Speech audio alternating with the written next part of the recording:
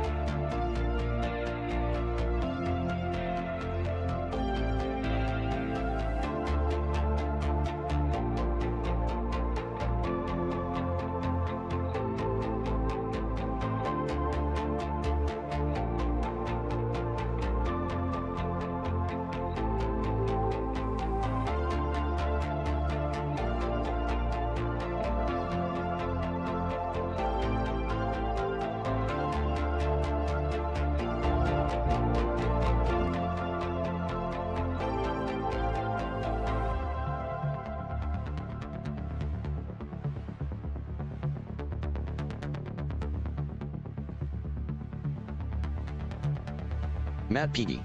Teased.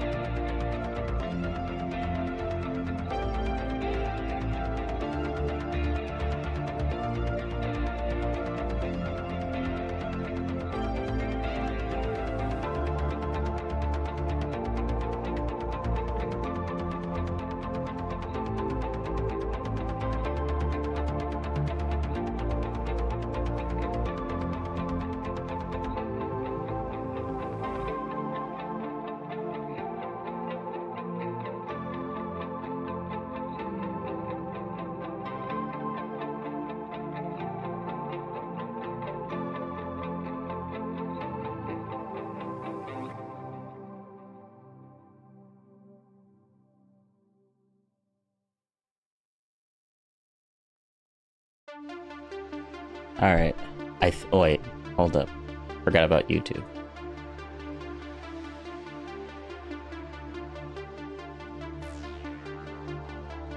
Boom.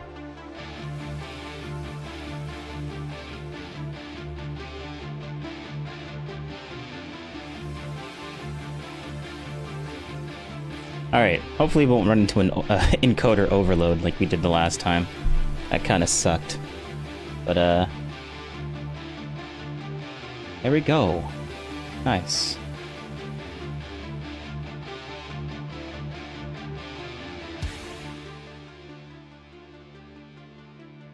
Yeah, that's pretty... whatever. I shouldn't hyperfixate on audio. We need to...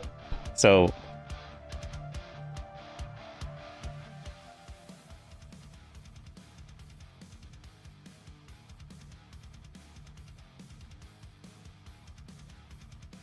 We need to watch this video right here. I've watched it before, but it was a while ago. Lex Friedman, the Ben Shapiro versus Destiny debate. That was I rewatched a little bit of it, and it's actually pretty Oh man, it's so good. 222k likes, man. This is such a good video. And it's 2 hours and 20 minutes. It's gonna be fun. But before we get to this, actually, there was something else I want to watch first. A very specific clip. Because yesterday was January 6th, and I completely didn't even realize that. Let's, what do I do? What do I do?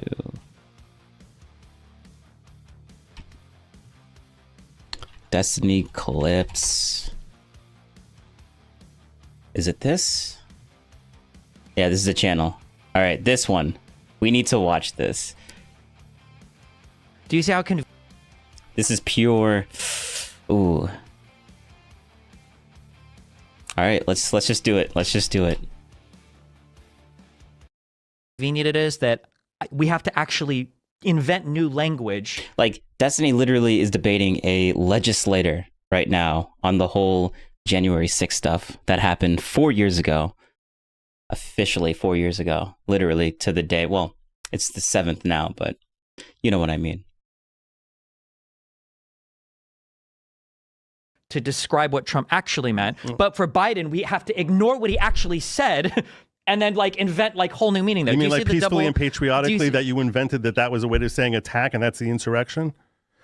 Hold on. There was an hour-long speech. He called to fight like 10 times in this speech. And why would I take the one time where he says, I know you'll be marching down to the Capitol, where they all happen to march down to the Capitol and then... Is there... I want to know if is there a full video of this?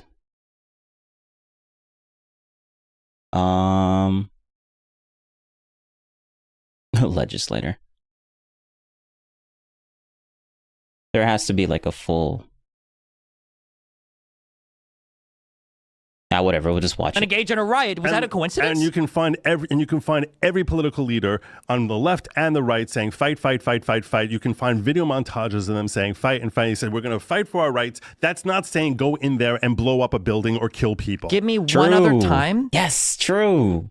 Yes. Thank you. Thank you. Thank you. Legislator. Thank you. Where they have called for a massive amount of people to go to an area knowing that there was going to be... No, not peacefully and patriotically. He said peacefully and patriotically. Oh, so what, all of them misheard the message? No, what I'm saying is... First of all, How did a riot happen if that's what he said? Are all of them too stupid to understand English and they just happened to engage in a riot? Explain how that happened. First and foremost... You're not going to explain it. You're just going to keep dancing around it. No, I think some of them got violent and that they shouldn't have gotten violent. Does that mean that he's telling them to get violent?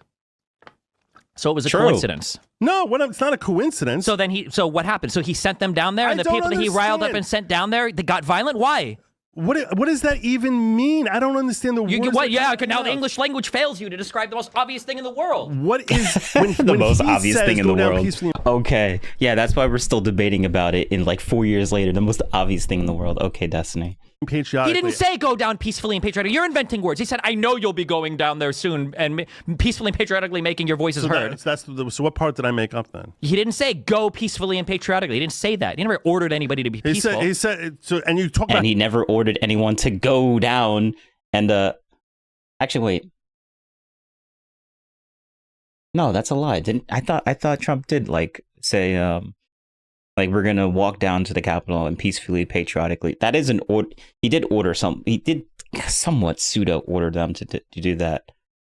But, like, still. But this is how you can see that Destiny's, like, lying here. Because, like, he's literally discrediting his, the whole point of him bringing up the January 6th in the first place. Like, well, Trump had a big part in it. But apparently, I guess, according to Destiny, Trump didn't, like, order anyone to do anything.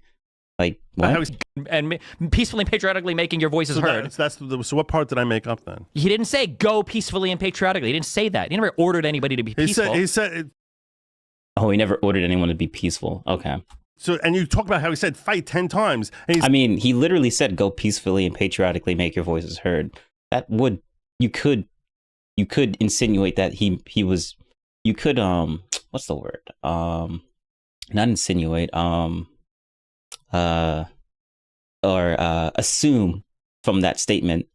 You could assume, probably shouldn't assume, but you could assume with that statement to that he's ordering them to peacefully do that. So another lie. Good job, Destiny. He said one of those times is he said, "Oh, this." He said, "You got to fight like hell, or you're going to lose your country." Yeah, you got to fight like hell, or you're going to lose your country, which is the exact same language that we've heard from Hillary Rodham Clinton. We've heard that from Schumer. We've heard that from Obama. We've heard that from every so then can I find leader, their from people Biden. marching down to a federal building to stop an election? Why is it that when he says fight like hell, because of this context, all of a sudden he's starting insurrection? Because True. He said it for the first time in U.S. history. We had to delay the certification of our vote because he was trying to overturn the outcome of the election. And there's By a day. By a day, because a riot got a little out of control, bro. Okay, all right.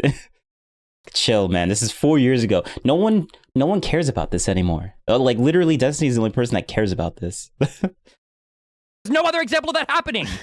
When he's trying to ensure, I'll tell you right now, well, the reason MAGA is there. The reason MAGA is there. The reason Look MAGA how is mad he is. Because after he said it for the first time in U.S. history, we had to delay the certification of our vote because he was trying to overturn the outcome of the election. And there's no other example of that happening. He truly believes this. Oh man, he is deluded. He has been deluded. Well, you know what? If Destiny wants to get stuck in the past, then let him be the crazy old guy, the crazy old grandfather. It's being stuck in the past. I was like, oh, remember January 6th? Oh, the worst thing since 9/11. I can imagine that. And the kids are gonna be like, oh yeah, yep, crazy grandpa. Well, that's gonna be funny. If he even has grandkids. He only has one kid. I don't think he's gonna have any more. He can't really find a stable partner. When he's trying to ensure, I'll tell you right now, well, the reason MAGA is there. The reason MAGA is there. The reason MAGA is there is because he called them there because he lied to them for over a year that the election was false. For over a year. Yeah, he was saying the election happened 2 months earlier. Yeah, and 12 months. Yes. Because Trump, being this evil genius, he can just tell that he was going to lose the election. That's why he was saying that we were going to lose it. And then he just, like, because Trump knew in advance, years in advance, that we're going to lose that election. So I need to start creating a whole 3D, 4D chess type of game plan to make sure everyone's always is riled up for the January 6th event. Yeah. So we could do that plan, that terrible plan. Yeah, the evil scheme. I'm like, bro, like Destiny, you're like, it's delusional. It's fun to it's just fun to point out his what do you call it? I guess delusions? There has to be a better word for that. Like, he's kind of, I want to say psychopath, but that's completely different than what this is. Yeah, ignore that word. Yeah, we're not going to use that word. We'll just use delusions. Months before that, he was saying mail-in ballots are going to be rigged. Oh, Trump derangement disorder. There's a whole term for that. That's funny. The same thing that Jerry Nadler had said and that Chuck Schumer had said, and everyone had said that mail-in ballots were the most distrustable The difference is that when world. Democrats made that contention, they were doing it to state bodies that then ensured the integrity of their machines. One of the big criticisms prior to this that gets cited a lot is Democrats saying, we're not sure if we trust the way that these machines work, so all of them were disconnected from the internet for the elections. They weren't able to be accessed online. They were saying things. There was not a single thing that Donald Trump ever said to make mail-in ballots more secure. What do you mean? What does that Just mean? what I said. What part of what I just said did you not understand? Donald Trump didn't say a single way to improve the mail-in ballot system. He said we need to ban all of it. What words could any human have said that would have made that mail-in ballots more secure? I don't know. We could change the authentication process on how we send. Was there an authentication process? Because it seemed like there wasn't. Notice how you just pivoted because you were so fucking wrong with what you just said? No, nothing. Donald Trump didn't spend a single ounce of effort. You know why he did that? Because he knew that Democrats would take it more seriously to all the COVID restrictions and to mail-in. Really? Why are you looking at me like you don't understand? He said multiple times, show up and vote on that day. Go down. The reason why he's looking at you like you have no idea what you're saying because you're ranting on something that happened 4 years ago, and you're just upset that no one cares about it, and you're the only person that cares about it. Like, it's just funny. It's just fun to watch. Look at him just thrashing around. Destiny, this guy right here, just thrashing around. All the COVID restrictions and to mail. Really? Why are you looking at me like you don't understand? He said multiple times, show up and vote on that day. Go down on that day and vote. We know the Dems are going to use mail-in ballots, and we know all the mail-in ballots are going to be. But when Trump says peacefully and patriotically, we ignore that. That didn't happen. That didn't happen. Oh, when Trump tried to get some security onto the Capitol before January 6th, because he announced that we were going to have like some sort of like, he was going to have a rally or some sort of speech during January 6th, very close to the Capitol. And he's going to have like a large crowd. Like when he asked Nancy Pelosi to like hey, we should have more federal like agents here because we need to make sure that if things get out of hand, we have enough people on the ground to like fix this. Yeah, he ggets denied, and everyone's like, well, I mean, he literally tried, and then people are like, oh, he didn't officially try and do it, so therefore that's why it was rejected. Like the people that were so afraid of Trump rejected the increase in troops for like just in case if something gets out of hand. But we don't care about that piece of information. That fact doesn't exist. Rigged, and in every single case where they tried to present evidence, most of it bullshit that it was rigged, it all failed. Really? Yes, really. Most of the cases every case that they brought in that showed BS. First of all, that's not true. As more and more time is going on, we're actually finding more evidence. That is absolutely not true. That is 100%. Second statement to qualify you for antipsychotics. You're delusional. That is not true. Really? We have never found evidence of widespread. Look at the amount of projection Destiny has. Destiny is the only person here calling the other person delusional. It's just projection.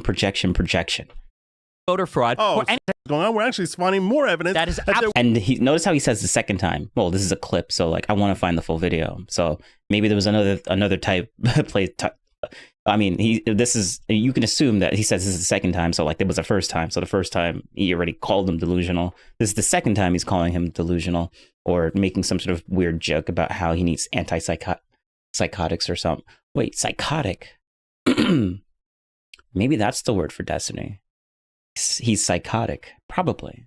absolutely not true. That's 100%. Second statement to qualify you for antipsychotics. You're delusional. That is not true. Really? We have never found evidence of widespread voter fraud or anything enough to be outcome determinative. You just changed outcome determinative. All of a sudden, we're just introducing, widespread, outcome determinative. Because that's the only voter fraud that matters. Not my grandma might have written her name wrong, or some guy voted in favor of his dad who didn't know he got the ballot. What about the authentication process, which all of a sudden, authentication processes traditionally had always knocked out roughly 7% of all ballots, and in 2020, knocked out less than 1%. How is that possible?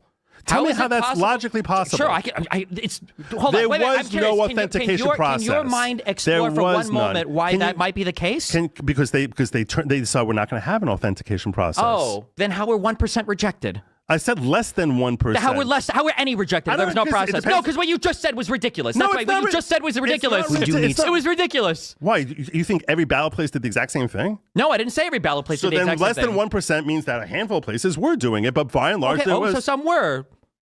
What are you even saying? I'm saying that 6.5%. I'm saying roughly 6% of things that should have been knocked out were never knocked out. That would have been knocked out in any other election. That's not how numbers or stats work, right? What? Traditionally, mail-in ballots were used for some exceptional circumstances. Yes. You either can't get. Sorry, I wasn't paying attention for a split every second. ballot place did the exact same thing? No, I didn't say every ballot place did the exact same thing. So then less than 1% means that a handful of places were doing it, but by and large there was. So some were. What are you even saying? I'm saying that 6.5%. I'm saying roughly 6% of things that should have been knocked out were never knocked out. That would have been knocked out in any other election. That's not how numbers or stats work, right? What? Traditionally, mail-in ballots were used for some exceptional circumstances. Yes. You either can't get to a polling place, you request a ballot, you're military overseas or whatever, right? On a case where you have the mail-in ballot rate maybe going up 100 times, why would you expect the error rate to stay the exact same when your cohort is changing dramatically in character? I would expect it to go up dramatically because these are people doing. You don't understand. No, logic. You don't understand. Logic. Just use logic. No, Destiny doesn't understand. Like. He's going to explain it, I think. No, you're not using logic. You don't understand stats or numbers. You're not using logic. Well, relax for a second. Think for a second. Yeah, he needs to think. He needs to chill. The people who vote every time in mail-in ballots, they're more accustomed to the process. They're less likely to make an error in the process. When you have millions and millions of first-time persons using it, does it not make sense that there would be a higher error rate rather than a lower error rate? Yes. Oh my God, true. And this is the part where I was like, yeah, I need to watch this. No. Okay. I would be a higher error rate rather than a lower error rate. No. Okay. You don't even know if the people who use Destiny doesn't even. Wow. No. Oh, so people that first timers using the system that they did not know, like in a general study, like for the most part, you would see a higher error rate. Like that's just like people that don't use things for the first time and not used to it are just like people are going to make mistakes. Like human error is a thing. Like I guess Destiny doesn't understand that. use mail-in ballots, use them all the time. Okay. I don't do the military, but my understanding is, isn't the We average... literally just clarified that these are all new people. These are all new people. Come on now. Like, we're not... He keeps going back to the fact that, well, these people have always been using it, but we're talking about specifically new people. He can't get that through his head, I guess. military contract, like 5 years? Isn't that like an average military contract? In that case, they probably only do one mail-in ballot. So it wouldn't surprise me. You're assuming that military, the only form of people actually doing. My guess is it's probably the large. Somebody can Google it. That'd be my guess. Is that that's probably. Someone can Google it. So look at him. Look at him. He backs him into a corner, and now he's like, "Oh, actually, I mean, we could just Google it. We can just Google it." Like, okay, all right, Destiny. Probably the largest cohort of people that do the mail-in ballots. Probably military people. Okay. Do you acknowledge that Donald Trump was trying to direct his DOJ to lie to states about investigations? Do you think that's another pivot to a completely, not a completely different topic, but like, notice how he jumped from the one issue that he knew that he was completely wrong against. Destiny, this guy right here, and now he's we're just gonna jump. We're just gonna jump. Literally, he does exactly. He projects so much. The only reason I'm saying this is because Destiny was the one that said it, and I'm like, okay. He accuses the other person, and then he just does exactly the same thing that he accuses that the other person does. Like, lie to states about investigations. Do you think that's? I wasn't there. What are you referencing? When Donald Trump was telling his Department of Justice. Oh, this is the okay. Maybe this is the part when I wanted to watch this. Destiny lies like purposely right here, and I'm gonna let it play. And then I'll point out let's just see if you can figure it out. That I need you guys to send letters out to 7 different states saying that we found a lot of evidence of voter fraud. So I think he got frantic down the stretch there. I think a lot of things he frantic. I think a lot of things he did there are things he should not have done. So then, would you agree that they were authoritarian in nature? I wouldn't call that authoritarian. No. I wouldn't call it authoritarian. Okay, so when it's authoritarian if there's punishment if you fail to abide by it. What punishment came to anyone who failed to abide by something that he had? Authoritarianism is only when punishment. Well, if I tell you right now, go outside and go to your bank and give me $1,000, and you say go F yourself, in that case, that no one would say I'm being authoritarian. What if you tell me if I don't do it, you're going to fire me and then find someone else who will? Okay, fine. And what came first? I don't know how we know that actually happened. Because there's testimony from 20 different people. Is this we're going with the J6 hearing? Is that where I'm not going with the J6 hearing? I'm going from Oh, you're not going from the January 6th hearing? What? You're going from testimonies within the January 6th hearing. Is that what you're going to say? Is that what that's going to say? Let's hear it. Testimony from Steve Engel. I'm going from testimony from Rosen, from testimony from Donahue, from testimony from... Did he just lie? I don't know how we know that actually happened. Because there's testimony from 20 different people. Is this we're going with the J6 hearing? Is that where I'm not going with the J6 hearing. I'm going from testimony from Steve Engel. I'm going from testimony from Rosen, from testimony from Donahue, from testimony from Hirschman, from testimony from Giuliani, Sidney Powell. What do you mean? Remember, hearsay. That's literally what Destiny's saying right here. This person, he said that he heard Trump said this. Another name. Trump said this behind closed doors. Another name. Trump said this behind closed doors. Another, like, bro, that's literally what he's doing right now. Because that's what the January 6th committee was. Like, it was heavily biased and skewed to for finding anything that stuck on. Like, they basically just got a bunch of spaghetti and threw it at the wall and seeing which one would stick. And that's what all those people were. Just testimony under perjury. Okay, like perjury is a high standard, but it's everything is still hearsay. So give me a legit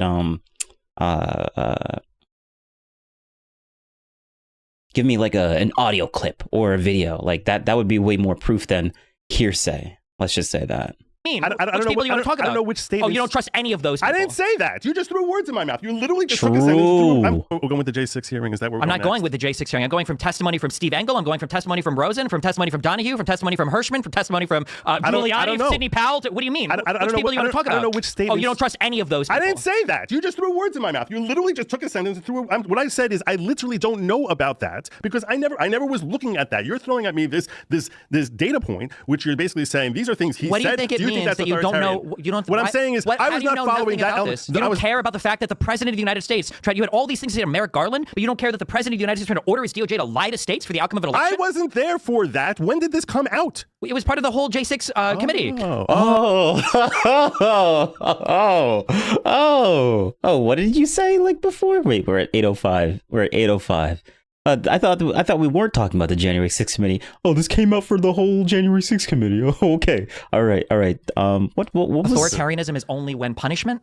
Well, if I tell you right now, go outside and go to your bank and give me $1,000, and what can't bring is that I'm not going with the J6 hearing. I'm going from testimony from Steve Engel. I'm going from testimony from Rosen. Wow. Lies. Wow. Okay. Good job, Destiny. Liar. True. All right, we're just going to skip back to the dates for the outcome of an election. I wasn't there for that. When did this come out? It was part of the whole J6 committee. Oh, I thought we weren't talking about that, though. Oh, interesting. Okay, all right. Oh, that's what it is. See, yeah, I didn't follow the J6 committee. Okay, because you don't give a fuck about... Yeah, no. Let me qualify Destiny's statement. Nobody gives a crap about that. Nobody. It's 4 years in the past. No one looks at it as like something that was good. It was bad, and we're moving on from it. No one wants to pay attention to it because it's literally nothing. Who cares? No one cares about it. Bro, nothing happened. Actually, no, something did come out of it. The legislators had to clarify a specific positioning for what the vice president can do, and they did that, and now they've remedied the situation. It could never happen again. We're moving on from that. But Destiny just can't. He can't. And he's literally going to be the crazy old man when he gets older. No, because the government of the election. So when you say Merrick Garland is corrupt, your words are hollow and meaningless. They don't mean anything. What I'm saying is, no, I didn't follow anything on the J6 committee because that started. It was because it was attacking committee. Daddy Trump. It was an illegal committee, and you feel bad and weird when they're attacking Daddy Cult Leader. You think this is being clever? When I reestablished, True. Yeah, he thinks it's being clever by just like, oh, you just don't like Daddy Cult Leader Trump. Like, what? What? Oh, bro, this is when you know that Destiny has no more arguments. He just goes to like ad hominem attacks, basically, and just making jokes and like stuff like that. Like, this is why he literally is a joke in the whole political sphere. Like, just listen to this. No, because the government of the election. So when you say Merrick Garland is corrupt, your words are hollow and meaningless. They don't mean anything. What I'm saying is, no, I didn't follow anything on the J6 committee because that started. Wait, did he say that it was corrupt? At me this data point, which you're basically saying these are things he said. What do you think it means that you don't know? You don't. What I'm saying is, I was not following that. You don't care about the fact that the president of the United States tried. You had all these things to say to Merrick Garland, but you don't care that the president of the United States tried to order his DOJ to lie to states for the outcome of an election. I wasn't there for that. When did this come out? It was part of the whole J6 committee. That's what it is. See, yeah, I didn't follow the J6 committee. Okay, because you don't give a fuck about like the integrity of the government of the election. So when you say Merrick Garland is corrupt, your words are hollow and meaningless. This is a clip, but I couldn't find the longer version of this, so I'm just going to assume that Destiny's just putting more words in this guy's mouth again. Like, he did call him out on Destiny putting words in his mouth, and now I'm going to call Destiny out and say that he's putting more words into this guy's mouth. When did he ever say that that person was corrupt? Like, when did he ever say that? I don't think that's even true. English, they don't mean anything. What I'm saying is, no, I didn't follow anything on the J6 committee because that started. It was because it was attacking committee. Daddy Trump. It was an illegal committee, and you feel bad and weird when they're attacking Daddy Cult Leader. You think this is being clever? When I reestablished early on here that there's a lot of things he says and does that I disagree with, including things he did I debated Hassan and other people that use this weird tactic. I didn't agree with it. I'm not asking if you agree with it, if you like it. I don't know why you're even giving an opinion. I'm asking how you feel about it in terms of authoritarianism or legality. This is the jump that you did. This is you're not following you're basically trying to jump from one thing to another, desperately trying. Yeah, literally. He's calling out his projection. Thank you. Good job on you, legislator. This is why this guy's a legislator, and that's why Destiny is just some rando streamer guy that is so pissed off that no one believes in his politics. Look at his face. He's so mad. To like make score points, man. And I'm actually trying to have a conversation with you. Okay, here, let me be very clear about my line of Let me go back a little bit. Giving an opinion. I'm asking how you feel about it in terms of authoritarianism or legality. This is the jump that you did. This is you're not following you're basically trying to jump from one thing to another, desperately trying to like make score points.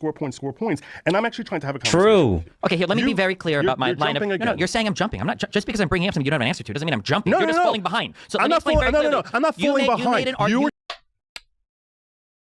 Wow. Okay. I should use that line then. Whenever Destiny says that I'm jumping, whenever Destiny says to another person that they're jumping from topic to topic, no, just tell Destiny, actually, no, you're just lagging behind. Just because you don't know these answers and I'm moving to a different situation doesn't mean that I'm jumping. You just don't understand. That's why I'm moving on. The most condescending stuff, man. Holy crap. Let's listen to that again. Jump from one thing to another, desperately trying to like make score points. And I'm actually trying to have a conversation with you. Okay, here, let me be very clear about my line of... jumping No, you're saying I'm jumping. I'm not just because I'm bringing up something you don't have an answer to doesn't mean I'm jumping. You're just falling behind. So I'm not falling behind. You You're changing the landscape as to what it is that we're talking about. I started talking to you about an issue with respect to that, and I admit to you that I don't think he did everything properly and with respect to between November and... Yes, we call that equivocation. That's not equivocation. It's equivocating. You call that authoritarian. When I say he's doing something authoritarian that is breaking the law, probably should agree, and you say he did some things that were kind of... No, what I'm... That's No. called equivocation. Oh yeah, whenever Destiny says that Trump broke the law, that's not true. No one, like, there was trials for this and they all proved that Trump didn't do anything wrong. Like, everyone keeps forgetting about the third impeachment process that went through, and they literally found Trump not guilty for like insurrection or anything like that. Like this happened like after January 6th. It was like a few weeks after January 6th in 2021. But everyone forgets about that. Like, so whenever Destiny keeps saying, oh, he's like a criminal. Well, no, not a criminal. Wait. And yes, we call that equivocation. That's not equivocation. That's equivocating. You call that authoritarian. When I say he's doing something authoritarian that is breaking the law, probably... Yeah, whenever he says breaking the law, that's just not true. It's just not true. There's no evidence to back up that claim. And you say he did some things that were kind of... No, That's called equivocation. No, I'm not equivocating. I'm saying the issues that you're bringing up, I don't even know anything about them. Why don't I know about them? Because I didn't watch January 6th. Then you use that as a basis to try and attack me and saying I didn't watch January 6th instead of asking me, why didn't you watch J6? You come to what you have to do to try to win a point is you want to try and say, oh, you didn't watch January 6th because it was attacking Daddy Trump. You see, you're trying to carry... See? Yes. Oh my God. Yes. Point out the BS. Yes. And label me and put me in a box. I am jumping. You're right, because I understand you're going to say I didn't watch J6 because that committee was put together. Oh, so he was lying. He was jumping. He was jumping. Oh, but he has like a better reasoning to why. Okay, yeah. See, look, projection. Like I said, Destiny projects a lot. And an illegal... You can literally defeat Destiny just by listening to Destiny's older arguments. It's just so good. It's so good. It's so easy. It's so clear. So easy to spot. Because Pelosi didn't include people from the Republican Party in a proper way to put together... Because it was attacking Daddy Trump. You see, you're trying to characterize and label me and put me in a box. I am jumping. You're right, because I understand you're going to say I didn't watch J6 because that committee was put together in an illegal manner because Pelosi didn't include people from the Republican Party in a proper way to put together a committee. I know the dumb talking points. You're again... Tell me what I'm wrong about. Tell me why I was going to go. Okay, tell me where you're going to go. What I'm saying is there's no cross-examination. There's no evidence coming forward. There's no opportunity by the other side to examine any of the evidence that's being presented, which is what you would have in any standard type of... Hold up. I need to... Hold up, my friend. Let's go. All right, well, let me like toggle this thing off. And we'll go back. We'll go back just a little bit. But I just need to like not pay attention to this for a second. I'm not going with the J6 hearing. I'm going from testimony from Steve Engel. I'm going from testimony from Rosen, from testimony from Donahue, from testimony from Hirschman, from testimony from Giuliani, Sidney Powell. What do you mean? I don't know people you want to talk about? I don't know which statements. Oh, you don't trust any of those people. I didn't say that. You just threw words in my mouth. You literally just took a sentence and threw... What I said is I literally don't know about that because I never was looking at that. You're throwing at me this data point, which you're basically saying these are things he said. What do you think it means that you don't know?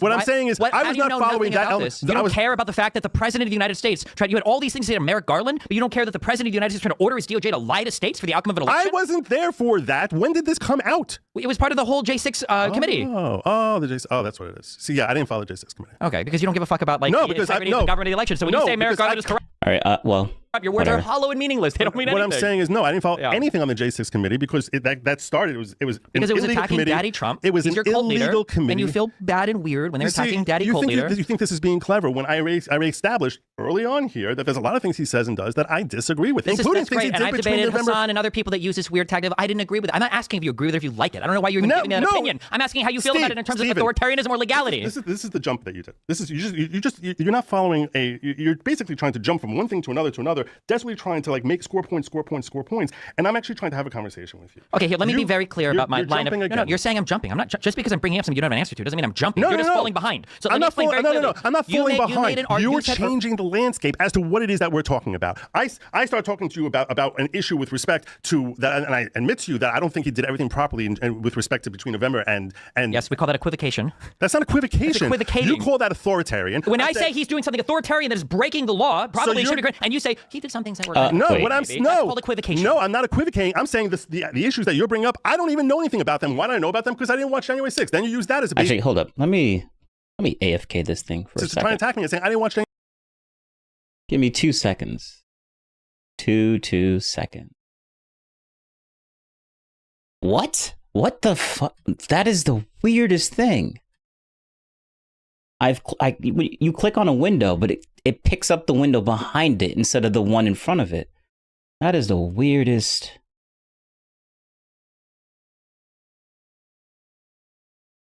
Okay, whatever. I mean, it's not like...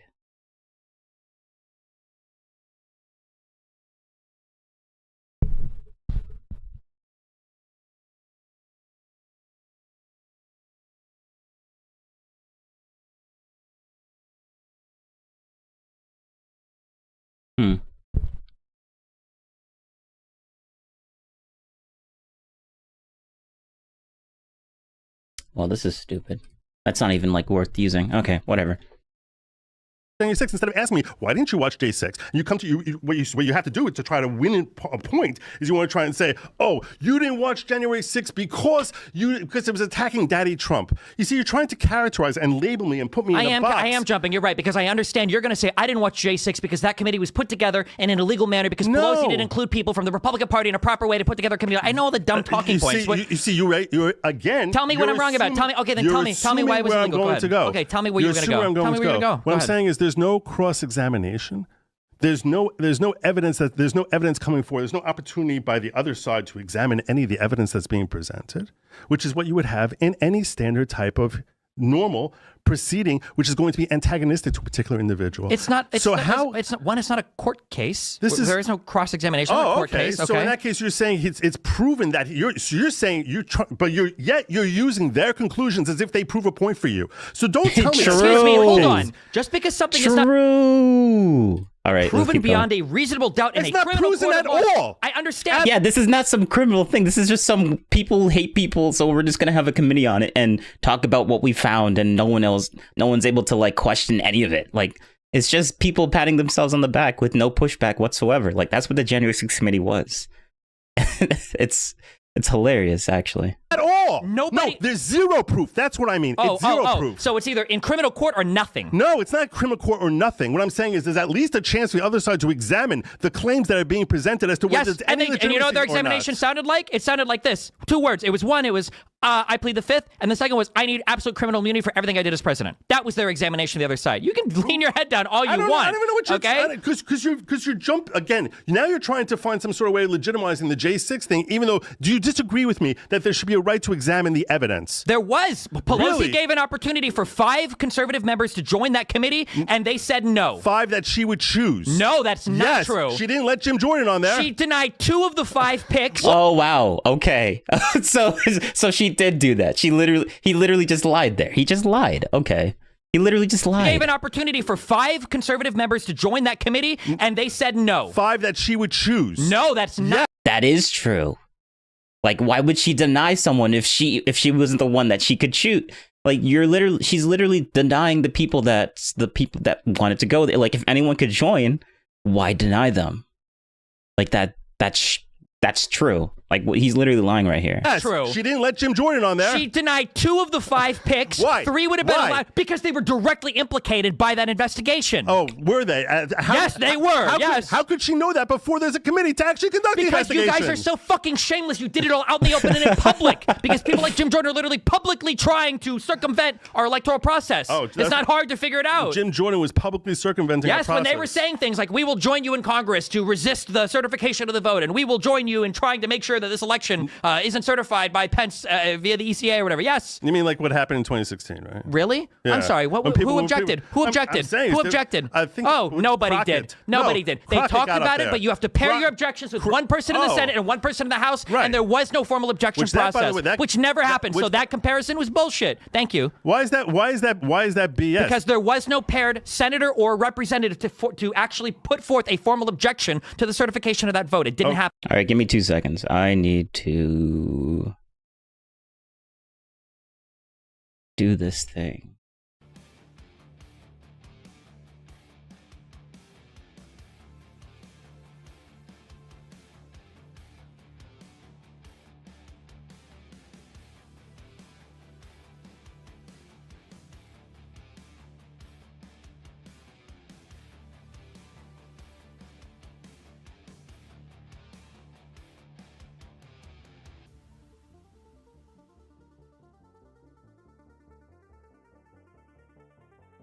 Happen. Okay.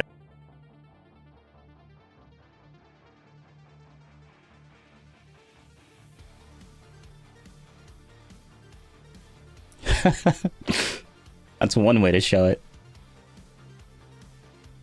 Okay. So, and your point as far as that there wasn't an effort for them to try and step in the way of it, or there was wasn't. that, There right, was. let's go back Pelosi just a gave an little opportunity for 5 conservative members to join that committee, and they said no. 5 that she would choose? No, that's not yes, true. She didn't let Jim Jordan on there. She denied 2 of the 5 picks. Why? 3 would have been Why? allowed because they were directly implicated by that investigation. Oh, were they? Yes, they were. Yes. How could she know that before there's a committee to actually conduct the Because you investigation? guys are so fucking shameless. You did it all out in the open and in public. Because people like Jim Jordan are literally publicly trying to circumvent our electoral process. Oh, it's not hard to figure it out. Jim Jordan was publicly circumventing. Yes, when they were saying things like, we will join you in Congress to resist the certification of the vote, and we will join you in trying to make sure that this election isn't certified by Pence via the ECA or whatever. Yes. You mean like what happened in 2016, right? Really? Yeah. I'm sorry. Who objected? Who objected? Who objected? Nobody did. Nobody did. They talked about it, but you have to pair your objections with one person in the Senate and one person in the House, and there was no formal objection process, which never happened. So that comparison was bullshit. Thank you. Why is that BS? Because there was no paired senator or representative to actually put forth a formal objection to the certification of that vote. It didn't happen. Okay. So and your point as far as that there wasn't an effort for them to try and step in the way of it,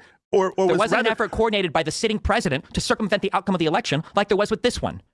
When you're saying an effort to circumvent, I'm sorry, I missed this As word. in to break procedure with the Electoral Count Act, or to get enough people to object to certification that they could delay it indefinitely. He definitely was trying to. So that they could delay it indefinitely, kick it down the road, and remain president for another 4 years. What he was looking for is he was looking to get that electoral count under 270 so that they could turn over to kind of a constitutional convention, turn over to the states, and have each of the states vote based one vote per state. That was the plan. Which would have been stealing. That was one of the plans. That would have been stealing the election. That's your position. I think that it's an interesting legal position. It's not an interesting legal position that we will never ever know the answer to. And we never would have known it anyway.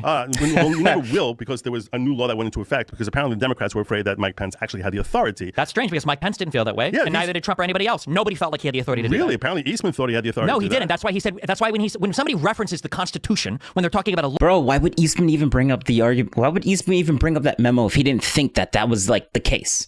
Like Destiny's just lying here. He's assuming so many different things with and it's contrary. Like, why would Eastman bring it up if Eastman didn't think that was actually like a plausible thing that he could do? Like, bro, like what? Oh, I guess Eastman's like an evil genius that only does everything in bad faith. Come on now. Like, this is just stupid. Law, what they're telling you is they want to break the law because it's unconstitutional, which is what I don't know where these confusing looks come from. Because when you say, I don't understand that phrase, because if I say your First Amendment right to spout idiocy, that doesn't mean that I'm referencing the Constitution, and I'm not saying that you can break the law. That's why I don't understand. If you're referencing a law and saying, I think that this law is unconstitutional because you've got a constitutional right to do this, you're breaking the law. The wording in the documents in both memos was, this is where we're going to break ways from the ECA, which was a law that dictated how the election ECA doesn't dictate law. This is a mistake that you're making. ECA was a law. The ECA was a law. ECA establishes policy. That's not law. There's a very significant distinction between policy. I love the fact that he's talking to a legislator. He actually knows this. Thank you. Like the whole Trump's just he's breaking the law. The Eastman thing is breaking the law. Like, thank you, legislator, for completely destroying that argument. Thank you. I can use this now. The law. The wording in the documents in both memos was, this is where we're going to break ways from the ECA, which was a law that dictated how the election ECA doesn't dictate law. This is a mistake that you're making. ECA was a law. The ECA was a law. ECA establishes policy. That's not law. There's a very significant distinction between policy and law. And I think this is where you're getting a little bit confused, respectfully, because yeah, and well, the reason why Destiny's super confused is because he found this one kernel of truth, and now he's running with it like wildfire. He's just assuming that it's just law, like the ECA. It's a what is the ECA? We're gonna look that up right now. What is the ECA? What is the ECA? ECA. Stop it. Refers to multiple things, including. Oh, wait. ECA, Gover...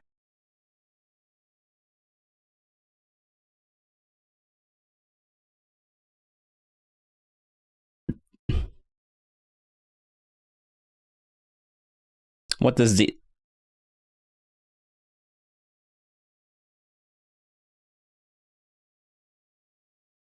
do?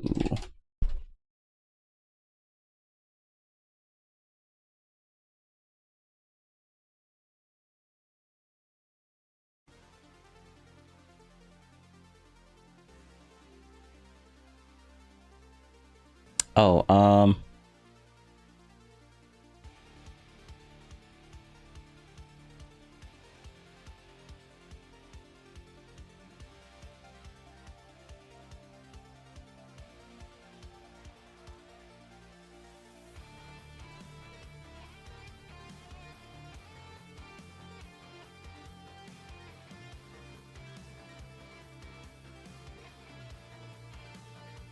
wait, why is it saying Canada? Okay, you know what? Whatever. I don't care enough to really look into that. it doesn't make sense to just sort of read it. It's a very distinct. There's a very significant distinction between policy and law. And I think this is where you're getting a little bit confused, respectfully, because it doesn't make sense to just sort of read in here. I'll ask you right now, if in fact Mike Pence did not have the authority to do that, why would the Congress... This is not a real argument. Why would Congress... If it's not a real... Bro, the reason why Destiny is saying that this is not a real argument is because he literally cannot... he cannot logically he doesn't want to admit that that's actually true. If this was such a terrible, if this was such a thing that's unclarifiable and no one understands this, why would they have to remedy this? Why was there a remedy? And Destiny just doesn't want to even believe that this is something that existed in reality. This is a part of the reality that he doesn't even want to try. Oh, what? Documents in both memos, which is where we're going to break ways from the ECA, which was a law that dictated how the election ECA doesn't worked. dictate law. This is a mistake that you're making. ECA was a law. The ECA was a law. ECA establishes policy. That's not law. There's a very there's a very significant distinction between policy and law. And I think this is where you're getting a little bit confused, respectfully, because it doesn't make sense to just sort of read in here. I'll ask you right now, if in fact Mike Pence did not have the authority to do that, why would the Congress... This is not a real argument. Why would Congress... Congress can pass laws for any number of reasons. So why would they pass a law? Oh, so you knew what my argument was. Telling me, I already know what your argument was. Yes, so it's the same defunct argument, because the counter that I have is so much stronger. You're saying, why did they pass a law to clarify language for something that might have been hazy or whatever? Then my question would be, if the language was so hazy, then why did Eastman and everybody else feel like they had to break ways with the ECA? Because it had never happened before. No, because they wanted to break the law. They wanted to part ways. Well, hold on, I'm sorry. Your argument is even self-defeating. You said that they changed the language of the ECA. Why would that matter? It's just a policy. It wasn't the ECA. No, they codified. There was a law they tried passing. They wasn't actually the did update pass. They made to the Electoral Count Act. They passed a law after 2021. Amending the Electoral Count Act, which is the same thing that Eastman wanted to break ways with. But I thought that was just a policy. So why would they even need to change it? Well, it's actually an interesting question. It's not an interesting question. It was obvious what was going on. They were trying to break the law to entrench Trump as president for another 4 years against the actual vote. I apologize. You're good. I apologize for that. You having fun? No.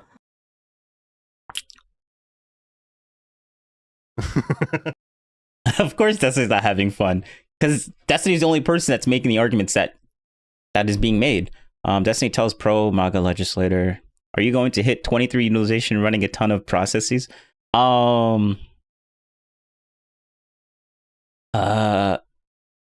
So, okay. Maybe I should have, let me add this. Let me turn this on.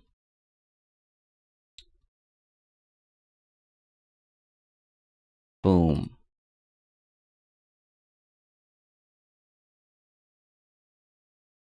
Right now, well, no. I will actually. Are you in chat? Because like I could just talk. Are you getting 23% utilization running a ton of processes? Let me turn this because it's automatically just throwing my thing up, and I don't like that. I mean, I want it when I'm watching the video, but not when I'm doing this. This is my understanding is he talked to the legislator again. What is this? Is he just clipping him, basically? That's he tells pro-MAGA legislator the grossest thing about people like him. Oh, okay. All right, yeah. Making friends. Oh, yeah, Destiny on his new Making Friends arc. I remember he was talking about that, and I guess he's making friends by calling legislators, like attacking them. Yeah, definitely making more friends. We're running at 20-something%. Well, actually, we're barely running at all.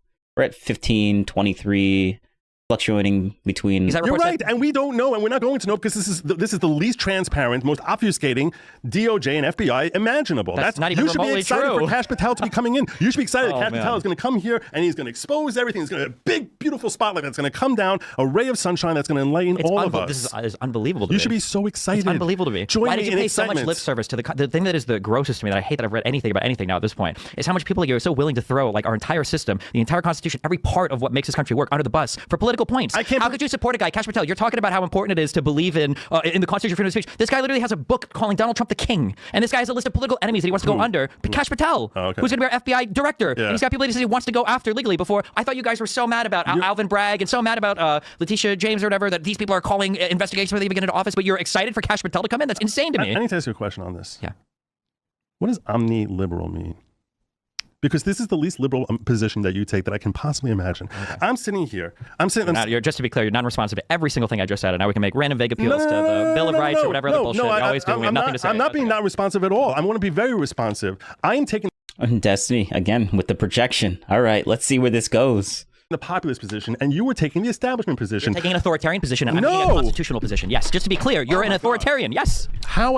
In what way am I being an authoritarian? Because you're celebrating. Literally, when Destiny has no more arguments, he just goes to name calling, authoritarian. Oh, he's authoritarian. Name calling. He has nothing. He literally has nothing. Like, what does that even mean? Kingmaker. What do you mean? Of course you trust the government. You just said that you're celebrating Kash Patel coming in. I'm hopeful. When you say government, I'm hopeful. just to be clear, so people what do we understand, have today? When it's you say January 5, when you say 2025. government, you mean the left. You don't trust the left. When Donald Trump said that you trust, name one thing that Donald Trump did or said that you didn't trust. I didn't trust a lot of his decisions in COVID. Okay, so the COVID stuff is the one thing. So you didn't like the vaccine. So it's just one thing. Oh, okay. It's just like, bro. He's saying like, oh, they're all in a cult. No, Trump can do no wrong. And then he mentions one thing about Trump doing wrong, a whole big thing, by the way. And now he's like, oh, well, I mean, of course you would say that. You don't like the vaccines or whatever. I'm like, bro, you live in delusion. Destiny lives in delusion.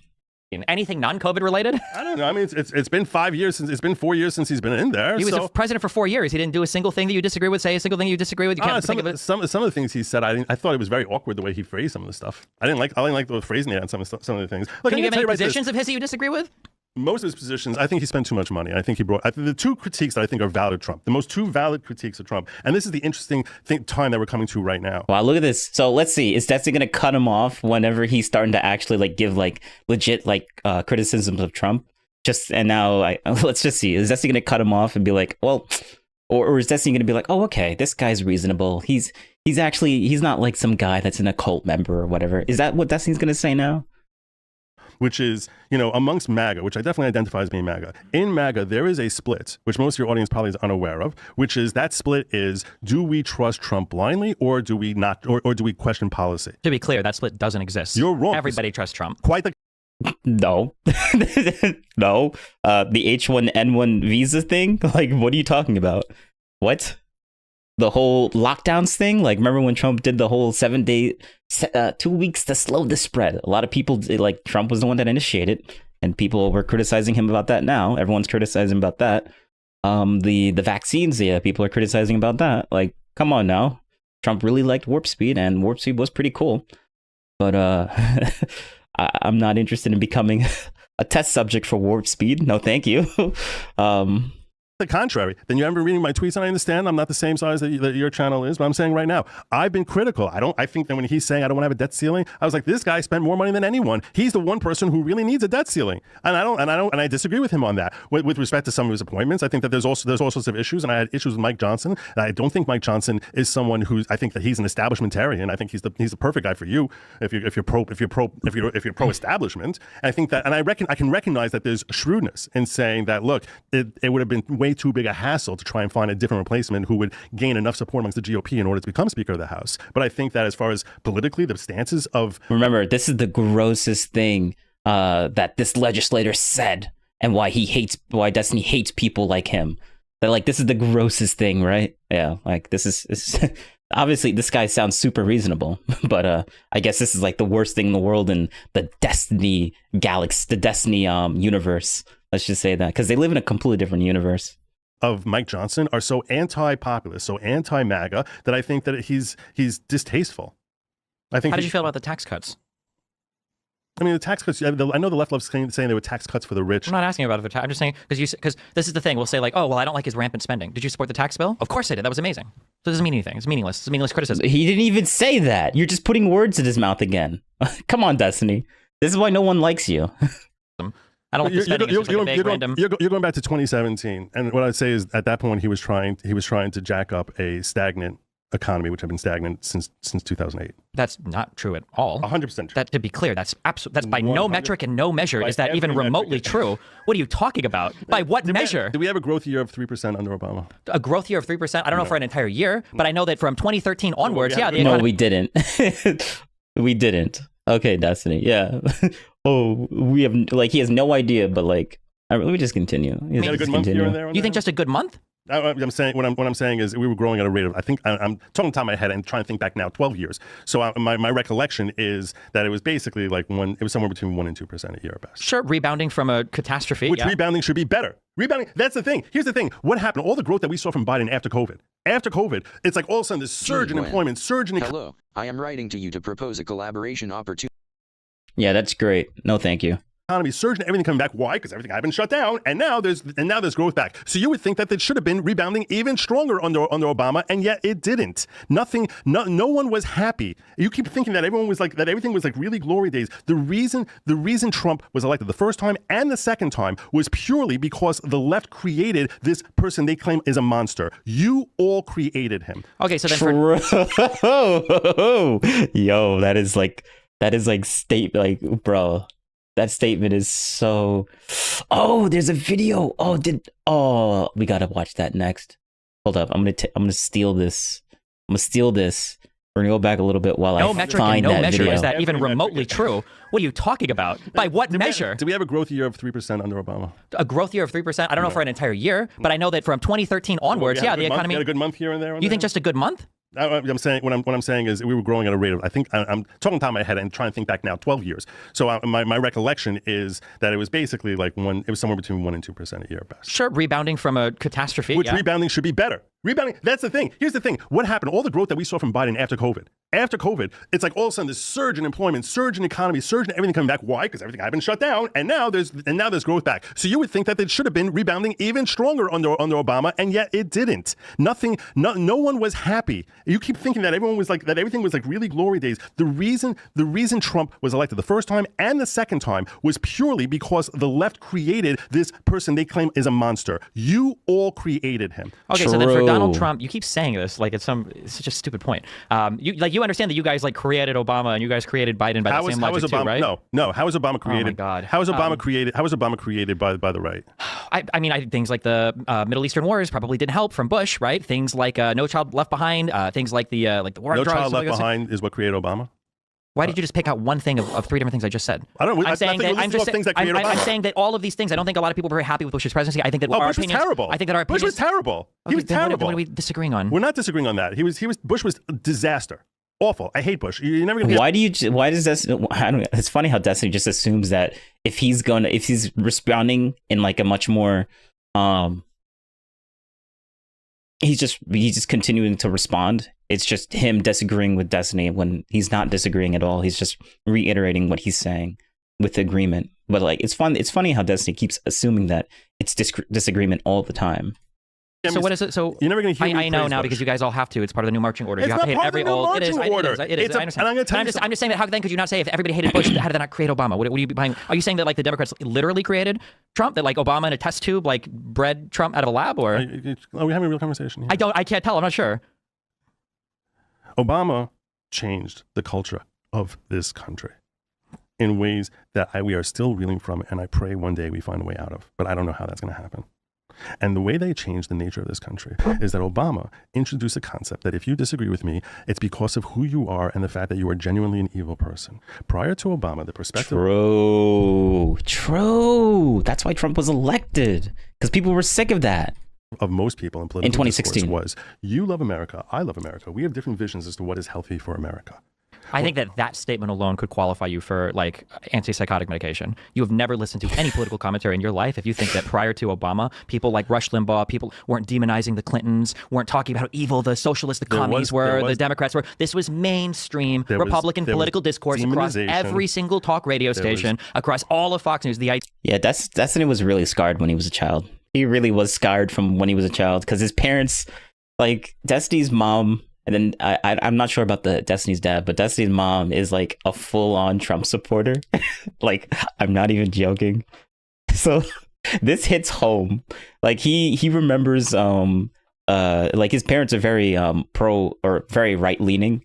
So he's literally going back into his memory and listening to like all these people that his parents used to think about, and he's so scarred from that.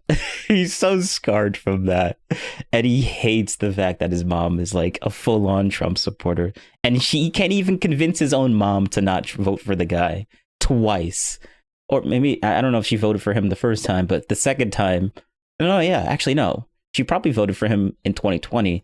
And she probably voted for Trump again in 2024 as well. And it's just like, if you need to know whether you need to listen to this guy, this Destiny guy on like Trump's, anything to do with Trump, just look at his parents. Like, if he can't even convince his own family, then how is he going to convince anyone else? Idea that Obama created might be one of the most delusional things I've ever heard in my entire life. Go ahead. Ad hominems, okay. Rather than actually hearing my point. Okay. True. My point is not as far as like talking about the political leaders. I'm saying talking about their supporters. I'm saying talking about there being tens of millions of racists in this country. That is a new position for a political leader to take that Obama introduced. And he did it in a very insidious way. He would never say they're racist. He would say, well, some folks aren't comfortable with people who are coming across the border or whose skin is a little darker than theirs. You think politicians are making accusations of racism during like the civil rights era, or? So now we're going back to the 60s. You're saying that's okay because well, you said the first time in U.S. history. The first time in my recollection. Okay, gotcha. The first time in my recollection, we didn't hear the demonization. We didn't see the demonization. You never heard once Trump demonize tens of millions of people who vote against him the way we heard Biden echo when he gave that red hatred speech about how ultra MAGA is the biggest threat facing our country. You understand that when Biden made that speech, that Biden literally said he wasn't talking about even a majority of I understand right? that. Number one. And you understand that Donald Trump has made disparaging. You know that Donald Trump is literally the guy, and I'm sure that you giggle along every time who gives like political nicknames to his opponents, right? Those are individuals. Yeah, and you don't think that they represent the people? Yeah, he'll make a joke about Rosie O'Donnell, make a joke about Nancy Pelosi, he'll make a joke about Chuck Schumer, but that's not making. And he'll make comments about immigrants coming into the country, about wanting to ban Muslims coming into the country, about how he'll make comments about Venezuelans taking over apartments and Haitians eating cats and dogs. So you think that when he said the Mexicans they're rapists, you think he was saying that all Mexicans are? Is that how you interpret it? Well, so are you arguing I only in good faith? I only did English in high school, but when you say Dustin doesn't argue in good faith when it comes to Trump. Like, bro, like that's just not happening, man. Like, bro, just look at his family. Like, there's no way he could possibly do that. Some of them are good people. The implication is most of them are bad people. Yes, correct. That's why you're having a huge split. The big argument right now, at least online for MAGA, is whether or not Indians smell too gross to come into this country and should have H-1B visas, or whether we should keep them out. I don't think you even believe what you're saying. Okay. because Destiny does believe what he's saying. That's the sad part. But the even more sad part is that he's the only one that believes what he's saying, which is it's funny because like I don't actually believe what he's saying when it comes to Trump stuff, but it's sad because like the people that actually do believe in what Destiny's been saying is, well, they're blackpilled because like no one cared. Trump got voted in and there was like a whole sweep. The Democrats basically lost everything during that election, bro. The only thing now is what happens next. all their rapist things. He says they're sending their worst. He's saying they're crooks, they're criminals, they're rapists. And he pauses, they're rapists. And everyone's like, oh, wow. He's saying they are rapists. Instead Do you think that Biden? Do you think Biden was talking about all MAGA Republicans? No, all MAGA. He called them ultra MAGA. I don't know what the hell ultra MAGA is. What do you think he meant by that? I definitely felt he meant me. Okay. I felt was Trump talking about all of his supporters when he said go peacefully and patriotically and do that? Like, bro, that's a straw man argument. Come on now. I felt he meant me, that I am a That's threat to this great. We're not talking country. about you. Do you think he meant most of MAGA? I think he meant every person who listens to me. Do you think he meant most of MAGA? I think he meant most people who. Do you think he meant most of MAGA? I think he meant people who distrust the government. Okay. Do you see how convenient it is that we have to actually invent new language to describe what Trump actually meant? Bro, we need to have the full video of this.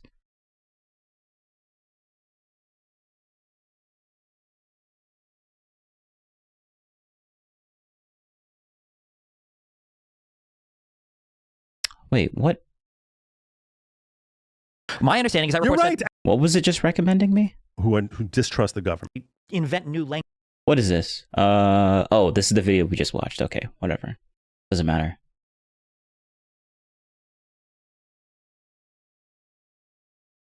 Where is it? What did I... Oh, what did I watch?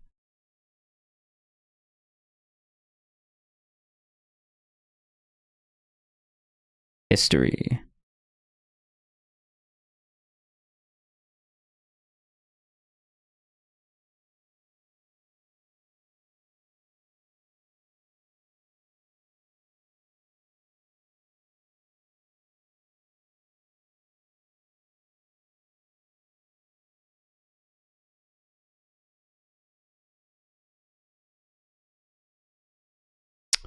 Bro, I can't find it.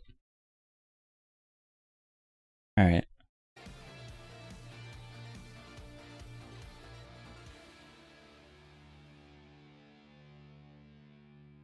Where is this? This makes no sense. It's not on here.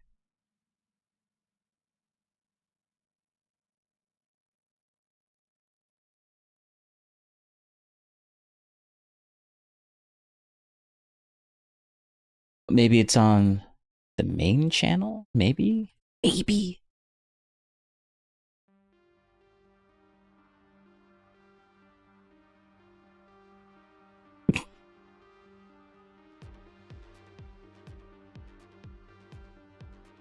Oh, I think it is on the main one.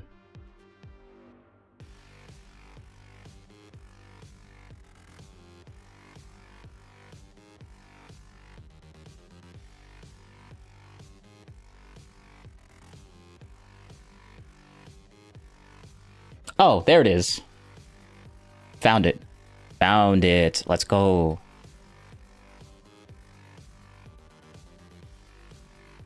Trump would have the ability to undo the term limit.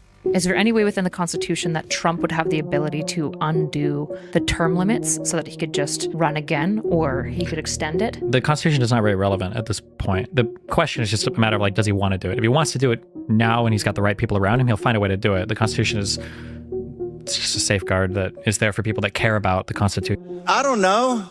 All right. Let me just, we're gonna do this, because this is what we're Maybe gonna we watch. do it again in 28. Or, Are you guys down for that? Trump 28? Come on, man. But I mean, like, Vance himself has advocated for betraying the Constitution, like he said it in plain English. So, yeah. And Donald Trump himself has tweeted out or social truthed out that sometimes you can suspend the Constitution if you need to. So the Constitution is not really a safeguard anymore. It's the people that are around him that would be the safeguards. And it seems like he's removing those people. So Do you think if there's this, like, I don't know what this Matt Gaetz, Laura Loomer H-1B schism is. the vast majority of people fighting against H-1Bs, I think, are probably just people that feel like depressed workers who are having income opportunities threatened by people from overseas. I don't think the majority of them are racist or like Nazis or whatever, but I think a growing chunk of the conservative... we're gonna test if there's any issues with, like, encoding issues or anything like that with my stuff. I might have to restart the stream. I will do that this time instead of just letting it run. Of MAGA movement are Nazis, and a decent chunk of them are just racists. And I think that the just racist and the Nazi people can work together and bring more people into their movement without the other people even being aware that that's what's happening, because they're so kind of like lost on everything else. So we'll see what happens on that. It's very easy for them to be led astray by crazy people. I think it is really funny, though, that 10 years ago, who did the learn to code thing? The conservatives roasted the fuck out of Democrats for telling truck drivers to just learn to code. Yeah. And now the conservatives are like, actually, just teach us to code. We don't want Indians. Like, we will learn to code now. We changed our mind. We actually did. So it's, but yeah. Yeah. If there are other felonies like the Matt Gaetz investigation, or my understanding is that RFK is being investigated, or maybe even like openly admitted to molesting a babysitter or anything, are all these positions open to be filled by people if they have like actual felony charges? I know that Trump can pardon them. I'm trying to understand like what would be the effect on Matt Gaetz's position if the FBI investigation finds him guilty of. I don't think there is an FBI investigation. I think that's just the subcommittee. That was just like a Senate or congressional. Like. Milestone reached. Several parts more efficient and powerful than the human brain can now be made to compensate for many deficiencies otherwise encountered in future development efforts. The blender enables you to mix and combine parts and fluids for more complex recipes. Most importantly, project part number 6, the assembly director system, should be produced and delivered to the space elevator as soon as possible. Cool. Ethics investigation. That's not the same as like a DOJ investigation. The FBI is a part of the Department of Justice, and the Department of Justice is part of the executive branch. And so the head of the DOJ, the head of the Department of Justice, is the Attorney General, who will now be taking orders directly from Donald Trump. So if he doesn't want somebody investigated, then they won't be investigated. If they want to investigate somebody, even if that means fabricating things like they did with Hunter Biden, then they will investigate them. It just depends on what his feelings are. But there will be no federal investigations of Trump loyalists. Trump has already signaled that he will pardon you if you lie for him, like he did with Roger Stone, and he will kill investigations into you if he feels like there's no wrongdoing, like he tried to do with himself with firing Comey. And he's not going to investigate you if you're loyal to him, and he'll come after you if you're not, like he did with Hunter Biden. So yeah, all of this has like already been done. Yeah. Gotcha. Do you think the next 4 years will be worse than his first term? Obviously, I'm asking you to predict, which is tough.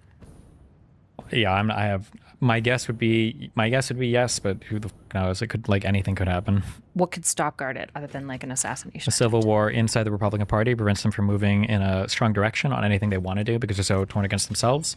And this H-1B visa bodes poorly for their unity going forward. I think a unified Republican Party under Donald Trump is really scary because it's probably the most significant threat to like the United States of America, or at least as it was envisioned by the people that found the country, would be like a Trump leadership that is like united in what they want to do. But who knows? So the outcomes that you see as possible, worst case scenario is a unified party under Trump. Do you see it as a total erosion of the democracy? Is that like what? I think it already has been in a lot of ways. You have a convicted felon who has secured some powers from the Supreme Court that a president or no person in the United States has ever enjoyed before. I think it was a referendum on how we feel about fake news and misinformation, how we feel about leaders that don't take accountability or responsibility, how we feel about leaders that just lie to us. Like, Trump kind of embodies the worst of everything that it could be. Yeah. To like be an American, like he's like the worst of all of that, and our country basically co-signed it, like a braggadocious idiot that takes no accountability or responsibility for anything and is ultimately self-serving at the end of the day, which is what you would expect from, I guess, like a billionaire real estate guy from New York, and then did so with a guy who bought up like a media company, turned it private, leveraged it to help Trump win. A lot of weird foreign intervention. It's just like a lot of really bad stuff that all kind of like was, I think, validated in the last election cycle. Yeah. Worst outcome. Civil war, decay of democracy. Could you see him finding a way around? Because I know Ben Shapiro's biggest pushback on you about Trump, I think when you guys talked, was you were like, yeah, but January 6th. And he was like, yeah, but he couldn't, It didn't happen. He did. He's got two. It did happen. He got 2 terms, and then he's done. The first time, I think, maybe in 200 years that the certification was pushed back a day. It was. He failed in other ways, but I think that was largely just due to his cowardness and incompetence than anything else. Mm-hmm. But I mean, yeah, who knows? Hard to say what'll happen. Yeah, because I know Ben Shapiro's biggest pushback is basically, yeah, but like, basically the government will stand. Like, there's enough stop guards that even if he does try to steal the government again, He can't. Yeah, but now that he knows what failed him last time, now he's trying to work around that this time. There's a reason why he chose a vice president that explicitly said he would do what Pence didn't do. The reason why he's looking to staff the government with people who would explicitly allow him to do the things that they blocked him from doing last time. So that's kind of the concern, yeah. Do you think the military, because like the final question with that is if it evolves all in that direction, do you think that the military would take like civil force against people if they rose up and were like angry and rioting over and like potentially moving towards a war regarding the certification? Say he tries to push it back again and it's pushed back like 5 days, 10 days. People are probably going to start rioting, presumably, you would hope, you would assume. I have no idea. Maybe they would, maybe they wouldn't. Who knows? Do you think the military would go up against the civilians? I have no idea. Did Musk buy Twitter this year? Come on up here, Elon. He created the first major... No, Elon bought it in like, what, 2022, 2023? No, he bought it in 2022. Yeah, end of 2022. And then, like, everyone kept saying, oh, Twitter's going to die now because Elon Musk took it. And then 2 years later, 2 to 3 years later, it's still, like, running basically pretty good. Like, it's actually kind of funny. American car company in generations, and his rocket company is the only reason we can now send American astronauts into space. Come here. Take over, Elon. Yes, take over. Oh. Hi, everyone.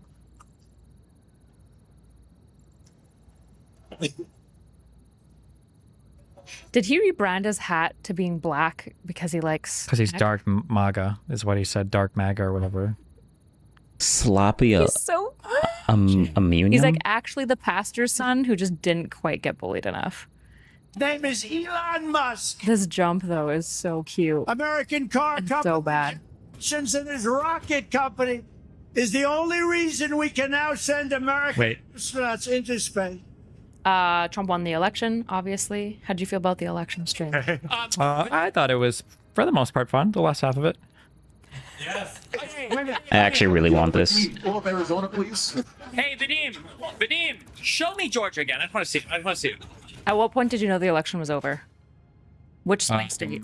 Well, I mean, like, it's easy to say this in Hindsight? retrospect, but the first signs of trouble were the very first reporting that Miami was 50-50.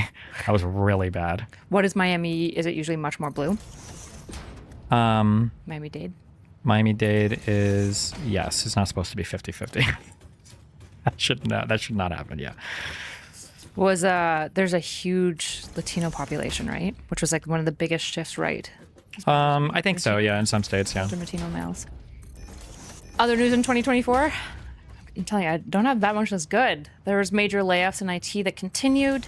And yet, despite that, Trump is promising to protect H-1B jobs, which will probably not help with the tech layoff that's going on. Based tech workers. They've had it too good for too long, and they need to reel that shit back. Comp sci workers are the most well-paid graduates in the United States. Their expectations for what an economy should look like are delusional, and they are due for some reality checks. Goodbye, subscribers. I actually mostly just agree. I feel like most IT companies during like the Silicon Valley like bulge, there was a lot of hiring that probably wasn't necessary because there was so much extra cash. There's just like they're making the growth that these companies are experiencing. Like the S&P 500 is led by so many of these tech companies. It's just absolutely insane. And then you got some tech companies that are like completely just disconnected from reality. Like Tesla's like totally disconnected from reality. Nvidia, like if you would have said like 10 years ago. You would have said 5 years ago, maybe. Remember NVIDIA, the company you buy graphics cards from? That's going to be like the company that was the highest market capitalization of any company in the entire world by far, which I think NVIDIA was, right? They beat, are they right now? I don't even know. Like, it's just like, it's insane. Yeah, it's insane. It's like, where did NVIDIA come out of? It was like out of nowhere. Do you think this comes back to the H-1B, which I feel like the blowout over the H-1B stuff has been super fun. Have we heard any response from Trump about Laura Loomer? I don't know about Laura Loomer in particular. She was close to him. She was like on the private jet. She was like one of the advisors. Yeah, no, I think that once the bad press came out about her, he basically ditched her. What was her bad press? That she's fucking insane and she was hanging around Trump too much, and that Trump was maybe cheating on his wife again, or I don't know what him and his wife are doing, but yeah. I actually have something to say about the Laura Loomer things. The Laura Loomer, I don't know what was her deal, because like she was weird. Let's just say that she is very weird, because she was attacking, like, she was basically going. She was basically embodying like all the things that people that left the left for, and it was actually kind of annoying to watch. Like she was attacking people for just having specific people on and stuff like that. And I'm like, well, aren't you like supposed to be like we left the left because we wanted to be able to talk and not have to be like safeguarding stuff or censoring themselves or not having specific people on because of their opinions and stuff? Like, aren't we like, that's kind of like the opposite of what needed to happen?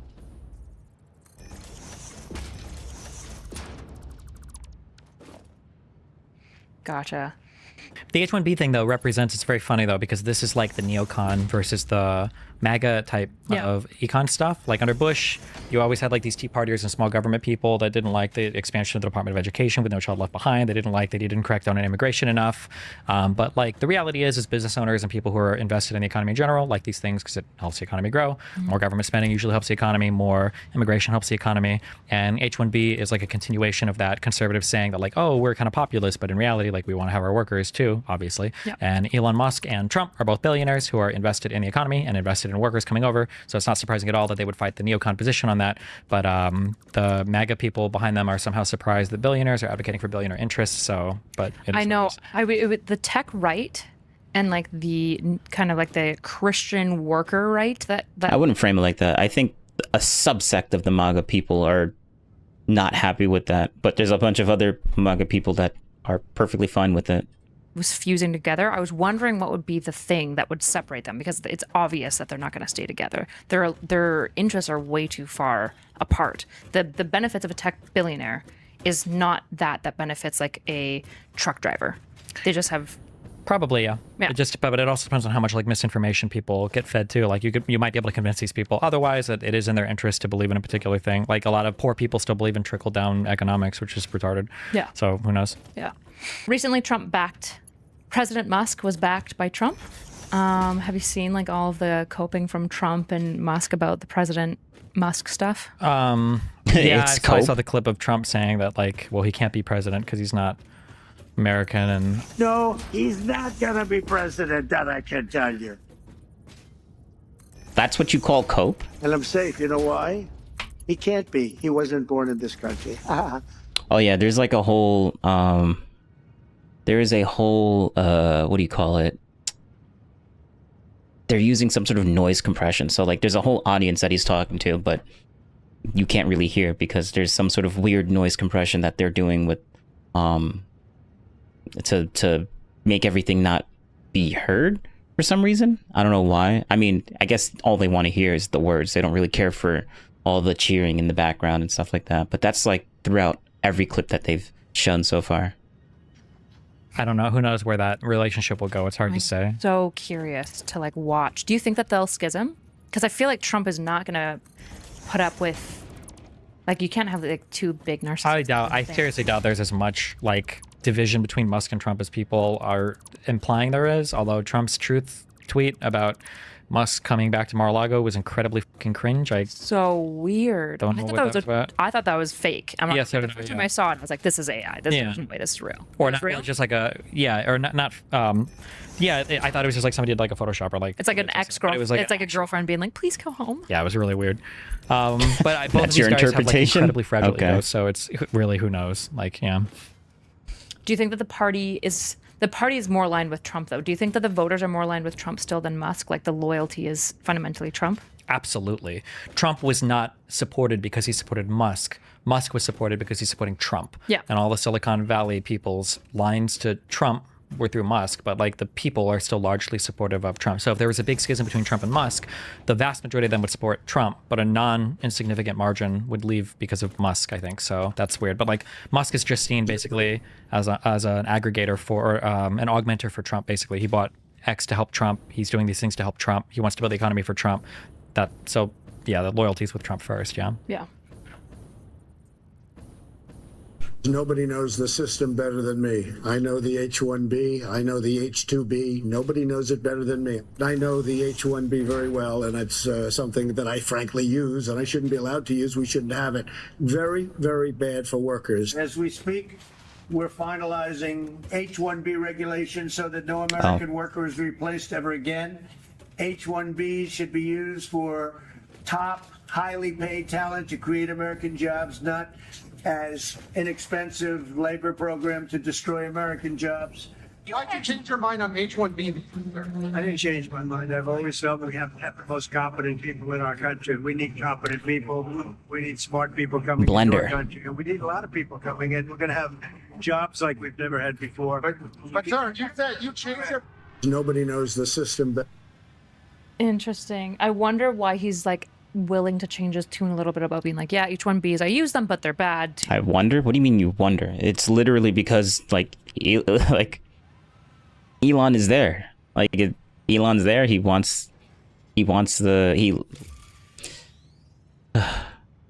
whatever. You like, no, of course we're supporting them. Do you think it's because of Musk specifically? Like, it feels like that shift that we see amongst these. Yes, true. Obviously. Almost a decade. It has to be Musk's influence and Vivek's. It could be. assuming. Or it could just literally be he just wants to... I have no idea. Actually, I'm not even going to guess. I don't know. It might be Musk and Vivek. It's hard, again, because I don't know if Trump knows anything about the economy at all. I can never tell when he speaks if he has any idea what the f he's talking about, so I have no idea. You're still split on like whether he's like malicious or just stupid? Oh, well, no, I'm not split on that. I think he is stupid, but he might be a little bit less stupid when it comes to H-1Bs, but I have no clue. Gotcha. Like, I don't even know if Trump's businesses would even utilize H-1B visas that much. Like, if he's doing like commercial real estate and shit, if you're talking like construction workers and stuff, like, are these even H-1B, maybe H-2B jobs? Like, I have no idea. I really don't know. Yeah. How do you feel about, since we're moving into global politics, how do you feel about Biden kind of like pushing through a bunch of extra aid and taking off a bunch of the limits on Ukraine? Do you think that under Trump that will like immediately change, or? I mean, it's probably just things, people rush to do some things at the ending of the presidency. I mean, I wish it would have been done earlier, but we don't really have the support in the U.S. for it. So I think Biden did a decent job with what he could. Maybe he could have pushed for more foreign policy-wise, but I mean, who knows? But yeah, we don't have like a coherent, a house divided against itself cannot stand. Like, we're so divided at home about what America even is or means that it's hard to present like a unified front when it comes to supporting allies across the world. It's hard to say, yeah. How do you predict the dynamic between Putin and Trump to look? Because before, I felt like in 2016, if I remember, Trump was a pretty big Putin friend. He liked Putin. He was like, we got the best relationship. He's a swell guy. He was definitely working on like improving relations with Russia. Yeah, more Russia delusions and stuff like that. Yeah, okay. To basically prove their point. But there's a part of this video that I really want to talk about. We'll get to it soon. Whereas it feels like what Russia's doing right now is like diametrically opposed to anything that America can be for. Do you think that he's going to try to speak over the Trump-Russia relationship propaganda with Putin? basically is what they're doing right now? I have no idea. That could go any direction. It could be that like Putin sees like an opportunity to end the war in Ukraine and goes to Trump and is like, listen, let's do peace. Give me some territory from Ukraine and we'll call it even Stevens. And now Trump is really good because now he solved the war and Putin gets what he wants and Trump gets what he wants and Ukraine is kind of forced to accept the concession because they're probably not going to win because they're not going to get the support they need. Or it could be that Donald Trump gets really irritated that Putin is not accepting a deal that he thinks favorable, and who knows what ramping up support from the U.S. side would look like. It literally is impossible to predict Trump on, like... Anything. Anything. Is he less predictable than any politician? And that is... broadband, or... Less predictable? I don't know. The problem is I just don't think he has a lot of knowledge of these things, so it's hard to... Well, like, if I were to say that, like, I'm having issues with, like, the studio computer and I give you, like, 5 options for how to, like, reformat the disk, I have no idea what you would pick or why. I have to you go would, back like, 2 seconds. Broadband, or... Like, the whole point of them talking about Trump being unpredictable, like, they say it as a bad thing. I'm like, no. If you guys can't even predict them, like, how do you think other world leaders feel? Like, that's the whole point. Less predictable? I don't know. The problem is I just don't think he has a lot of knowledge of these things, so it's hard to... Well, like, if I were to say that, like, I'm having issues with, like, the studio computer and I give you, like, 5 options for how to, like, reformat the disk, I have no idea what you would pick or why you would pick them. He's just assuming that Trump doesn't know about these things. Like, some outcomes for Ukraine, I have no idea why he would pick them or what he would say, or if you were to ask me like a good training modality or therapy modality for a patient, I would probably pick the most complicated. Like I don't know. I don't know how he would make any of these decisions. I truly don't know. It's hard to say. Yeah. Do you think we can rebuild the Chank arc? What's going on? Oh, I don't know. I think that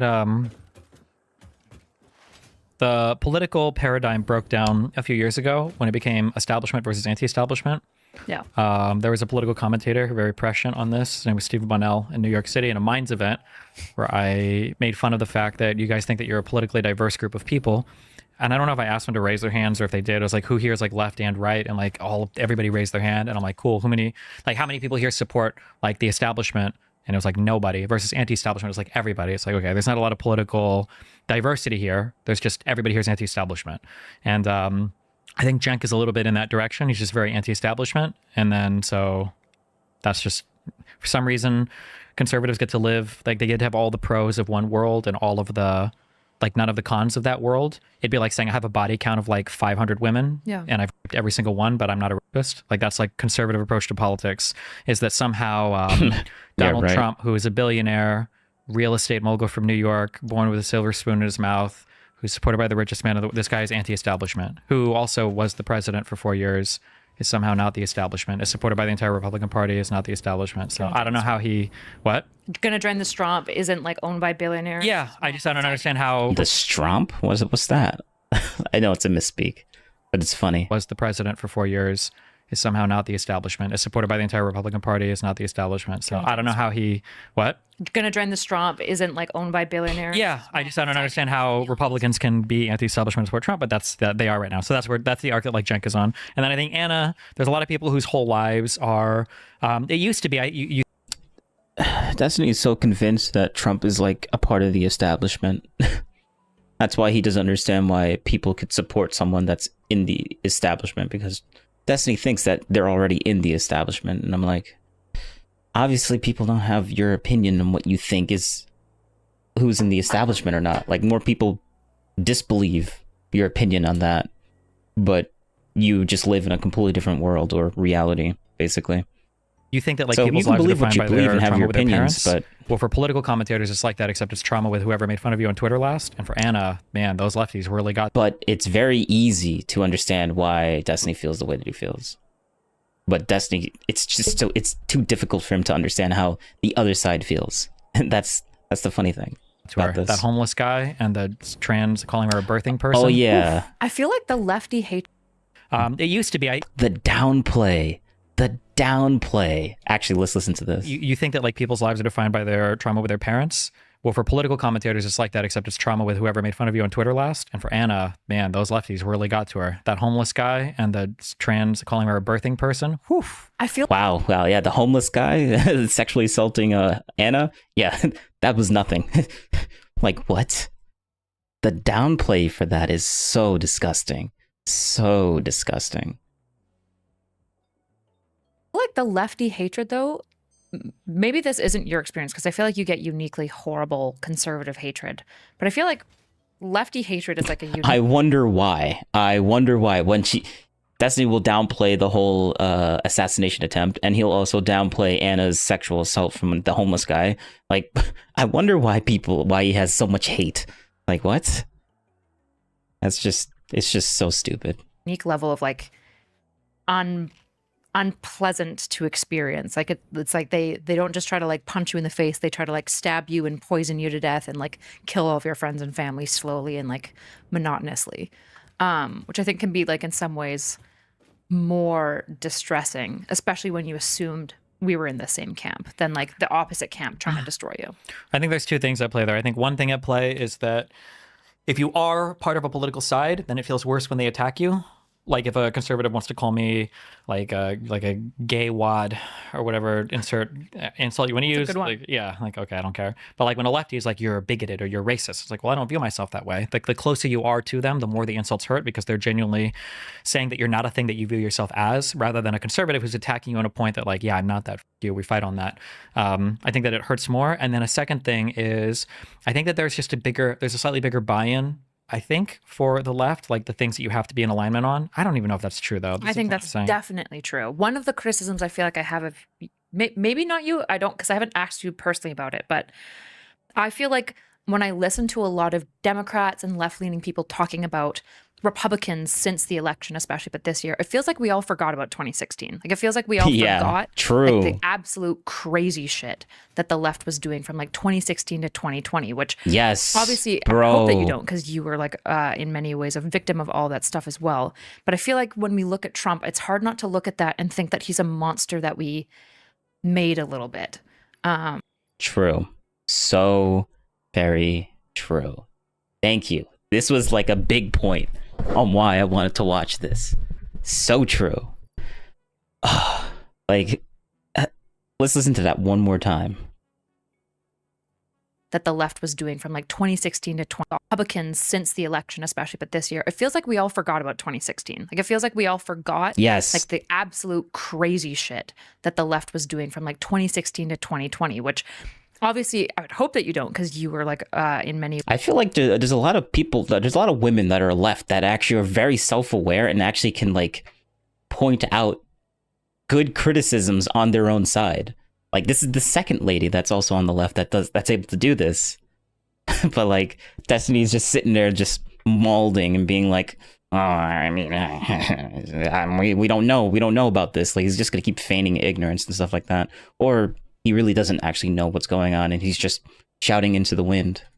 Ways a victim of all that stuff as well. But I feel like when we look at Trump, it's hard not to look at that and think that he's a monster that we made a little bit. Yeah, we did, but that's fine if you want to think that, and I think there's some legitimacy to that. But people just need to be aware that like all of politics is reactionary to everything else, right? Yeah. Like, people were like that because for a long time, I remember when the Weinstein stuff started to come out. That was like a nonsense statement. He just said everything is always doing everything. I'm like, why even say that in the first place? Like, what? Everything is reactionary, so you can't. What's the point of like bringing that up? What? It makes no sense. And I remember I was in Omaha. I was outside of a dental office going into an appointment. I was listening to 1110 KFAB radio host who with Chet David. I don't remember the guy's name, but she was, or no, it might have even been Tom Becca back then. She was talking about how she heard the Weinstein stuff, and she's like, those girls knew what they were doing. They knew that they were trying to get jobs. It's like, damn, that's wild. So it's not surprising to me that there might be like an overreaction to women who are like, this guy that had a bad date with me, he raped me, which is a ridiculous point. But like 10 years earlier, it's like, raped his wife? That's not even possible. That's like keying your own car. Who would ever do that? Like, it's just stupid.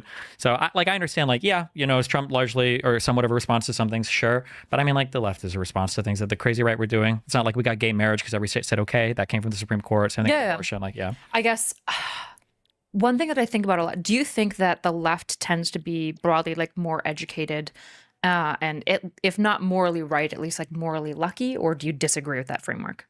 It's probably a lot of more luck, but right now they just tend to, for whatever reason, the political alignment ended up to where they probably believe more in things that are truthful than conservatives who are in complete and total fantasy land right now. But of course you would have to say that. So this is something me and Josiah have like thought about before, which is that like, do you have different standards for like the educated versus the uneducated, or like the morally lucky versus the unmorally lucky? And I think like I'm of two. I actually don't know where I fall. I waffle back and forth on this answer all the time. Because I think that there's sound arguments on either side, which would argue like, well, if this group is broadly more educated and whatnot, then there is a certain level. Destiny completely disagrees with that point. Sound arguments on both sides? Oh, are you doing both sidesism now? What? Like, that's what Destiny would say, but I don't know if he's going to say it in this video. Responsibility to conduct themselves. But then on the flip side, it's like, because this person that he's talking to is his friend and he respects her a lot. So he's not going to fight with her on every single point. But when a conservative does it, we gotta like just be super contrarian all the time, every single day. Like, if you hold them to a higher standard forever, then you get the situation where you've got like actual cry bullies on the right about a whole bunch of shit, but they're like laughing at the Nancy Pelosi stuff, and like all, like the standards become way too far because of this, like, I don't know, slippery slope. I don't know how to mitigate between these two things, I suppose. I don't know. It's kind of a weird question about like determinism, where it's like you can understand why somebody acts the way that they do, but you can only make excuses so long for it. I think interpersonally, this is very easy to work out. If you have a child or like a spouse, Usually there's some type of vow involved, and even if they're going through tough times or they're being kind of crazy, you're supposed to support them. If it's a partner, like, I don't know, for the type of counseling you did or for advice you give to people, if there's somebody like, I've been dating a guy for 3 months, I just found out he's got like, major depressive disorder and he's been cutting himself and he's threatening to kill himself. Generally, the advice is like, this is way above your pay grade. You don't have an obligation. The person might be like 19 years old. Like, this is not on you to figure this out. Even if you left and this person killed themselves, this is not like your fault unless you like told them to do it or something. The issue is like, we have like... That's true. That is true. Like half the country right now is suicidal. And I can understand why people have gotten to that place. But it's really hard to do that analysis and to take, because all of the analysis basically involves you taking all of the agency from these people. Yes. No, it is. It's treating them like weird. They're dumb people. Yeah, completely. They're like wounded animals, essentially, which like... But they get that. They're allowed to do that. But the frustrating thing is that they treat themselves that way, because they'll tell you that like, I can't trust anything from the Health and Human Services Department in the United States because Fauci lied one time. And it's like, that's your standard? Like, have your parents ever lied to you ever? Like, you would never apply that standard to the other side, but they willingly do the double standard, but they have reasons for doing the double standard. So it's just hard to... Yeah. But then it's tricky on the flip side, because then you'll talk with like, especially like diehard Dems, where they'll be like, well, Fauci never lied. And then you're like, well, there was a number of... The problem is that this is the way science goes, is that he'll say something and it'll end up being incorrect because it's a brand new like field of study. Like, that's standard. But instead of like explaining that, they'll just be like, no, that never happened, which I feel like increasingly, like the fact that there's increasing seeding distrust in institutions at like such a large scale suggests that there's something that's going wrong, and the culpability can't just be on like the dumb people not getting it. The culpability is also on them. I'm looking for a specific recipe for the blender. The diluted packaged, no, not the diluted packaged recipe. I want okay. All right. Let's show you what I'm talking about. This recipe. I want this recipe, but in the blender, because I don't want to have to deal with making packaged water, which requires like plastic and stuff like that, and I don't feel like doing that right now. Even though we are technically making plastic residue, so we could do that, but I don't feel like doing that. But I'm dissatisfied with the answer that it's mostly them. It's like there's something institutionally going wrong here. I understand what you're saying there, but I would say that the difference here is like 99-1. I think that over and over again, Democrats, it's demanded that they concede positions or change their view on things, and they do. And we can go through any number of topics. Do they though? Do they? And they have. So policy. I mean, even statements like most Democrats had to admit, Biden and Kamala had to say when they were running for office, like, the rioting is bad. It has to stop. Like, we don't support this. This isn't good. The whole world has kind of changed course a bit on a lot of the trans stuff. The organizations, scientific organizations and academia, Olympic and sports institutions, like, people have changed on this. Like, they did it. They had their processes, both internal and external. I'm sure scientifically they're reviewing things. Externally, they're getting pressure, but they've changed it. But what have Republicans done that on? Please save me. Tell me one thing that Republicans have changed their mind on that was wrong in the past 25 years. Iraq. The invasion. Yeah, but... Oh, wow. Look at that. Easy answer to question. Iraq, the invasion. They changed their mind on that. Now Desi's going to cope and be like, you know what? I mean, that is true, but everyone did that, so it doesn't even matter. I don't think I would... I don't know if I don't think I would give credit. Yeah, Quote, I don't think that, because that was like everybody changed their mind on that, and Republicans push it first. I don't know if you get credit for that 10 years after. You get credit for acting in the moment. Bro, you literally just asked, like, what did they do 10 years after? And then she gives you an answer, and then you're like, well, it's 10 years ago, so I don't think we should give them credit. And I'm like, what? Bro. Preventative. You don't get credit for calling something out afterwards and then disavowing all of that, but still essentially going down the same road. Gotcha. So you'd say Iraq is different because it was like 10 years later when everyone looked at it and they're like, okay, this was obvious. Yeah, Iraq wasn't like the Democrats saying to the Republicans, you guys messed up. Iraq was like the whole U.S. was like, oof, we fucked up, like everybody did. I think Hillary was giving speeches about the need for, because she was a senator from New York back then, wasn't she, I think? And she was talking about the need for, I think, the emergency use of force, or the authorization for use of military force, I think. Don't quote me on that. But like, I think that like we were relatively together on that, relatively speaking, and we all kind of realized it was a mistake, but that wasn't like Republicans admitting that they were wrong. They also do this thing too where when Republicans are going to admit a wrong, have you heard of the no true Scotsman fallacy? Yeah, they eject that person from the party. So it was never them that were wrong. Not a good Republican. Yeah. Every single person that I support is correct. I was like, what about that guy who was wrong? Oh, well, I never actually supported him. Boom. And then they do that for everything. That's why when I've asked multiple times on peers in my Jubilee thing, and I was like, what's one thing you disagree with Trump on, or one thing you think he did wrong? They will proudly say nothing. They'll admit to nothing. What? But I think if I were to ask, like, that's a lie, Democrats, obviously. Like, what are things that you think Kamala or Biden? I mean, that was a lie. We literally just watched a video of like someone where he asked that exact question almost verbatim, and the guy literally said criticisms like the COVID thing and his response for that, and the debt ceiling and the economics. Like he did a little too much spending, but now he's like, oh, nothing, just lies. More lies. Destiny just lies all the time about Trump. Every time. That's why it's so easy to, like, whenever he gives like some sort of argument that may look like it may hold water about Trump, it's just easy just to claim that Destiny's just lying about it. Because like we literally just, hopefully I can just make some sort of I'll do something. I'll try and clip it together to show like this is just pure lies. Or pure lies. Obama. I mean, fuck, a lot of them just don't even like Obama because they didn't go far. Like, it's not the same. Yeah. Is it new under Trump? Because I haven't really been super invested in American politics until like the last 4 years, I would say. So I'm not as familiar with like Bush or like any of the other previous Republican. Was it similar like with Bush? Were they as unwilling to kind of bite any bullet about Bush or anything like that? Particularly while he was still active as a politician. I think it was similar. I think that there's always been that political partisanship. I think it's been pretty hardcore. As a Rush Limbaugh, Michael Savage, Glenn Beck listener, proudly, they were always pretty unhinged about Obama and Bush. But I think the difference is that like to be like really politically active back then, Obama drew in a lot of new people. But like other than that, like politics is just like for politics nerds.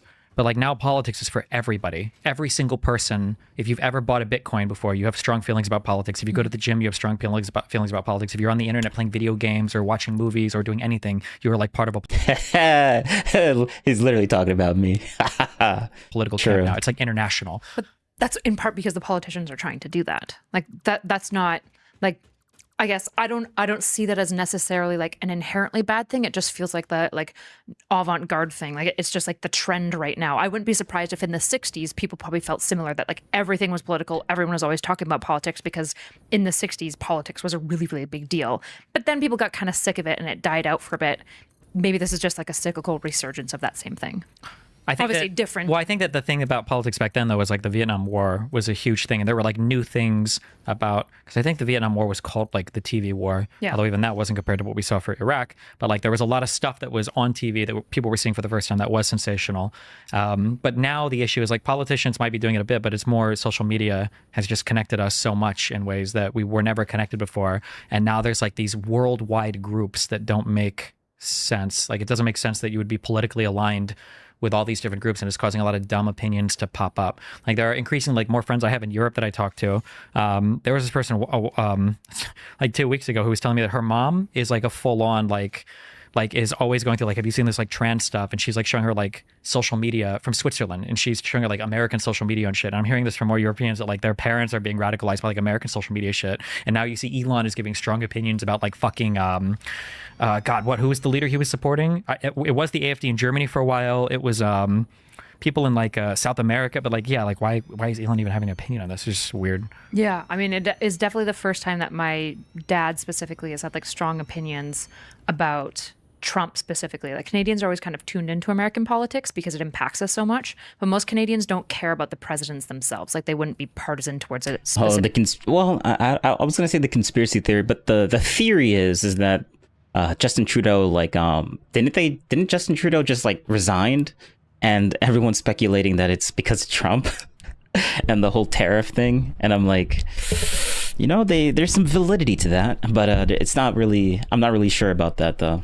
Individual, but increasingly in Canada, I'm seeing like Canadians for Trump, which is just a very odd phenomenon I haven't ever seen before. My entire Canadians have never been for any American president. They've been broadly like left or right leaning, but that was about it. Which is but people are like seeing these anti-establishment figures in like every movement. So like Brexit and Trump are like the same, and the AFD and Trump are like the same. And in Canada, the what's the name of that? Is it the PC? What the is the name of that? PCC? Yeah, it's like that's like National Trump, and like it's just everybody's like getting all thrown into like the same camp of like international political sides, and it's just super cringe. Do you believe in the wisdom of crowds at all? Are you familiar with the concept? Yeah, and I don't know. The wisdom of crowds just means that if you ask a crowd about it, like a certain thing, their idea tends to converge on what the right answer is. So long as they can be independent. Like if you average the opinion of the crowd, you tend to come to a closer answer than an expert. Yeah, but these are like for very these are like for simplistic prediction markets. These aren't for like very complex and multifaceted, multivariate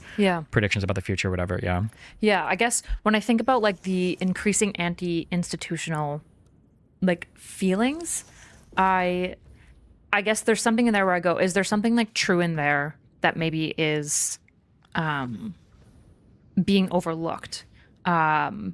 But this is probably also part of my bad. I feel like I'm increasingly becoming, I wouldn't say increasingly becoming anti-institutional, but I feel like after working with Democrats this year and then the election specifically, the outcome, I didn't expect it to be as much of a win for Trump as it was. I was expecting it to be close. I didn't know who was going to win, but I wasn't expecting it to be such a significant win for Trump specifically, which made me go like, oh shit, like I'm disconnected because this isn't even what this isn't even on the landscape of what I predicted, which means that like the systems I'm using to gauge where people are at policy and publicly are off because my prediction was so incorrect. Sure, but it's hard to know like at the end of the day, like what do you like? People don't even know.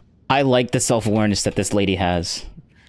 I'm disconnected because this isn't even what this isn't even on the landscape. Let's listen to that one more time, which actually. means that like the systems I'm using to gauge where people are at, what a significant win for Trump specifically, which made me go like, oh shit, like I'm disconnected because this isn't even what this isn't even on the landscape of what I predicted, which means that like the systems I'm using to gauge where people are at, policy and publicly, are off because my prediction was so incorrect. Sure, but it's hard to know like at the end of the and day. Desi would never admit like, to that. What do you like? People don't even know at the end of the day like what are we even predicting? Because like people will falsely assume that we're predicting what the public sentiment is. That's not true. They'll falsely assume. And the reason why Destiny would not admit to that or not agree to that, like I think he sort of pseudo agreed with her with that when she said that because he said sure, not outright agreeing, but like it's very tepid and he's not denying that that's a reality that he doesn't want to like acknowledge. But the reason why he wouldn't do that is because he's always treating everything in bad faith whenever it comes to Trump and stuff. That's why he would that's why he has this really tepid response right now.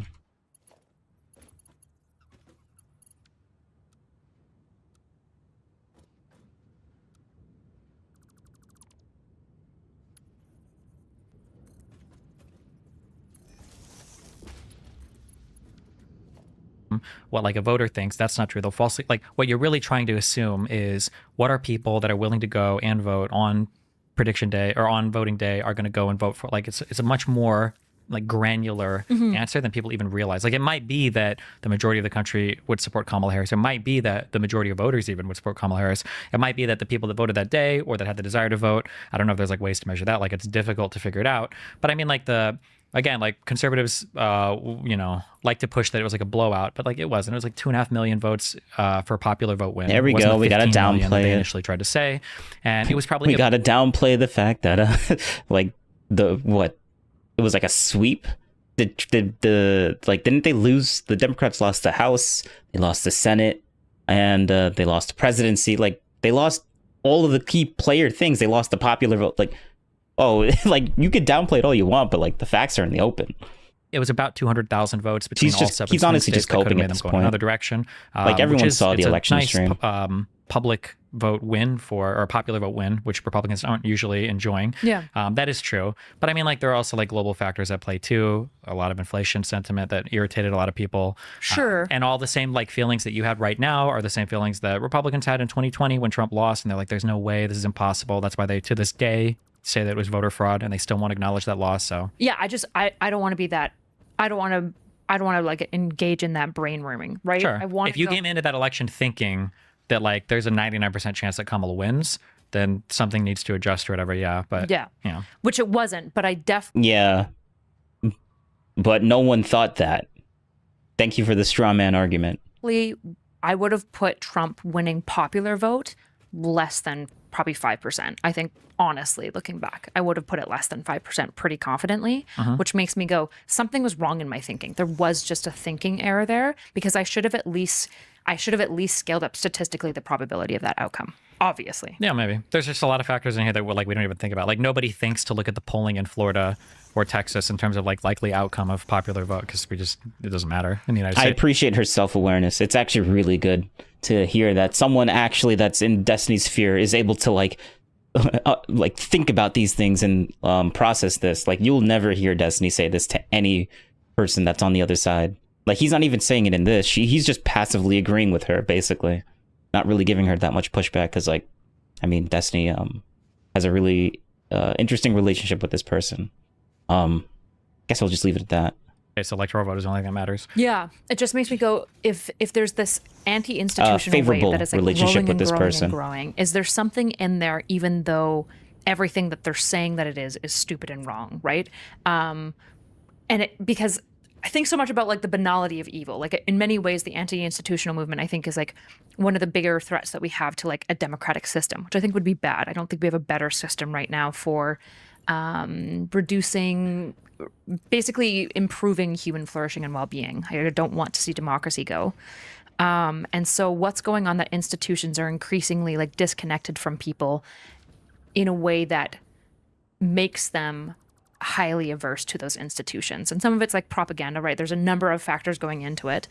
But the only thing I guess that I care about is like what the institutions themselves can do. Like what can we, proverbially we, like not actually we, because I'm not part of it anymore, but what can the institutions do? Because so often the thing that will be the cure to these major problems is super banal, right? It's super simple, right? One of the best things that like thrust forward like women's rights was like the invention of like the tampon, because it allowed them to be out and working and consistently available all the time because they could manage their menstrual flow. Or the birth control pill was another massively freeing thing for women's emancipation. That is true. It seems very banal in a lot of ways. Do you get what I'm saying? Yeah, I think the issue, though, I've said this for a couple of years now, is that like all the simple problems have been fixed and everything that's remaining is pretty complicated. So there's probably not an easy, simple fix for stuff like that. I mean, maybe, I guess, I don't know, Ozempic is kind of an easy fix for fatness, maybe we'll yeah, see. that's intuitive, It's but pretty hard. We never thought we could fix it before, but Well, no, there were people that Scott Alexander actually wrote an article a few years ago saying that we'd probably fix it through pharmaceuticals, which is funny because it seems like that maybe is happening, although we still don't know if that'll happen for sure. What? Like, how else are you supposed to fix it? If it's not through pharmaceuticals, like, what else would fix, like, that? Like, he says that as if that's, like, so obvious, but, like, what's the alternative? There is no alternative. Or, I can't think of one right now. The biggest things that I say is that like people are disconnected from experiencing the consequences of their decisions, and when you have that disconnect, training is impossible. This is true for children, it's true for animals, it's true for people. When he says that, he means when he says disconnected from reality. Just remember, he means disconnected from my opinions and how the world should be working. That's basically what he meant by that.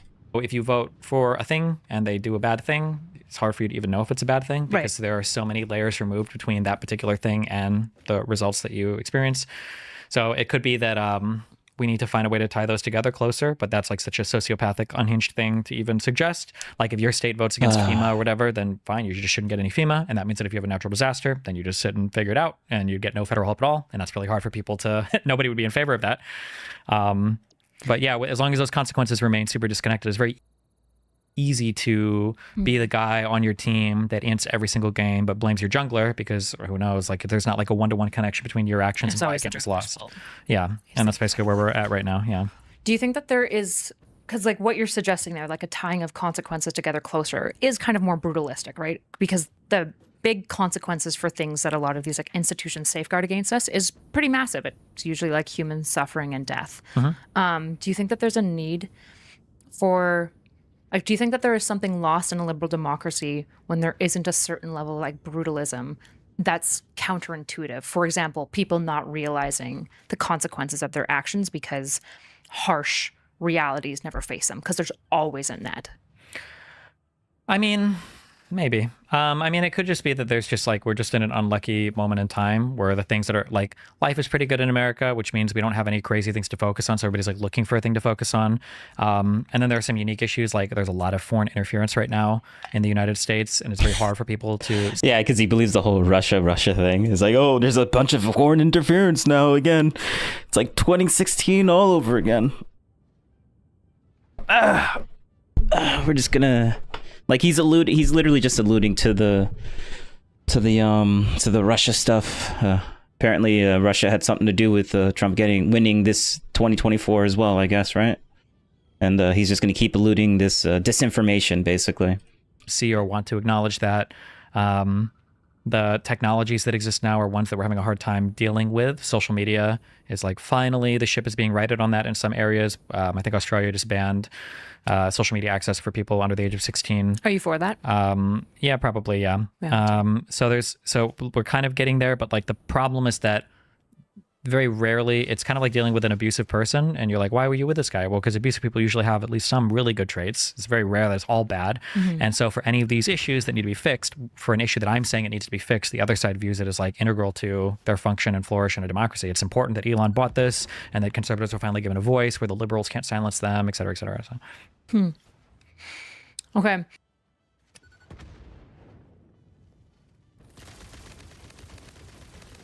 There we go.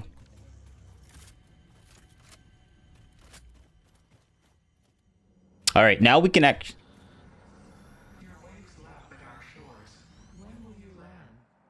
Now we can actually do the Destiny versus Ben Shapiro. There we go, Lex Friedman podcast. Not the solution. So this was good. This is gonna be like a rerun, but I really wanna. Something has to happen. We need to rewatch this. Honestly, we just have to. Iran. There has to be some diplomatic bilateral communication there. No, what has to happen is the containment of Iran. History moves in one direction, right? Why? Because of time. Communism, Nazism, all of that was a regression from what was happening at, for example, the beginning of the 19th century and the 20th century. In what way? Do you think that today Donald Trump knows that he lost the election? Absolutely. So I don't. This is one of the areas where when we get into this, I don't understand. I also feel the same way. Let's just go to when they start the video. Ben, you're conservative. Destiny, you're a liberal. Can you each describe what key values underpin your philosophy on politics and maybe life in the context of this left-right political spectrum? You want to go first? Yeah. So I think that we have a huge country full of a lot of people, a lot of individual talents, capabilities. And I think that the goal of government, broadly speaking, should be to try to ensure that everybody's able to achieve as much as possible. So on a liberal level, that usually means some people might need a little bit of a boost when it comes to things like education. They might need a little bit of a boost when it comes to providing certain necessities like housing or food or clothing. But broadly speaking, I mean, I'm still a liberal, not a communist or a socialist. I don't believe in the, total command economy, total communist takeover of all of the, economy. But I think that broadly speaking, the government should kind of like kick in and help people when they need it. And that government can and should be big. Not necessarily. I noticed that when liberals talk about government, or especially taxes, it seems like they talk about it for taxes' sake or bigness sake. So people talk about taxes sometimes as like a punishment, like tax the rich. I think taxing the rich is fine insofar as it funds the programs that we want to fund. But Democrats have a really big problem demonizing success or wealth, and I don't think that's a bad thing. I don't think it's a bad thing to be wealthy. The reason why Destiny sounds so reasonable right now is because this was about a year ago. Wait. Yeah, literally about a year ago. So that's why he sounds so reasonable right now, because he's actually like debating in good faith.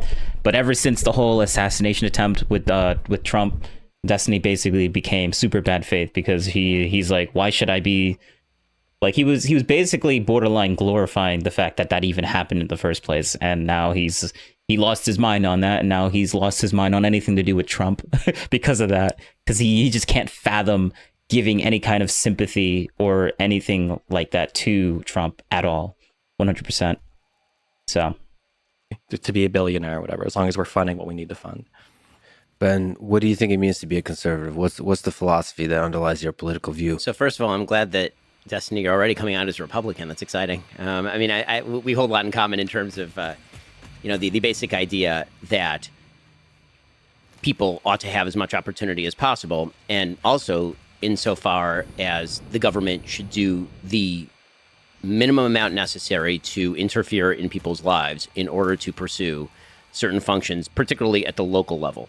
So a lot of governmental discussions on a pragmatic level end up being discussions about where government ought to be involved, but also at what level government ought to be involved. And I have an incredibly subsidiary view of government. I think that, local governments, because you have higher levels of homogeneity and consent, are capable of doing more things. And as you abstract up the chain, it becomes more and more impractical and more divisive to do more things. In my view, government is basically there to preserve certain key liberties.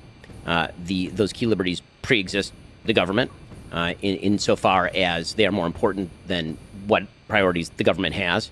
The job of government is to maintain, for example, national defense, protection of property rights, protection of religious freedom. Right? These are the key focuses of government as generally expressed in the Bill of Rights and the Constitution. And I agree with the general philosophy of the Bill of Rights and the Constitution. Now, that doesn't mean, by the way, that you can't do more on a governmental level, again, as you get closer to the ground, which, by the way, is also embedded in the Constitution. People forget the Constitution was originally applied to the federal government, not to local and state governments.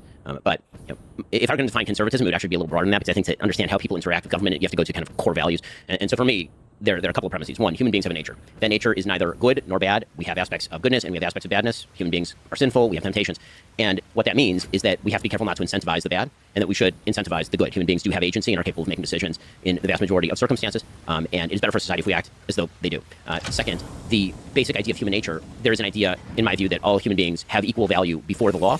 I'm a religious person, so I'd say equal value before God, but I think that's also sort of a key tenet of Western civilization, being non-religious or religious, that every individual has equivalent value in sort of cosmic terms. But that does not necessarily mean that every person is equally equipped to do everything equally well. And so it is not the job of government to rectify every imbalance of life. The quest for cosmic justice, as Thomas Sowell suggests, is something the government is generally incapable of doing, and more often than not botches and makes things worse. So those are a few key tenets, and that tends to materialize in a variety of ways. The easiest way to sum that up would the traditional kind of three legs of the conservative stool, although now obviously there's a very fragmented conservative movement in the United States, would be a socially conservative view in which family is the chief institution of society, like the little platoons of society, as Edmund Burke suggested, in which free market and property rights are extraordinarily valuable and necessary, because every individual has the ability to be creative with their property and to freely alienate that property. And finally, I tend toward a hawkish foreign policy that suggests that the world is not filled with wonderful people who all agree with us and think like us. And those people will pursue adversarial interests if we do not protect our own interests. Can I ask a question on that? I'm so curious. Okay. I'm excited for this conversation because I consider you to be really intelligent. But I feel like sometimes there are ways that conservatives talk about certain issues that seem to defy logic and reason, I guess. So, and I'm sure you feel the same way about I feel the same way about progressives, but even some liberals for sure. Before I ask this question, it's going to relate to education. We can agree, broadly speaking, that statistics are real and that not everybody could do everything. So, for a grounded example, my life was pretty bad. I got into streaming and I turned my life around, and that was really cool. But I can't expect everybody to do what I did, right?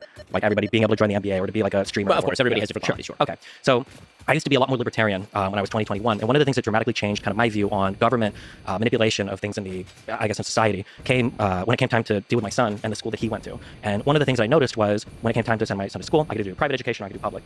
Personally, I did 12 years of Catholic private education. However, the public schools in Nebraska, depending on where you lived, were very, very, very good. And I opted for a certain district. I bought a house there. I moved there, and then my son was able to go to those schools. And he's been going through those schools. And the difference of availability of like technology, like these kids are taking home iPads in like first grade.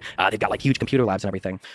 Do you think that there is some type of, I don't want to say injustice or unfairness, because I'm not even looking at it that way, just pragmatically, that there might be children that are in certain schools that if they just had better funding or more access to technologies or things available to them, that those kids would become more productive members of society, that with like a little bit of help, that they could actually achieve more and do better for all of society? So I think that on the list of priorities, when it comes to education, the availability of technology is actually fairly low on the list of priorities. Sure, the two things I've heard are food availability and I think air conditioning, I think are the two biggest ones that I hear, but sure. Well, I mean, the biggest thing in terms of education itself, not just the physical facilities that we're talking about, would actually be two-parent family households. Sure. Communities that have fathers in them is actually the number one, decisive, according to Roland Fryer and many studies done on this particular topic. And the idea that money alone, that investment of resources is the top priority in schooling is belied by the fact that LAUSD, which is where I went to school when I was younger, they pour an enormous amount of money into LAUSD. We're talking about tens of thousands of dollars very often per student, and it does not result in better schooling outcomes. And so when you say, if we could give every kid an iPad, would you give every kid an iPad? The question is not, if I had a replicator machine from Star Trek, would I give everybody an enormous amount of stuff? Sure, I would. Every resource is finite, every resource is limited, and you have to prioritize what are the outcomes that you seek in terms of the means with which you are seeking them. Come on now. So again, I think that the question is I gotta wait another 10 minutes. Which is that again, the chief injustice when it comes to education on the list of injustices is lack of availability to technology, or that it's a funding problem. I just don't think that's the case. Sure, and I can half agree with you there, but I don't think any amount of changes in the schools will create two-parent households, right? We can't bring it. I totally agree with you. So that's why I think that the fundamental educational problem is not, in fact, a schooling problem. I think that it pre-exists that. Sure, but then I feel like this is kind of the conservative merry-go-round where it's like, what can we do to help with schools? So two of the things that I've seen, I think, that are usually brought up in research is one is air conditioning, that children in hotter environments just don't learn as well. And then the second one is access to food. So like kids that are given like a breakfast or a lunch that's provided at school, like increases educational outcomes. Now I agree that neither of these things might be determinative in like, well, 20% of kids are graduating, now 80% of kids are graduating, or these kids are all going, from with their GEDs into the workforce, and now these kids are all suddenly becoming engineers. But in terms of where we can help, do you think there should be like some minimum threshold or minimum baseline of like, at the very least, every school should have a non-leaky gym, or every school should have, if children can't afford lunch or breakfast, like some sort of food provided, or every school should have these like baseline things? So again, I'm going to quibble with the premise of the question, because I think that when it comes to, for example, food insecurity, school food programs, again, you can always pour money into any program at the margins, create change. I mean, there's no doubt that pouring money onto anything will create change in a marginal way. The question is, how large is the margin and how big is the movement? Right, so the delta is what I'm looking at. And so I think that you're starting at a second order question, which is, what if we ignore what I would think are the big primary questions of education, namely family structure, value of education at home, how much you have parents who are capable or willing to help with homework, what are the incentive structures we can set up for society that actually facilitate that, how local communities take ownership of their schools. Yeah, Destiny wants to talk about the things that won't really do much of a difference for schools. And Ben Shapiro actually wants to tackle the hard problems that will actually make a super determinative change for schools. And Destiny is like, why can't we just do like the little incremental things first? Because like they're easier, right? Like why not? Why not? Let's talk about that. And Ben Shapiro's like, well, yeah, we could talk about that, but like, we're not fixing anything on this podcast right now by talking about that. Like they're simple for a reason. Like people are already like implementing these things in their own like local environments and stuff like that. And Destiny's like, yeah, but what can we just talk about it now though? Like, can we just talk about it now? Like that's what we need to like I think this is like the a little bit of the autism that he kind of has a little bit of, where he's like, he doesn't really he wants to talk about this one specific thing, but instead of talking about that, Ben Shapiro's like, well, we should talk we're already doing that. We're already talking about this type of stuff, but Destiny wants to talk about it with him specifically right now, and like what we could do specifically. Like, what is he doing in his community? I guess Destiny wants him to talk, Ben Shapiro to talk about what is he doing in his specific community to like fix these things. But like Destiny doesn't actually ask it that way. So big one, right? All of these issues we're ignoring in favor of, say, air conditioning or lunch programs. And so in a vacuum, if you say air conditioning and lunch programs, sounds great in a vacuum. In terms of prioritization of values and cost structure, are those the things that I think are going to move the needle in a major way in terms of public policy? I do not. And in fact, I think that many of them end up being disproportionate wastes of money. I mean, I've talked before pretty controversially about the fact that an enormous amount of school lunch programs are thrown out. Like an enormous amount of that food ends up in the garbage can. Is there a better way to do that? If there's a better way to do it, then I'm perfectly willing to hear about that better way to do it. But it seems to me that one of the big flaws in the way that many people of the left approach government is, what if we hit every gnat with a hammer?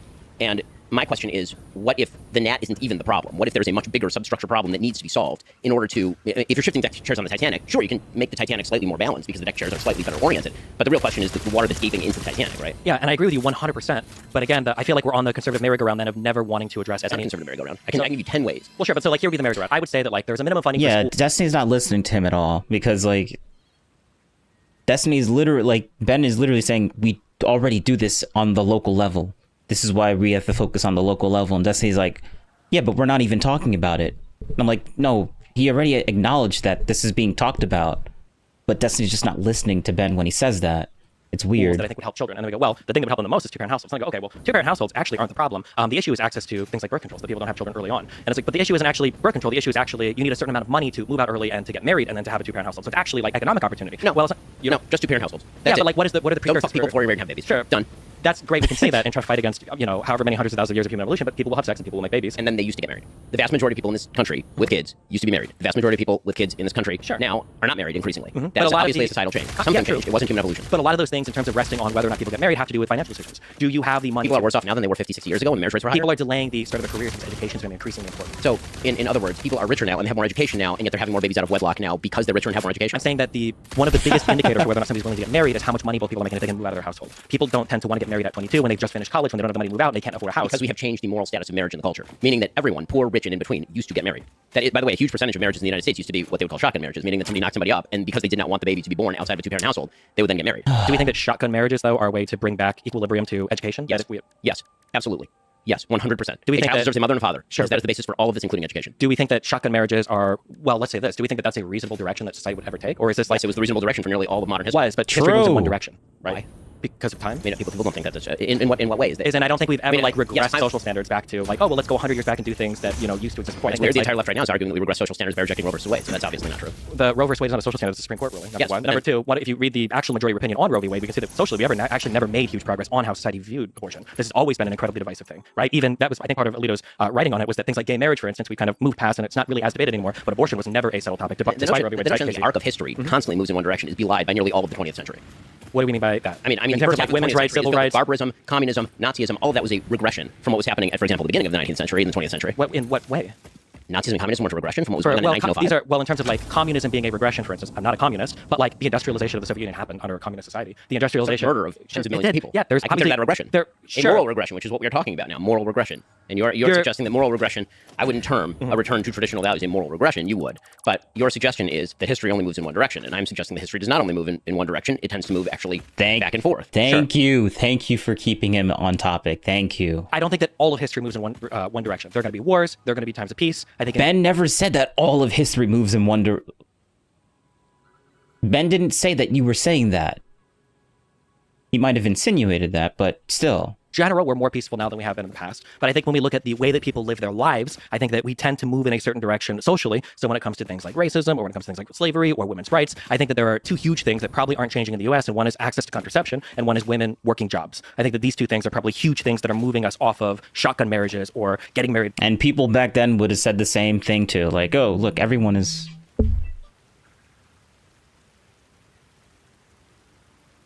What the frick is this? Very early on. And oh, it's not gonna... Okay.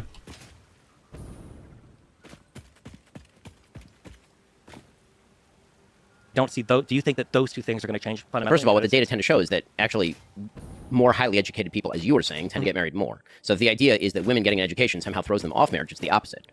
Usually but those women are aren't not getting, educated. But those women aren't getting shotgun marriages. Those women aren't having children. Yeah, but now you're shifting the topic. My topic was how to get more people married. The crap out what I'm and then you suggested that higher levels of education are delaying marriage and making it less probable. And what I'm telling you, because this is what the data suggests, is that actually as you raise up the educational ladder, people tend to be married more than they are lower down on the educational ladder. If you're a high school graduate, you're less likely to be married than if you're a postdoc. I agree with you, but that's because one of the biggest precursors to getting married is having like a level of economic stability. So as people get more educated, they obtain this economic stability, and then they're in a more comfortable position to explore more serious relationships. There's another confound there. I mean, the confound is that people in stable marriages tend to be the children of stable marriages, and there's only one way to break that cycle, which is to create a stable marriage, and that is something that is in everyone's hands. Again, this notion that it is somehow an unbreakable, unshatterable barrier to get married and have kids. I don't understand where this is coming from. Why is that such a challenge? I don't think it's unbreakable or unshatterable. The initial point was for school, if we can provide a minimum level of educational stuff for children, that'd probably be good. But when we already back do. Well, it has to be the families that were fixed first. Fixing families is a multivariate problem that has so many. I am fine within my local community. If we weren't meeting the minimum demands of the schooling system right now, then wouldn't we be hearing about like all these like kids that are like starving to death or something, or all these kids that are like getting heat strokes because there's not enough air conditioning? Like, wouldn't you think that would be more prominent? Like, people would be talking about that more? Another live show. Nice. Yeah, because my yesterday's live show was actually, well, I got new components, new PC components, and I messed up with the way that I was streaming. I was supposed to stream 2K 1080p on all the other platforms, but I accidentally forgot to set that up. So when I started streaming, I was sending 2K footage to one place and then 2K footage at a much lower bitrate to another place, and it overloaded my GPU when I turned on this game. And that's why there was tons of stuttering and issues. Fix it though, because like we're hitting at a pretty high, like, you can see this. This is one of my encoders right now. We're sitting at 60-70%, and I mean, GPU is at max utilization because like I like running my games really, really strong, but I have a new CPU, so like I can handle encoding and stuff like that. So, but yeah, I don't know if you know anything about this. I love this back-end tech type of stuff. But let's continue I've this. suggested that there's a difference between local community and federal.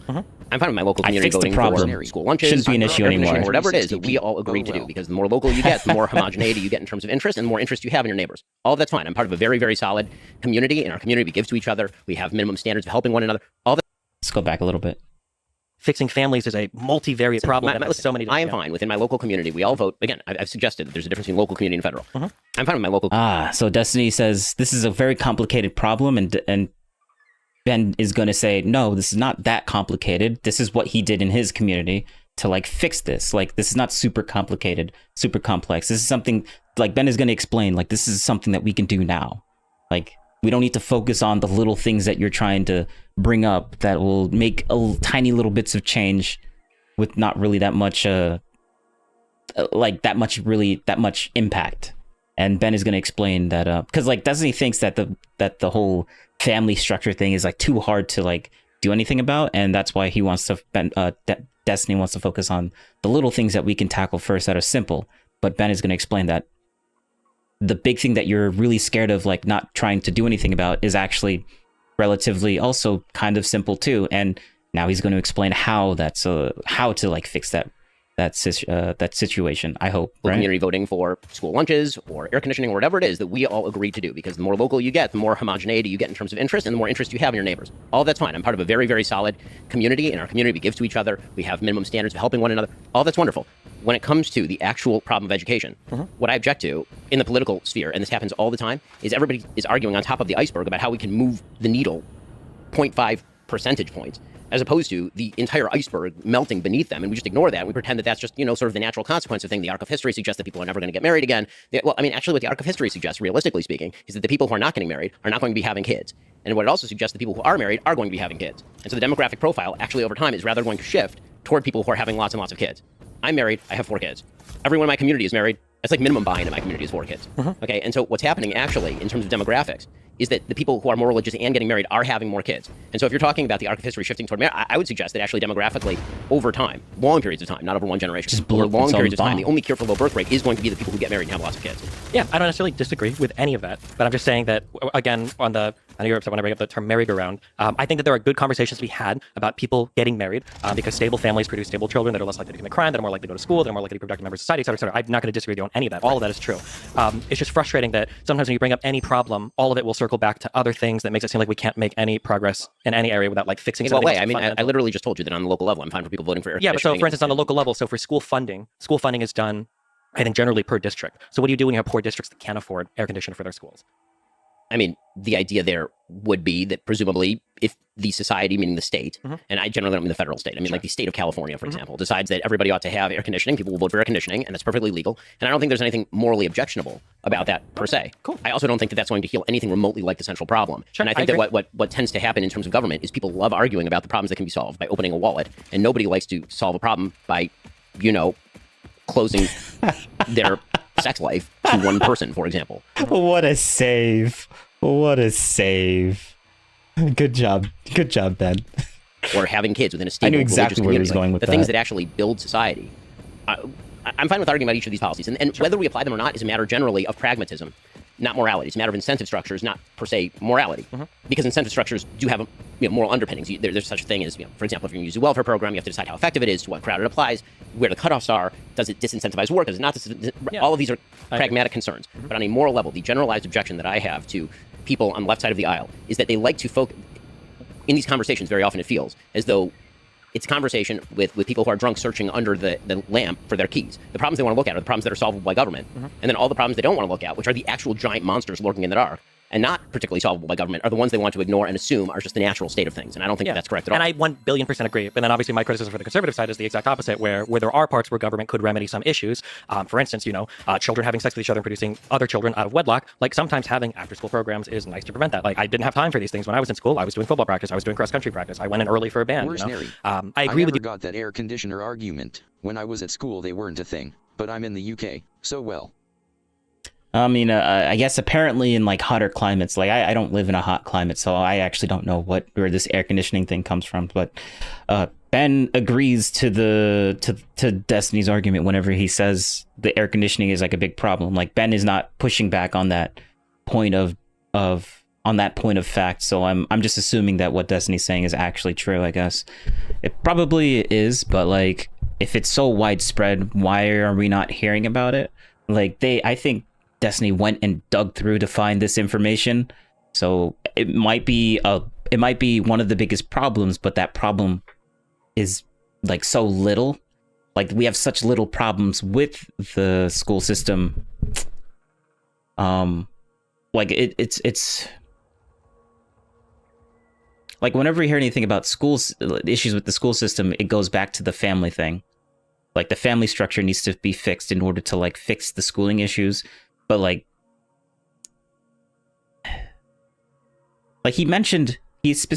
Destiny mentioned specifically. Criticism for the conservative side is the exact opposite, where there are parts where government could remedy some issues. For instance, children having sex with each other and producing other children out of wedlock. Like sometimes having after-school programs is nice to prevent that. Like I didn't have time for these things when I was in school. Yeah, after-school when has Ben been against after-school programs? Like, is that what you want him to say? Do you want Ben to be like, actually no, we like that? But do you think throwing more, like, but I guess Ben is going to be like, but throwing more money. Family first for results and behavior. Yeah. Like, Ben wants to talk about the pressing issue, and Destiny wants to talk about all the little tiny issues, and let's fix all those with money, I guess. But, like, you don't necessarily need to fix it with money. I guess Destiny just annoyed that we were not talking about it. But, like, it is being talked about on the local level. Just because we're not talking about it on a debate podcast, Lex Freeman, doesn't necessarily mean that it's less important, or I mean, it actually is less important, because like the main thing is the family structure.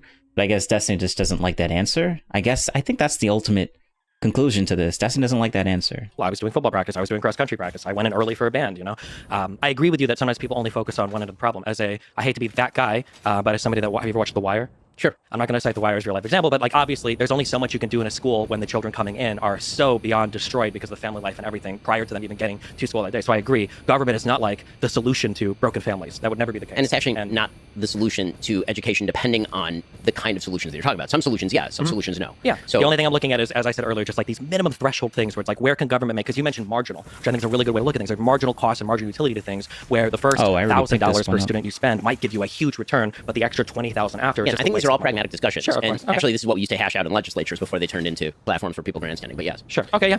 As we descend from the heavens of philosophical discussion of conservatism and liberalism, let's go to the pragmatic muck of politics.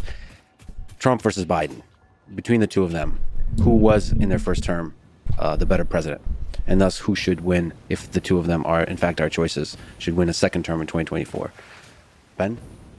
Sure. Remember, this video was back in... This was put in... This is in a... Wait. What is it? January 23rd, 2024. A full year. Almost a full year. Ago. That's when this this debate came out. Wow, that's actually pretty long right there. So, in terms of actual job performance, you have to separate it into a few categories. In terms of actual performance in foreign policy, I think Trump's foreign policy record is significantly better than Biden's. The world being on fire right now being a fairly good example of that. And we can get into each aspect of the world being on fire and where the incentive structures came from and how all of that happened in a moment. When it comes to the economy, I think that Trump's economic record was better than Biden's. Doesn't mean he didn't overspend. He did. He wildly overspent. But he also had a very solid record of job creation. A huge percentage of the gains in the economy went to people on the lower end of the economic spectrum. Actually, the gross income to the average American was about $6,000 during his term. The unemployment rates were very, very low before COVID. I think that you almost have to separate the Trump administration into sort of before COVID and during COVID, because COVID obviously is sort of a black swan event, the most signal change in politics in our lifetime. And so, governance during COVID is almost its own category, which we can discuss. But, in terms of foreign policy, in terms of domestic policy, I think that Trump was significantly better. Blew this one away. And that's on the upside for Trump. On the downside for Biden, obviously you're talking 40-year highs in inflation. You're talking about savings being eaten away. You're talking about everything being 20 to 30% more expensive. You're talking about massive increases to the deficit, even at a rate that was unknown under Trump. The deficit under Trump raised by about a little under $1 trillion every year up until 2020. Again, 2020 was COVID year, so everybody decided that we're going to fire hose money at things. But then Joe Biden continued to fire hose money at things in 21, 22, and 23. You know, that obviously is, in my opinion, bad economic policy. And then you get to the rhetoric, and you get to the stuff that Donald Trump says. And as I've said before, my view is that on Donald Trump's epitaph, on his gravestone, it will say Donald Trump. He said a lot of shit. I think that Donald Trump does say a lot of things. I think that that is basically baked into the cake, which is why everyone who's bewildered by the polls is ignoring human nature, which is at the beginning, when you see something very shocking, it's very shocking. And then if you see it over and over and over and over for years on end, it is no longer shocking. It is just part of the background noise, like tinnitus. It just becomes, you know, something that your brain adjusts for. And so do I like a lot of Donald Trump's rhetoric? No, and I never have. Do I think that that is dispositive as to his presidency? No, I do not. When it comes to Biden, again, I think he's underperforming economically. I think that his foreign policy has This is why I like Ben, man. This is why I like Ben. He does a really good job at explaining this perfectly rationally, and like why people treat Trump in a like differently than other people, like than other presidencies, because Trump is completely different than other presidents. And I guess Destiny just hates the fact that that's true or something, maybe. Been really a problem. Even the things I think he's done right are, I think, band-aids for things that he created by doing wrong. And when it comes to his own rhetoric, you can argue that it's grading on a curve, because Trump was coming in with such wild rhetoric that just the maintenance of that wild rhetoric doesn't really change, again, the baseline. For Biden, he came in the same way that Obama did, on the sort of soaring rhetoric of American unity. I'm the president for all. Like, Trump came in and he's like, listen, I'm the president for what I am, and, you know, I'm going to say the things I want to say. I'm beyond the toilet, I'm tweeting. We're like, okay, you know, so that's what it is. With Biden, he came in with, I'm the president for all Americans. I'm trying to unify everybody. And that is pretty so quickly true. broke down into a lot of oppositional language about his political opponents in particular, an attempt to lump in. Like, everyone knew what we were getting when you voted in Trump. Like, Trump didn't try to like pretend that he's like this bastion of truth or whatever. Like, like he never did that. Like, everyone knew what that you were getting when you vote for Trump. Like, everyone, no one was like basically like Trump didn't change change the way that he acted before he got elected to after he got elected. Like, there was no I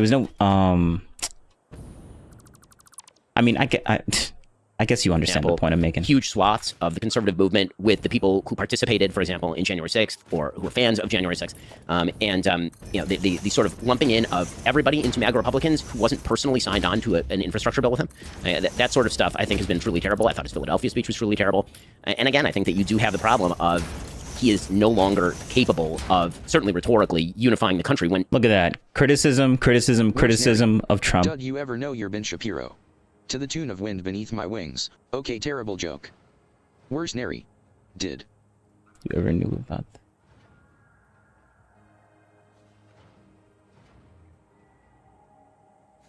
I don't get the joke. I'm sorry. Every speech from him feels like watching Nick Walenda walk across a volcano on a tightrope. It really is like you're just sort of waiting for him to fall. I mean, it's sad to say. I mean, the other day, I actually want to know what was in effect his campaign I feel kickoff. So. And this is in Valley Forge, and it was terrible. I mean, Jill rushed up there like off the. I mean, but I don't know how it's terrible. I want to know why that joke was terrible. Give it to me. Give me the info. To come and try and guide him away so he didn't become the Shane Gillis Roomba, and you know that's not really, you know. Let's put it this way: it does not quiet the soul to watch Joe Biden rhetorically. Again, that's a different problem than Trump's problem, but that's my analysis. This is one of the areas where we get into this. I don't understand if there's like brain breaking happening or what's going on. I don't know what world we can ever live in. It is brain breaking because like your Destiny's worldview is just completely different than anyone else's. The song Wind Beneath My Wings.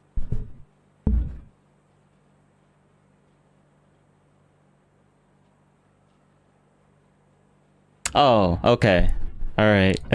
I understand Trump now. is less divisive for the country than Biden. I think it is so patently obvious. Trump is so divisive. Like, not only does Trump make an enemy out of every person in the opposition party, he makes an enemy out of his own party and every single person around him. Like, we all watched him bully, Jeff Sessions. We all watched him bully his own party on Twitter. We all watched, like, all of these people walk away from him. Even recently, I think... the Secretary of Defense Esper and John Kelly, the Chief of Staff, were saying I think Trump is a threat to democracy. A little bit, but it's fine. You've got all of his prior people that were around him, some of his closest allies. You've got Bill Barr that won't co-sign a single thing that he says. You've got all these people that he used to work with that all say Trump is a horrible, evil person. He is ineffective as a leader. He doesn't accomplish anything, and he didn't. To say that Biden has failed at bipartisanship when we've gotten the CHIPS Act, we've gotten the IRA, we've gotten the ARP, we've gotten the bipartisan infrastructure bill. It's funny how he mentioned the CHIPS Act and the. Whenever we look up what happened with the CHIPS Act, like it passed, and so shouldn't we have like new fabs and stuff being built? Nothing's being built right now. Nothing is being built. Like people took some money and they're proposing some plans, and it's been 2 to 3, almost 3 years. And what has happened? Nothing. Just talks. Still just talks. And I'm like, bro, come on now. All this major legislation that is working in this historically divided Congress, as opposed to Trump that got us tax cuts and deficit spending. I might be outdated on that a little bit. Maybe there has been something that's been built. Like I do vaguely remember something about Intel making something here, or something's being built by Intel. I do vaguely remember that. It's like somewhere in Colorado or something like that. But still, should we look into that? Okay, let's look into that. Let's look into that. We're gonna chat GPT this. Because I love me some chat GPT. Let's throw myself over here. Yeah, why not? What happened to the CHIPS Act? Or no. We have to phrase it properly. Was there anything good that came out of the CHIPS Act that Biden passed? Question mark. Then tell me the examples.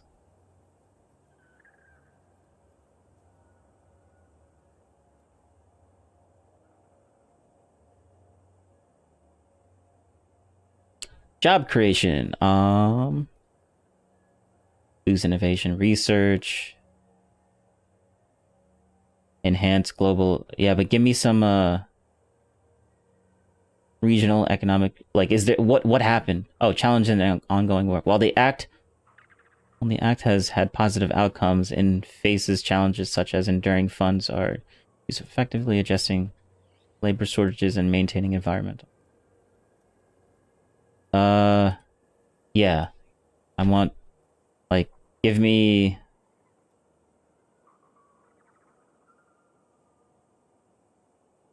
Yeah, but what's being built? Like, we know that people took some of the money, but, like, what's being built from that money? Like, just them taking in the money isn't creating anything. That's just them taking the money that the government, like, provided for that specific cause. I mean, you could assume that something is being built. Example, Intel. Okay, Intel broke ground. Okay, so they started. Okay, so all right, they broke ground. That's something. In Ohio, often called Silicon. All right.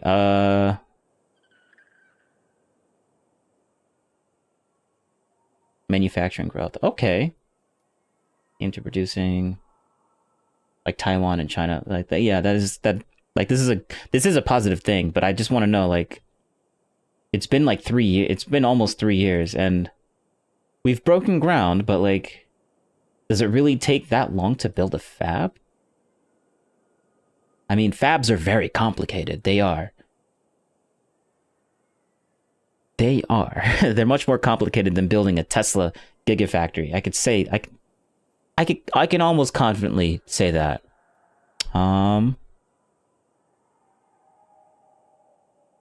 Because you're making microchips, and it needs to be like every single part in that fab needs to be a clean room, because any little tiny dust particles of anything could ruin the samples because of how tiny transistors are when making things like that. And wafers are being like moved all across the entire facility at all times. It's very complicated. And they have like a whole robotic system. It's very complex. Like, those are like the most complicated things on the planet right now. Like, that's why graphics card and CPUs and things are so expensive. Like, the new 5090 is supposed to be like, what, $2,000 or something? It's a graphics card or a GPU, the thing that you put in your computer.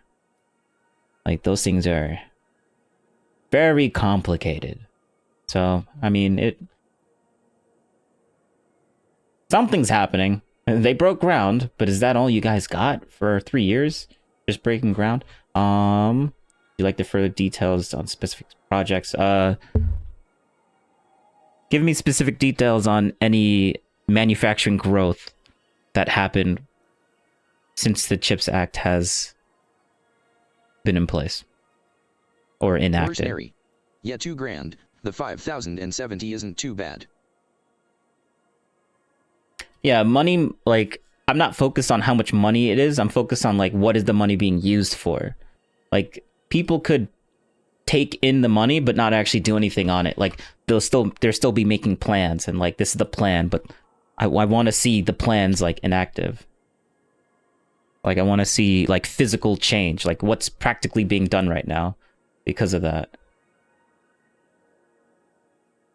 Let's see. Where's Neri? The GPU. No, there's no direct, like, these GPUs are being made off, like, they're not being made in the US. Wait, is that true?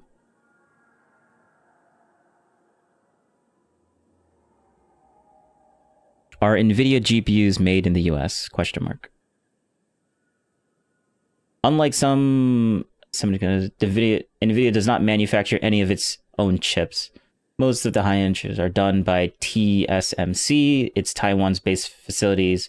Yeah, it's not like most of the like GPUs, the 5090. That's all being made in like Taiwan. Like the CHIPS Act is specifically a U.S. thing, and we're trying to do stuff here. And I know Intel is doing. I heard some things about Intel Where's like Neri? making stuff here. TSMC, yeah. So I can't give like the 5090 that has no credit to be given to the tax. No, the CHIPS Act. Like it has nothing to do with that. Even though it is semiconductors and stuff like that, but that's being built in Taiwan. That's not being built here.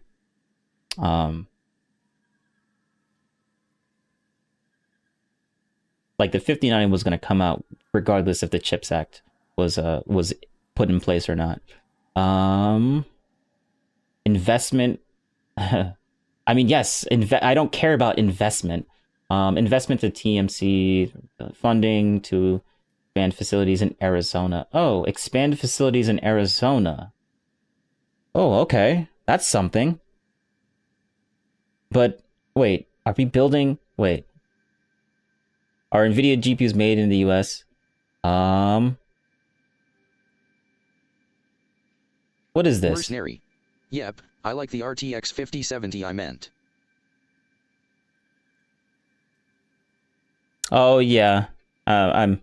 If it's not a 90, I don't even bother looking at it. I need the best of the best. 70s are good cards. Like if you're not trying to stream or anything, you don't need a 90. But 2070, the 70 series, the 60 series are still entry. The 70 series are pretty good. The 80 series is like expert level gaming. You don't need anything more than that if all you're doing is gaming. And the 90 series is like super productive, like stuff. I gotta keep checking to make sure that I'm not running into frame issues. Yeah.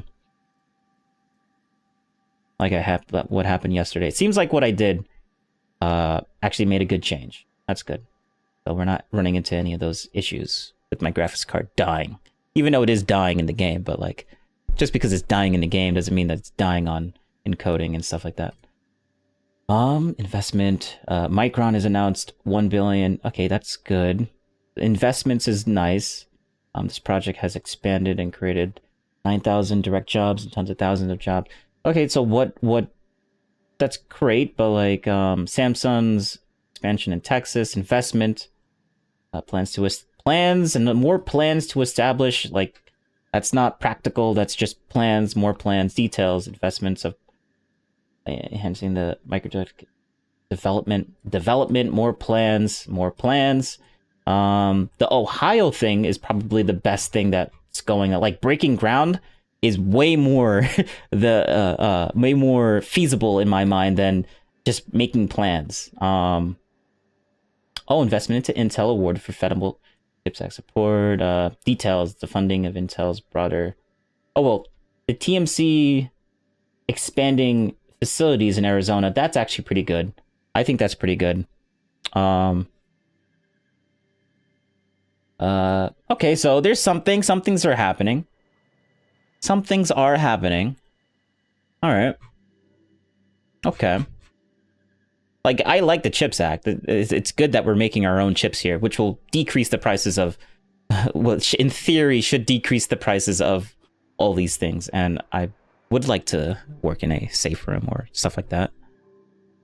In one of those facilities, that would be really cool. I don't understand where we ever are in this world where Biden is somehow more divisive than Trump. Even the speeches that Ben is bringing up, they always bring up. I remember that one. I think we might have even done it on our episode. The one speech that Biden gave, where at one point the background is red, and the Philly speech I referenced. Yeah, and they're like, "Oh my God, it's over. This is the end." And then meanwhile, you got Donald Trump, coming into office saying things like, "If you burn the flag, you should have your citizenship revoked," or talking about DNC, that I'm going to investigate every single one of these media organizations for corruptness. I'm going to open the libel and defamation laws. I'm going to take all of these guys to court. You've got this weird Project 2025 stuff where. Is it John Paschal, I think, is talking about, we're gonna investigate all of these people and we're gonna try to throw crimes at all these people. Trump is like the most divisive president I think we've ever had, in at least in my lifetime of being an American citizen. And the rhetoric from him is it's on a whole other level in terms of the demonization of political opponents. I mean, this is a guy that's known for giving his political opponents bad nicknames, right? Like that's what Trump does. It's funny, but even as a resident of Florida, if Florida had another natural disaster, do you think Trump would withhold aid? Because you had, I think that was one of the few nice things that DeSantis actually said about Biden was that, like, hey, listen, when the buildings collapsed in, I think that was in Miami Beach, that, for the hurricane stuff, that Biden was there. He was saying, if you guys need aid, however many billions, you can have it. Meanwhile, Trump, I think, was threatening to withhold federal funding from blue states that wouldn't, I think it had to do with the National Guard stuff, the deployment of the National Guard, that they weren't doing enough for the riots. And Trump was Oh, yeah. There was riots in California, and he basically told the government, like, we're not going to give you aid for this thing if you don't try and fix this situation. Like, why do we need to keep giving you money for something that you can easily fix when you're literally just being negligent? So, like, unless you agree to, like, actually fixing your issues, we're not gonna just keep sending you money. Like, that was I remember looking into this, and that's basically what I found. Like, I think there was a literal recording of Trump saying this. I'm not saying it verbatim, but like that was the general idea of like the whole issue with like why Trump was actually withholding aid to like California for like just helping with aid and stuff like that, because of the riots that were basically just being ignored by California and causing all this damage, and then they want all this aid money to like fix stuff, and they like Trump's like, no, we're not giving you this. Like, fix your problems and then we'll give you more money. Like, we can't just keep giving you more money and then you're not just being negligent about it. Threatening to withhold aid from some of these blue states. So Trump there was a valid reason for that. The most divisive person in the world. I don't see how on any metric he is ever succeeding in the divisive category. In terms of the economy, I do think it's funny that Republicans are very keen to say that, like, well, we can't really grade Trump, post-COVID, because obviously COVID messed everything up, which is fair. But pre-COVID, what did Trump do? Yeah, he did deficit spending, tax cuts. He presided over historic low interest rates and an economy that was already like blazing past the final years of Obama. We were posting all-time highs on all the stock markets in 2013 onwards.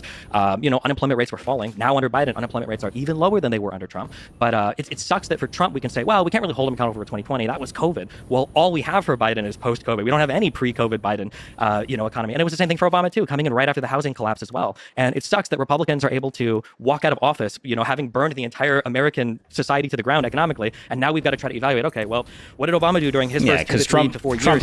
Trump was the one reason why COVID happened, right? And then we look at Biden now, who's trying to recover from COVID, and now we're grading him on a totally different. It's funny. It's really rich for him to like say it like that. He's completely ignoring the fact that all the blue states were the ones that were being economically like destroyed because they just decided to keep the lockdowns like in place forever. Like it was because of the blue states that they like for why that was so terrible. They decided to stay locked down even though they knew it was like economically like this like terrible. But Destiny likes to blame Trump for that, even though like Trump only wanted 2 weeks, and he just after the 2 weeks, everyone else was like, or all the blue states were like, nah, we're just gonna stay locked down forever, basically, like for the next like 6 to 18 months, like. And Florida stays open, and everyone starts moving down there. Like, there's a reason why Destiny moved there too.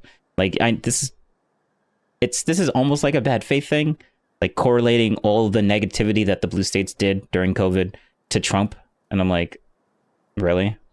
Like, fine, the buck stops with him, but like, it's not like it was all it's not like it was entirely Trump's fault. Scale than what Trump is being graded on. Yeah, that sucks, I think. We can comment on the foreign policy? On the foreign policy, I'm going to be honest, I am very liberal. I'm very not progressive. I'll probably come off as more hawkish than others because I'm not a big fan of this, which also, if Ben agrees, like I think people like people like Trump are going to be the most dovish, isolationist people ever. They don't want to do anything internationally. They just want to, protect America, be at home, protect our economy, don't do anything internationally, which is why he was constantly undermining NATO and constantly, attacking all of the European Union and, cheering on the UK for Brexiting away from the EU. I think that being said, I think that Biden's done a phenomenal job when it comes to foreign policy. I think that the coalition building was so important. The Afghanistan pullout, yeah, that was just perfect, flawless, flawless. Why am I just blanking? He literally just said it. The foreign policy, yeah, that's just flawless foreign policy right there. Like the Afghanistan pullout that was underneath Biden, that Biden basically put in place. Yeah, that's flawless right there. Perfection. That wasn't like a complete stain on like America. And I think probably one of the biggest reasons why Joe Biden ended up losing or had to drop out. Well, I mean, he was basically he's an old guy. Joe Biden's an old guy, and people finally had to like basically face Joe Biden being a very old guy when he did the debate with Trump, and it was so easy to like no one could cope themselves out from like being like yeah, Biden is still there and stuff like that. Like he wasn't. Biden was gone. He's an old guy. He can't run anything anymore. Important for Ukraine, Russia, and I'm so happy that he decided to go to our European allies, our NATO allies, and try to build a coalition of people to help Ukraine so that wasn't only the United States. Personally, especially after doing a whole bunch of research, I do tend to side with Israel over Palestine in a lot of the Israeli-Palestinian conflicts. I'm glad that Biden, while remaining a staunch defender of Israel, is trying to rein in some of the more aggressive posturing towards the Palestinians in the Gaza Strip. I'm proud that Biden said, hey, listen, we're going to delay some of these attacks. Hey, listen, we are going to allow humanitarian aid here. Hey, listen, we are going to try to, not kill as many Palestinian people down there, while still, signaling that he would be a staunch supporter of Israel in the conflict, assuming the civilian casualties don't go too high. For foreign policy, I mean, blemishes. I mean, the biggest one you can give to Biden is Afghanistan and the pullout there. But man, are we going to talk about, the Inspector General report that says that one of the biggest reasons why the Afghanistan pullout was so disastrous was because of the Doha Accords, where Donald Trump headed talks that didn't even include the Afghanistan army.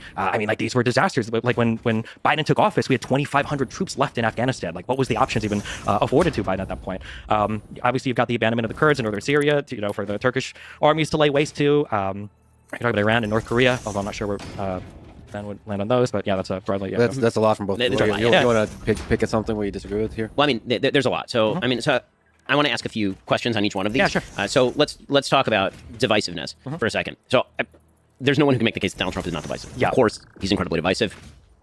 It's a given. Do you treat Biden's rhetoric with the same level? I don't really care about the divisiveness argument. It's boring. Of seriousness that you treat Trump's rhetoric, or I should probably who cares? Should we treat Trump's rhetoric with the same level of seriousness as Joe Biden or They're Barack both Obama's divisive. I'm going to try to be concise when I say this. Broadly speaking, especially in studying Israel, Palestine, and Ukraine, Russia, I try not to take politicians at their word because sometimes they just say stuff to say stuff. I understand that. But broadly speaking, I'm going to look at the rhetoric and the actions, and I am going to grade them the same. So yes, I would hold Biden and Trump to the same standard. Right. So my feeling is, and this is one area where, for clarification, we're going to have a division, is that I, of course, don't treat Trump's rhetoric in the same way that I treat Biden's or Obama's. He's utterly uncalibrated, and he says whatever he wants to at any given time, and it doesn't even match up with his policy very often. Can I ask you, for our head of state, our chief executive, shouldn't rhetoric be arguably one of the most important things that he does? I mean, the answer would be yes, and now I've been given a choice between a person who I think in calibrated ways says things that are divisive and a person who in uncalibrated ways says things that are divisive. And so the evidence that Joe Biden is divisive is every poll taken since essentially August of 2021. He is, by all available metrics, incredibly divisive. A huge percentage of Americans are deeply unhappy, not only with his performance, but don't believe he's a uniter. That's just the reality. And that may just be a reflection. I mean, honestly, we may be putting too much on Trump or Biden personally. It may just be that the American people themselves are rhetorically divided because of social media, and social media can, in fact, be a cesspool. One thing that I would ask you about that, though, Sure. is I agree, especially when you look at the favorability, but sometimes when I look at these polls, when you start to disaggregate them by party, I wonder if it's actually, is Biden historically divisive? Or I'm trying to think of a really polite way to say this. The people that like Trump worship Trump. I don't know. One of the most prescient things that Trump could have probably ever said was that I could kill someone on 5th Street and nobody would hold me accountable. So is it really that Biden is historically divisive, or is it that every single Trump supporter will always say that Trump is great? And no, the reason I would say that Biden is in fact historically divisive is because Republicans felt much more strongly about Barack Obama than Joe Biden, actually. But they didn't feel as strongly about Trump as they did about Romney or McCain. right? In what way? I mean, and like, the allegiance to Trump. Oh no, there's certainly more allegiance to Trump than there is to Romney or McCain, largely because Trump won in 2016. But beyond True. that, the point that I'm making is that if you're looking at the stats in terms of divisiveness, Republicans always find the Democratic president divisive. The question is where the rest of the country is. And right now, there are a lot of Democrats who either don't agree with Biden or find him divisive. There are a lot of independents who find him divisive. So when we're comparing these things, I don't think they're leagues apart in terms of the divisive effects of what they say. Right, and I'm separating that off from like the inherent content of what they say, because obviously what Trump says is more divisive just on like a raw level. I mean, if he's insulting people as opposed to Joe Biden doing MAGA Republicans, like if I were an alien come down from space and look at these two statements, I'd say this one's more divisive than this one. But then there's the reality of being a human being in the world, and that is everyone has baked Donald Trump into the cake. And Joe Biden, again, started off with a patina of being non-divisive and now has emerged as divisive. If you don't mind, I actually want to get to the foreign policy questions, because this one is actually slightly less interesting to me. Sure. Yeah, Well, can I just one quick thing, I guess, like, because we can say the reality of it and we can look at opinion polls. What if we look at like legislative accomplishments? Like Biden is working on a 50-50 divided Senate. Donald Trump had both houses of Congress and the Supreme Court and got like no major legislation passed. Well, I mean, he did lose Congress in 2018, but yeah, sure. But prior to that, because we got the infrastructure bill, I think, in 1 year, which Trump promised for his entire presidency, didn't get anywhere on. Well, I mean, yes, his Republican base was not in favor of. I mean, prior to let's go back 2 seconds. I say 2 seconds, Donald Trump but I mean had like a both lot. House of Congress and the Supreme Court and got like no major legislation passed. Well, I mean, he did lose Congress in 2018, but sure. But prior to that, because we got the yeah. Prior to that, like there was a 2-year long investigation of whether Trump was even like a Russian asset or not. Like, what do you mean? Like he was holed up for like so long. There was so many things that were going against him. No one wanted him. Like there was so much like issues that he had to deal with that was blocking Trump to do anything when he just came into office. Like there was a whole federal investigation. Like everyone keeps forgetting about that. Like, bro, it was remember the whole witch hunt thing? Like it's funny because like the video that we were just watching, the lady was like, hey, it seems like a bunch of people like just forgot about like all the craziness that the left was doing to Trump during 2016 and onward, and we're just completely forgot about that. And it's so true. Infrastructure bill, I think, in 1 year, which Trump promised for his entire presidency, didn't get anywhere on. I mean, yes, his Republican base was not in favor of mass spending on infrastructure, and neither am I. So there's that. I think that's mostly a state and local But they were issue. in favor of mass spending for tax cuts? That's not spending. I mean, effectively it is, right? Like effectively, it's not. Well, if you're cutting tax receipts, but you're not changing the level of spending, like Biden did with the IRA. Again, we have a fundamental philosophical difference here. I think that when the government takes my money, that is not the government somehow being more fiscally responsible. And when the government allows me to keep my money, I don't see that as the government spending. I see that as my money, and the government is taking less of it. That's great, but at the end of the day, the government is still going to be in a deficit spending, and they're going to have to borrow money from the Treasury. Right, we have a spending problem. In other words, not a receipts problem, is the case that I'm making. The problem with Donald Trump is not that he lowered taxes. The United States has one of the most progressive tax systems on the planet. And in fact, if you wish to have a European-style social welfare state, what you actually need is to tax the middle class to death. I mean, the reality is that the top 20% of the American population pays literally all net taxes in the United States after state benefits and all of this. Sure. So if you actually wanted to have the kind of social welfare state that many liberals seem to want to have, like Northern Europe, for example, you'd actually have to tax people who make $40,000, $50,000, $60,000. And I don't want that. I agree with that. So how do you explain the lack of legislation? I mean, if he's like such a uniter. Because I think the Republican Party itself is quite divided, and I think that Trump's... But isn't that his job? He's the head of the Republican Party. He's the Republican president of the United States. I mean, again, I don't think that Joe Biden has passed wildly historic legislation. The infrastructure bill was the largest, like... So here's the problem. If you're a Republican, the only... Yeah, the infrastructure bill it's good, but it's not like some wild thing that so revolutionary. Like, calm down, man. Calm down. That you can get consensus on tend to be bills that either... that let's be real about this, that are tax cuts because, as you would, I think, agree with, when it comes to polling data, Americans constantly say they want to cut the government, and then the minute you ask them which program, they have no idea what they're... Right, exactly. And so it's much harder to come up with a bill to cut things than it is to come up with a bill to add things, which is why spending was out of control under Trump as well. But there are some Republicans who still don't want to spend on those things, right? So inherently, the task that... This goes back to the first question. The task that Republicans think government is there to do is different than the task that Democrats think that government is there to do. So the way that the very metric of success for a Democratic president versus a Republican president, namely, for example, pieces of legislation passed, as a Republican, one of my goals is to pass nearly no legislation because I don't actually want the government involved in more areas of our life. I want to ask a couple questions on the foreign policy. Sure. Yeah, okay, wait, real quick. So for instance, like Donald Trump wanted to punish China, and he wanted to bring microprocessor manufacturing to the United States. Biden did that with legislation, with the CHIPS Act. You talk about like spending being out of control, and I mean, I can agree with that. I think anybody who looks at the numbers has to agree with that. that. But why not pass legislation like the Inflation Reduction Act, which is at least like spending neutral, right? Like, why are there not bills where Donald Trump could take? Well, I mean, first of all, I think that whenever the government says something is spending neutral, it rarely materializes that way. That is not going to be a spending neutral bill. Sure, but there's a difference between like at least they say it's spending neutral versus this say $500 billion bill over like 10 years. I mean, right? but again, I don't see a tax cut as a matter of quote spending neutrality. The big problem is they keep spending, not that they are allowing me to keep the money that I earned and they did not earn. But okay, so then just to understand, so if somebody just did massive like reductions in tax receipts, so tax cut after tax cut after tax cut, but they didn't change spending at all, you wouldn't consider that like an increase in deficit spending or out of control spending. You would just say they're just tax cuts. No, the opposite. I would consider it a wild. I would consider it a wild overspending. Okay. Meaning so then that, was it under Trump then when he did the tax? I mean, the deficit spending, by the way, under Biden is way worse than it was under. Of course, but we're in post-COVID, right? COVID ended effectively. I mean, you live in Florida. COVID effectively ended in the state of Florida by the middle of 2021. Yeah, I mean, even if you're like vaccine fan, by like April, May of 2021, there was wide availability of vaccines, whether or not you like the vaccines. Yeah. And at that point, we were done. I agree, but like we're in a post, like how many trillions of dollars have been dumped in worldwide that are like leading to inflation, right? The inflation is like a worldwide issue right now because of the economy this is what I wanted. It's not like those. This is what I wanted. I wanted this diluted fuel for blender. Yes, nice.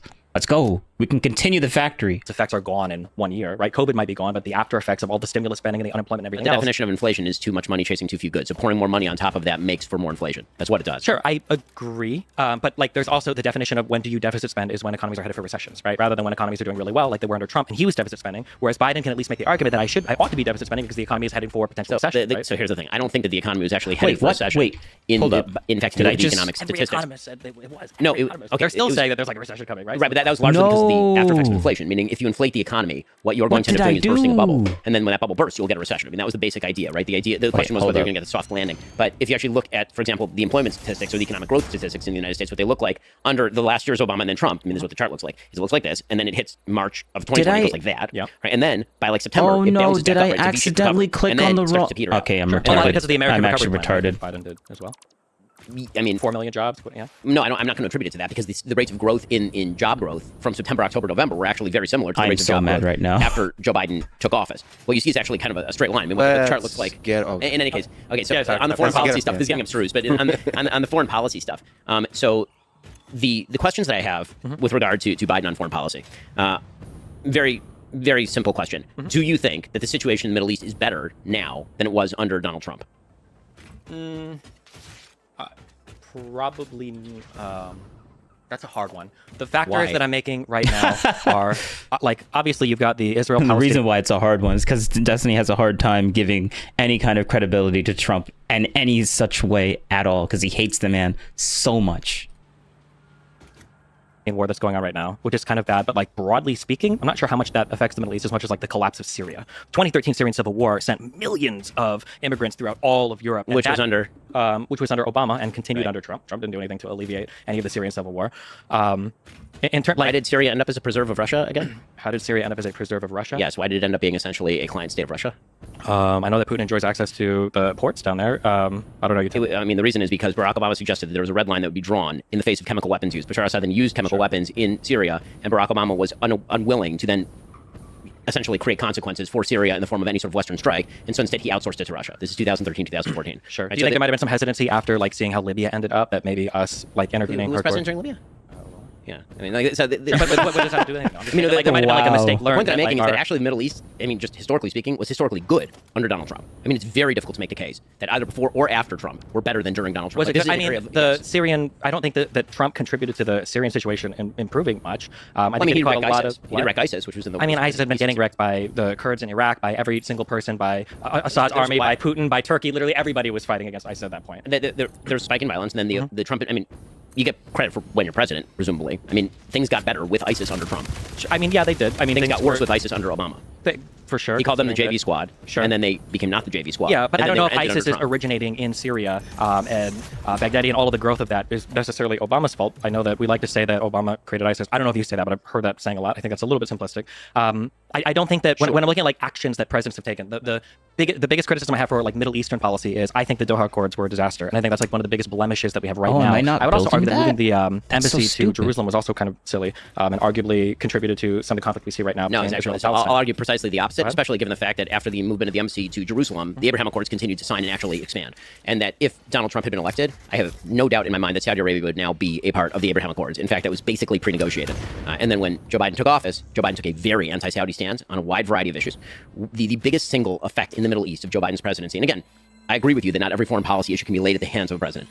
Joe Biden's main approach to the Middle East was very similar to the Obama approach, which is why the Middle East was chaotic under Obama and chaotic under Biden. And that was to alienate allies like Saudi Arabia and Israel, and instead to try to make common cause or cut deals with Iran. What that did is incentivize terrorism from Iran. What we're watching in the Middle East is Iran attempting to use every one of its terror proxies in the Middle East, and it was specifically launched in an attempt to avoid what Biden actually was trying to do, which was good, which was, after 2 years of failure with Saudi Arabia, try to bring them into the Abraham Accords, right? That was what was burgeoning at the end of last year. And Iran saw that, and Iran decided that they were going to throw a grenade into the middle of those negotiations by essentially activating Hamas. Hamas commits October 7th. Israel, as a sovereign nation state, has to respond to the murder of 1,200 of its citizens and the taking kidnapping of 240. Israel has to do that not only to go after its own hostages and try to restore them, but also to reestablish military deterrence in the most violent region of the world. Hezbollah gets active on Israel's northern border. Hezbollah is an Iranian proxy. They get active on the northern border. The Houthis in Yemen get active. These are all the only reason all this is happening at the same time is because Iran is doing this, right? And not just that, they're threatening global shipping. Sure. If you're talking about the effects of global supply lines, which I totally agree had a major inflationary effect on the economy thanks to COVID, right now the cost of shipping is nearly double what it was just a few weeks ago, and that is because a ragtag group of Houthi barbarians are attacking international shipping and forcing everybody to stop using the Bab el-Mandeb Strait, instead going around the Cape of Good Hope in Africa. All of that is the result of the fact that Joe Biden reoriented the United States in the very early days in favor of a more pro-Iranian stance. He appointed Robert Malley to negotiate the Iran deal, who, as it turns out, was using proxies. Many of his aides were actually taking money from Iran. The Biden administration, literally one of their first acts was to delist the Houthis as a terror organization and end sanctions against the Houthis.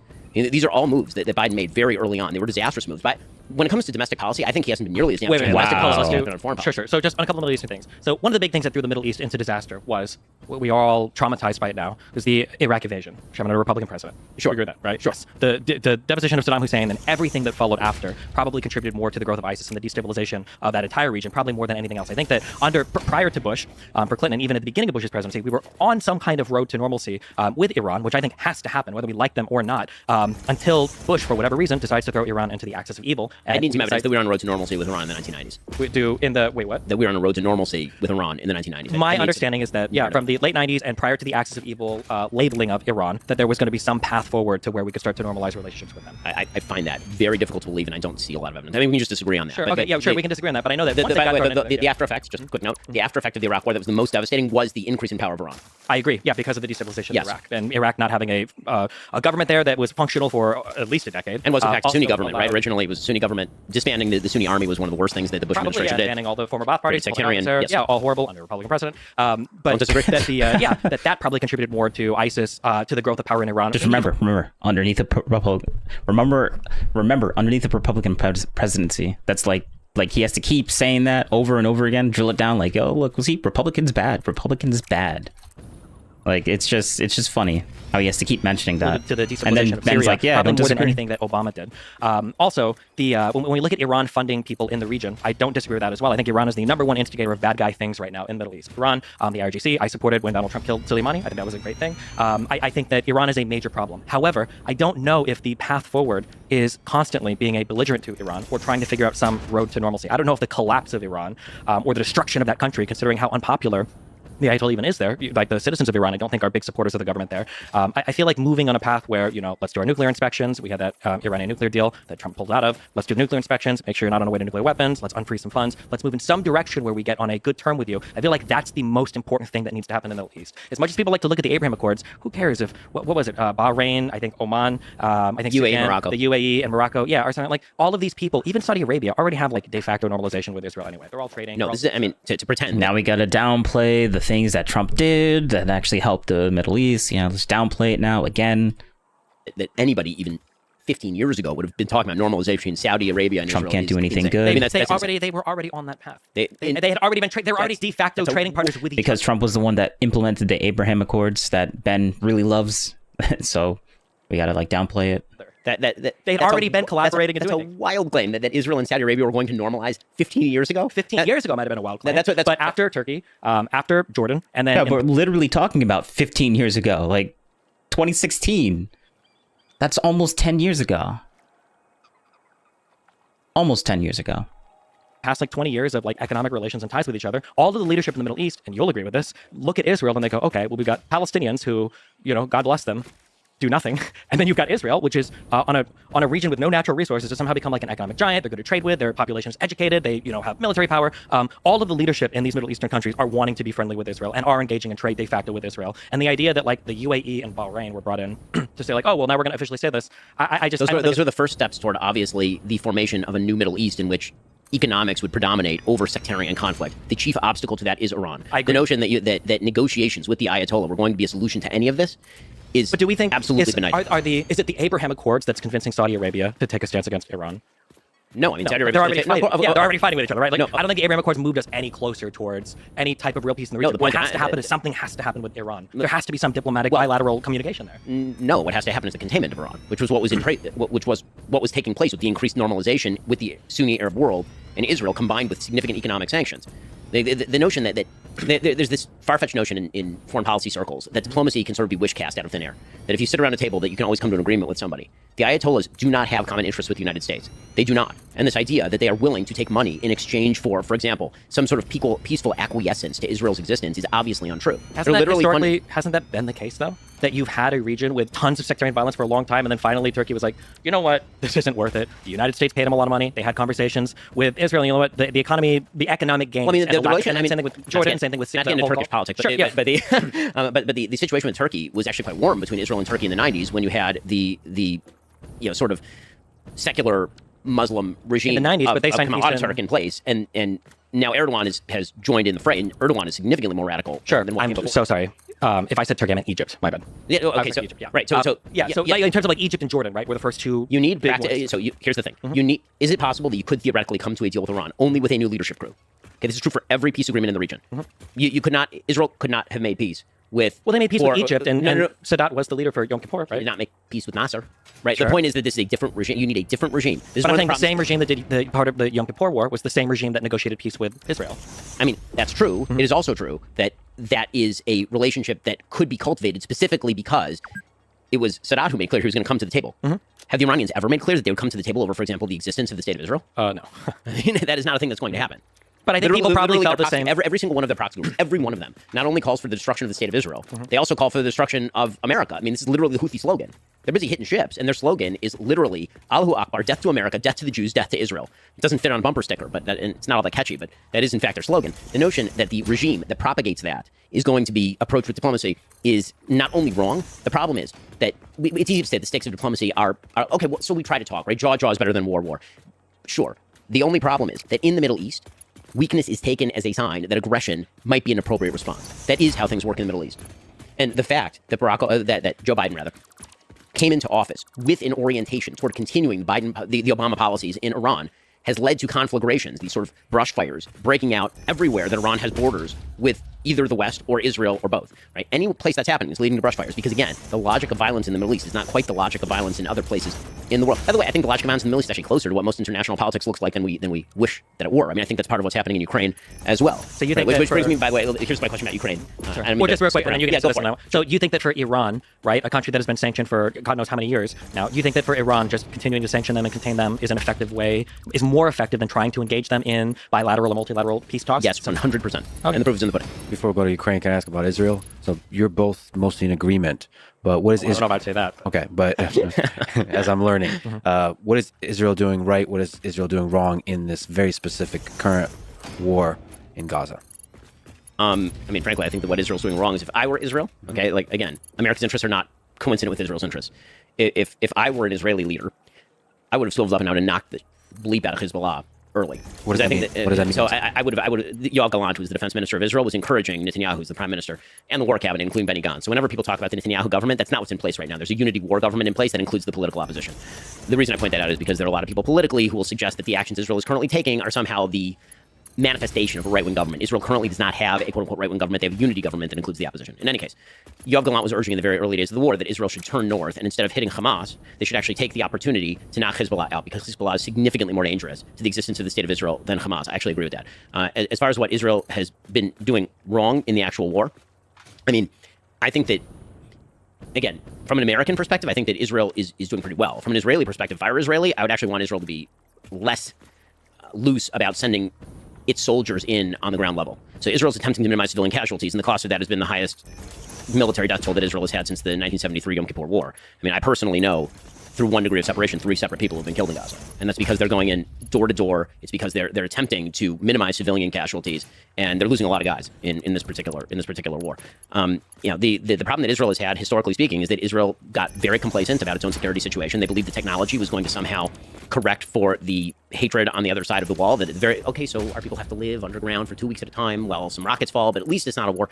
And that complacence, bred what happened on October 7th. So to me, what Israel did wrong was years and years of complacence. That's actually a really good, reasonable stance on that. Like, that's actually true. Like, Israel is being super complacent, like having rockets just come through automatically and just thinking, well, this is just like a Tuesday. I'm like, no, that's not normal. And for them to think that it's normal that's literally their that's going to be their, or that's possibly going to be their downfall. I hedged on that like to the max right there. And belief in an Oslo system that is at root a failure, because you cannot make a peace agreement with people who do not want to make peace with you. So that's what I think Israel is doing wrong. I have a feeling there's going to be wide divergence on this point. Maybe. In terms of broadly speaking, I generally oppose settlement expansion. Is a thing that Israel does incorrectly that I think is kind of like provocative to at least all the Palestinians in the West Bank, and it probably energizes hatred in the Gaza Strip for them as well. In terms of conducting warfare, the one thing that I always say to everybody, especially Americans, is you can't evaluate things from an American perspective. It's very stupid. It happened a lot with Ukraine, where people are like, oh, well, didn't they work with the Nazis, and like weren't the Soviets the good guys? And it's like, well, in other parts of the world, it's not quite as simple. And I think the same is true for Israel-Palestine. That a lot of Americans will analyze the conflict as just being one between only Israel and Palestine, which it's not. It's a conflict between Israel and then Palestine, Hezbollah, the Houthis, and Iran. Right now it is. I think that however, one area where I'll break with Ben is I think that minimizing civilian casualties and everything is very, very, very important. I think on the Israeli side, I don't think it's important so that the U.S. will stay with them, because I think the U.S. is probably going to stick with Israel as long as they don't do anything crazy. And I don't even think it matters for the international community. It definitely doesn't matter for the UN, because Jesus Christ. However, I think it's really, really, really important that I think that in the Middle East, broadly speaking, I think that leadership, especially in the Gulf, has gotten over the Palestinian issue. I think that leadership is kind of like they don't care as much anymore. But the populations still care quite a bit. And I think that the main issue that Israel could run into is if the civilian death toll does climb too high, and if they start to hit this 40, 50, 60,000 number of civilian casualties, they run the risk of the civilian populations in the surrounding Middle Eastern states becoming so antagonistic towards Israel that they start to take steps back towards normalization in the region. So for instance, I know that Bahrain, I think, already pulled out their ambassador to Israel. My guess is going to be it's temporary. I know that on the public speaking side, you've got a lot of people condemning Israel for the attacks. And on the private side, you've got people telling Israel, please kill all of Hamas because this is untenable and nobody wants to work in this situation. I don't know if this ended up being true or not. I'm guessing it didn't. But I saw on a couple of Twitter accounts, it was leaked that potentially Saudi Arabia was considering installing a government in the West Bank that they would run. No, I mean, I think Israel would love nothing better than that. But that is for not sure. something that's out. Okay. One of the big problems in the Middle East is literally no one wants to preside over the Palestinians. Yes. No one. So the Arab states, Israel, no one. Yeah. So I think the issue is, and I'm largely, actually, I'm very sympathetic towards the Palestinians, because I think that for since 48 and onwards, I think that all of the Arab states super gassed them up on that. They wanted the Palestinians to fight because they wanted to fight with Israel. However, as time has gone on and they realized that it's kind of a lost cause, states have started to drop out. So you're getting these bilateral peace treaties with Egypt and with Jordan. You're getting multilateral agreements like the Abraham Accords. And now the Palestinians are looking around and like, okay, well, you guys told us to fight all this time, and now the only people that we have supporting us are Iranian proxies. So the Palestinians are in a very weird spot where they've like lost all their support. I think that Israel, what I would say to be quote unquote critical of Israel is Israel needs to take strong steps towards peace that probably involves them enduring some undue hardship. So not the October 7th attacks, because Jesus, that's way too much. But, other types of, attacks that they might have to deal with that might cause some civilians to die that they don't come out over the top with and retaliate with if there's ever going to be peace in that region. However, another thing that I've always said is a huge problem between Israel and Palestine is I think that both sides think that if they continue to fight, it will be good for them. But the problem is one side is delusional. I think Israel wants to continue to fight because they get justifications for the annexation of the Golan Heights. They get justifications for expansions, especially into Area C, that I think they're probably going to try to annex soon.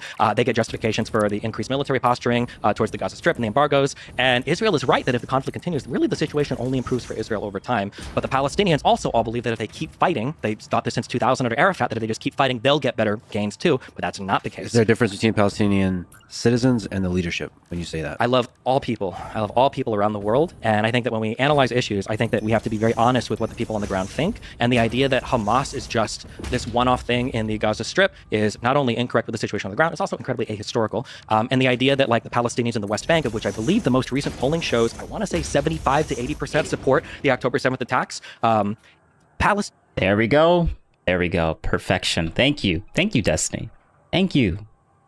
This is probably the response that you should have given to that lady in that other video that we watched. But no, you decided to give like the most bad faith response to her just to be contrarian. Like, Destiny already knows this. He knows this information.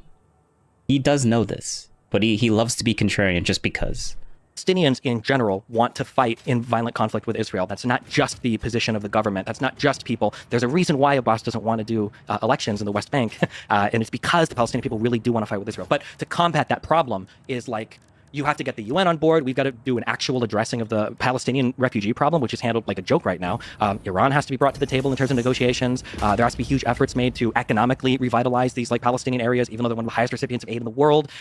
You have to do something about the embargo and the blockade in the Gaza Strip, which isn't just maintained by Israel. It's also maintained by Egypt. You should ask why. Yeah, there's a lot of things that have to happen to fix that problem. But the reality is I don't think Israel really wants to, because they get to continue their expansion into the West Bank. And I don't think anybody around the world really cares that much. So in a month, we won't be talking about it. I will argue with that. The idea that Israel does not want to end the conflict is belied by the history of what just happened with the Gaza Strip. So when we talk about settlements, for example, Israel did have settlements inside the Gaza Strip. There were 8,000 Jews who were living inside the Gaza Strip in Gush Katif up until 2005. They withdrew all of those people. I mean, took them literally out of their homes. And the result was not the burgeoning of a better attitude toward the state of Israel with regard to, for example, the Palestinian population in Gaza. In fact, it was more radical in Gaza than it was in the West Bank. The result was obviously the election of Hamas, the October 7th attacks, in which unfortunately many civilians took part in the October 7th attacks. There's video of people rushing, who are civilians and dressed in civilian clothing, into Israeli villages. Not always the same thing. Well, no, that is 100% true, obviously. And when it comes to Area C and Israel's supposed deep and abiding desire for territorial expansion in Area C. So for those who are not familiar with the Oslo Accords, and again, this is getting very abstruse, but the Oslo Accords are broken down into 3 areas of the West Bank. Area A is under full Palestinian control. That'd be like Jenin and Nablus, the major cities, for example.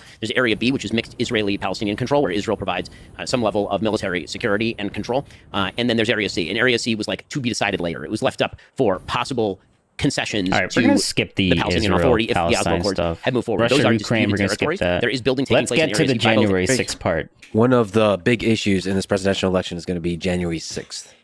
It's in the news now, and I think it's going to become bigger and bigger and bigger. So, question for Destiny first. Did Donald Trump incite an insurrection? Because they're mostly just going to keep agreeing and like, yeah, like, obviously, that's true. Like, 100%. Come on.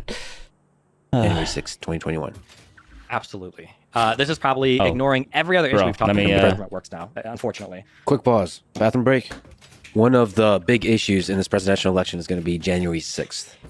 It's in the news now, and I think it's going to become bigger and bigger and bigger. So, question for Destiny first. Did Donald Trump incite an insurrection on January 6th, 2021? Absolutely. This is probably ignoring every other issue we've talked about, of which I think there are plenty that I would say disqualify Trump from holding office. I think that the conduct and the behavior leading up to and including January 6th, I think is wildly indefensible. I am excited to see Ben try to, the 3 to 4 stages are the taking what I think any reasonable person would say knowingly false information about elections being rigged or ballot boxes being stuffed or Ruby Freeman, running ballots 3 times in Georgia. I got to wait another 10 minutes. Again, I only got 4 more hard drives. Bro, why did I thought I clicked the right thing. That's so garbage. It should pop up eventually. Taking that knowingly false information and trying to call Maybe I should go hard state drive secretaries finding and again. stuff to have them flip their electoral vote.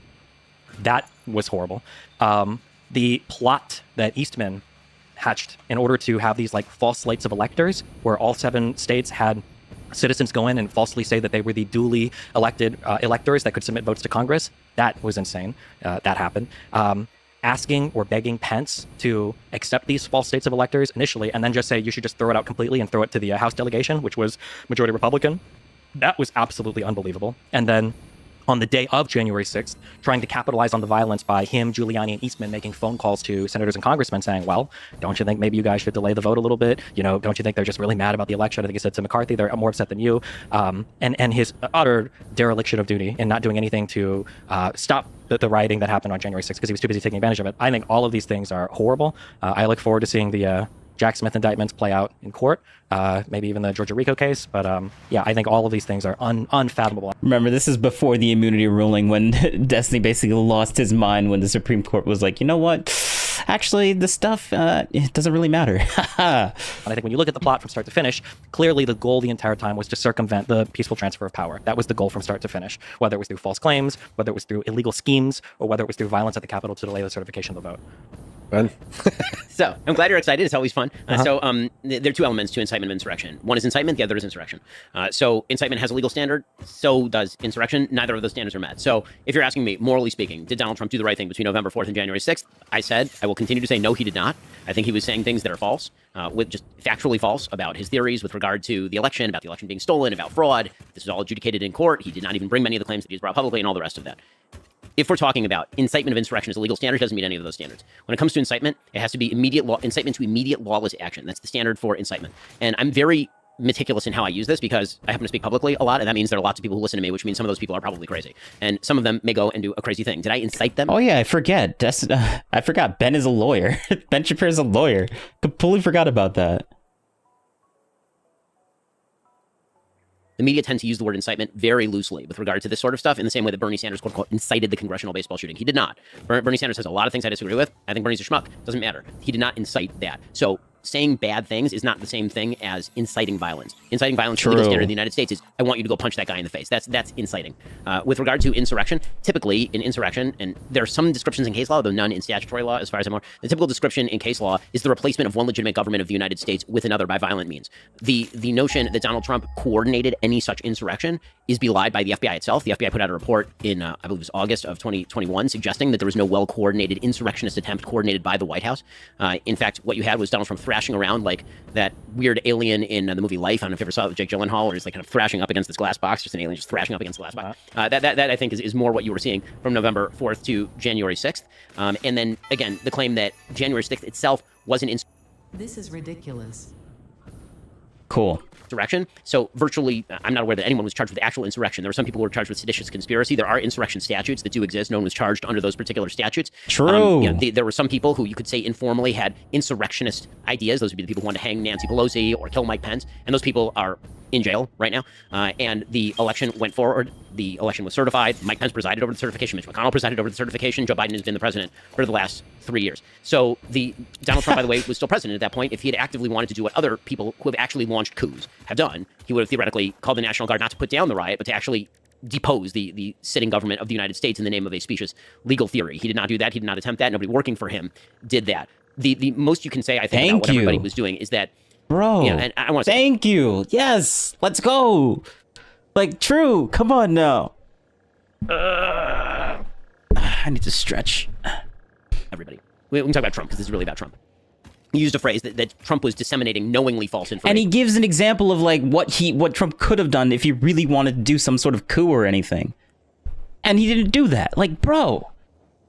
Like, this is why I'm like, Trump was just wrong about 2020. He's not some evil genius trying to steal something. Like, bro, if he really wanted to, if he's like this evil guy that wants to take over the government, like, he already, like, Ben just gave a legit example to that. And how is Destiny going to cope with this? The word that's carrying a lot of weight there is the word knowingly. So yeah, knowingly. Knowingly implies a knower. Do I think the information he was disseminating was false? Yes.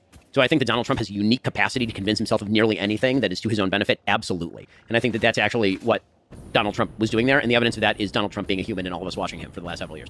So, the idea that he knew it to be false, I'm not even sure those standards apply in any, like, and just assessing him as a human, which is really what we're being asked to do because there's an intent element to this crime.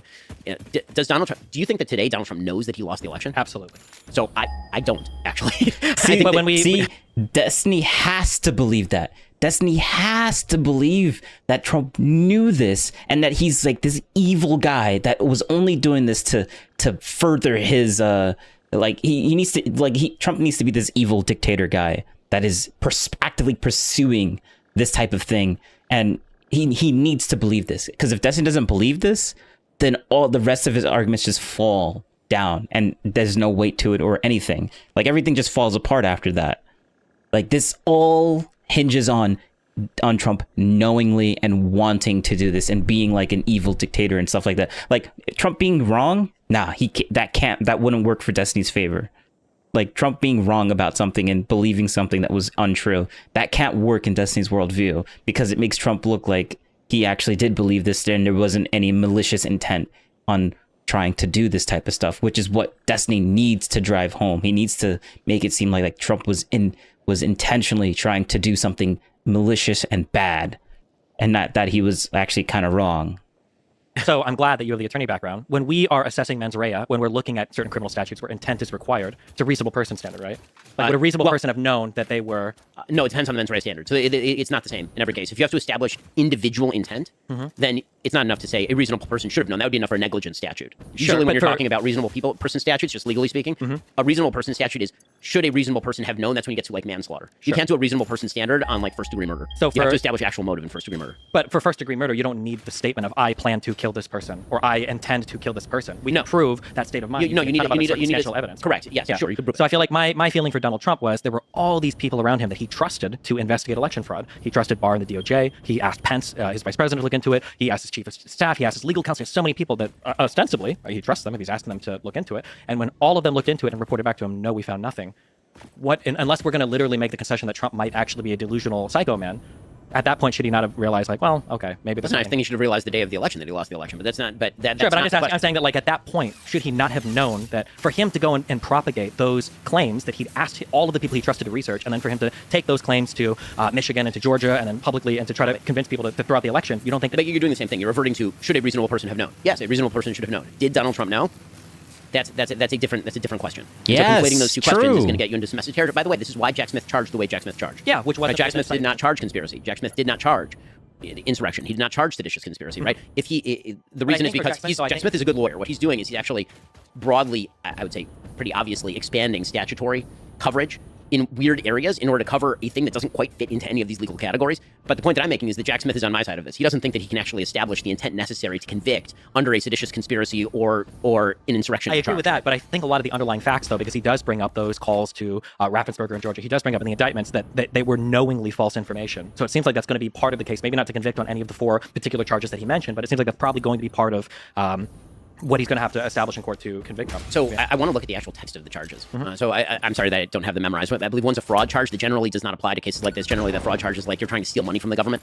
Sure, fraud has been used pretty broadly in the past, though. It doesn't have to just be, because Smith has done oral arguments in response to a lot of the claims by Trump's lawyers. This was one of them. The infinite civil and criminal immunity was another one of them, where he cites past cases where these types of things, because I think it was to defraud of civil rights, I think was the 4th charge. Right, so the defraud of civil rights is usually somebody standing in the actual like voting house door and preventing you from voting, not you have a specious legal theory that you espouse in court about whether those votes should be thrown out. Sure. Although I don't like when we say specious legal theory and novel application, which I do agree some of these in some ways is novel, I don't think we've ever also had a president try to do this before. It is a novel situation where somebody has resisted the peaceful transfer of power this clearly in some different ways. Well, if you're talking about the legal cases, that's not true. But Gore sued in 2000. Right? I mean, if you're talking about the legal cases, comparable to Gore, if this was comparable to Gore, then I'm not saying it's comparable to Gore. I'm saying that if the idea is that espousing a legal theory in court amounts to de facto some form of election denial or interference in some way, that's not, as a general principle, it's over-inclusive. Sure. Gore wasn't trying to decertify the vote, though, for states, right? They challenged their thing to the Supreme Court, they lost their case in the Supreme Court, and then power transfer happened. Right, and Donald Trump had a bunch of legal challenges, and then he had a rally, and then there was a riot, and then he left power. Yeah, but the Eastman theory of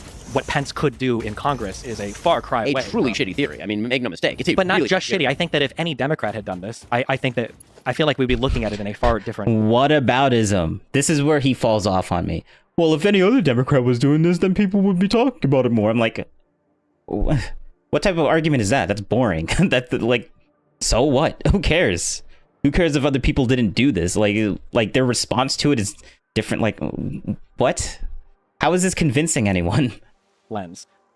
As in, we would be using terms like attempted coup, subversion of peaceful transfer of power, if a Democrat vice president had tried to essentially say that in Congress they could throw away the vote. So I think what I want to get to here, actually, so we can be more specific, is why are these terms important? We agree on, largely speaking, what happened. I think the characterization of the term, we keep kind of bouncing around between two different categories. And I want to make sure we can dump the legal stuff. Okay, so we're just not looking at incitement, because like you said, Jack Smith, nobody's charging with incitement, and I don't believe insurrection is part of it. So we're dumping legal. Just in terms of like a president that is trying to prevent the peaceful transfer of power. So we do call that a bloodless coup or a coup or whatever contemporaneous term you want to use. Right, so prevent the peaceful transfer of power with all means, or using means that are inappropriate, not quite the same thing. Using means that are inappropriate or illegal. Okay, inappropriate. Okay, so illegal, I don't think so. I don't think that these charges actually meet the criteria for the various charges, and we can discuss each case if you want. Sure. As far as inappropriate? Sure, I think tons of inappropriate stuff. I mean, inappropriate seems The reason why I don't not- like the word inappropriate, though, is because then conservatives are very quick to say, well, sure, he was inappropriate, but everybody was inappropriate.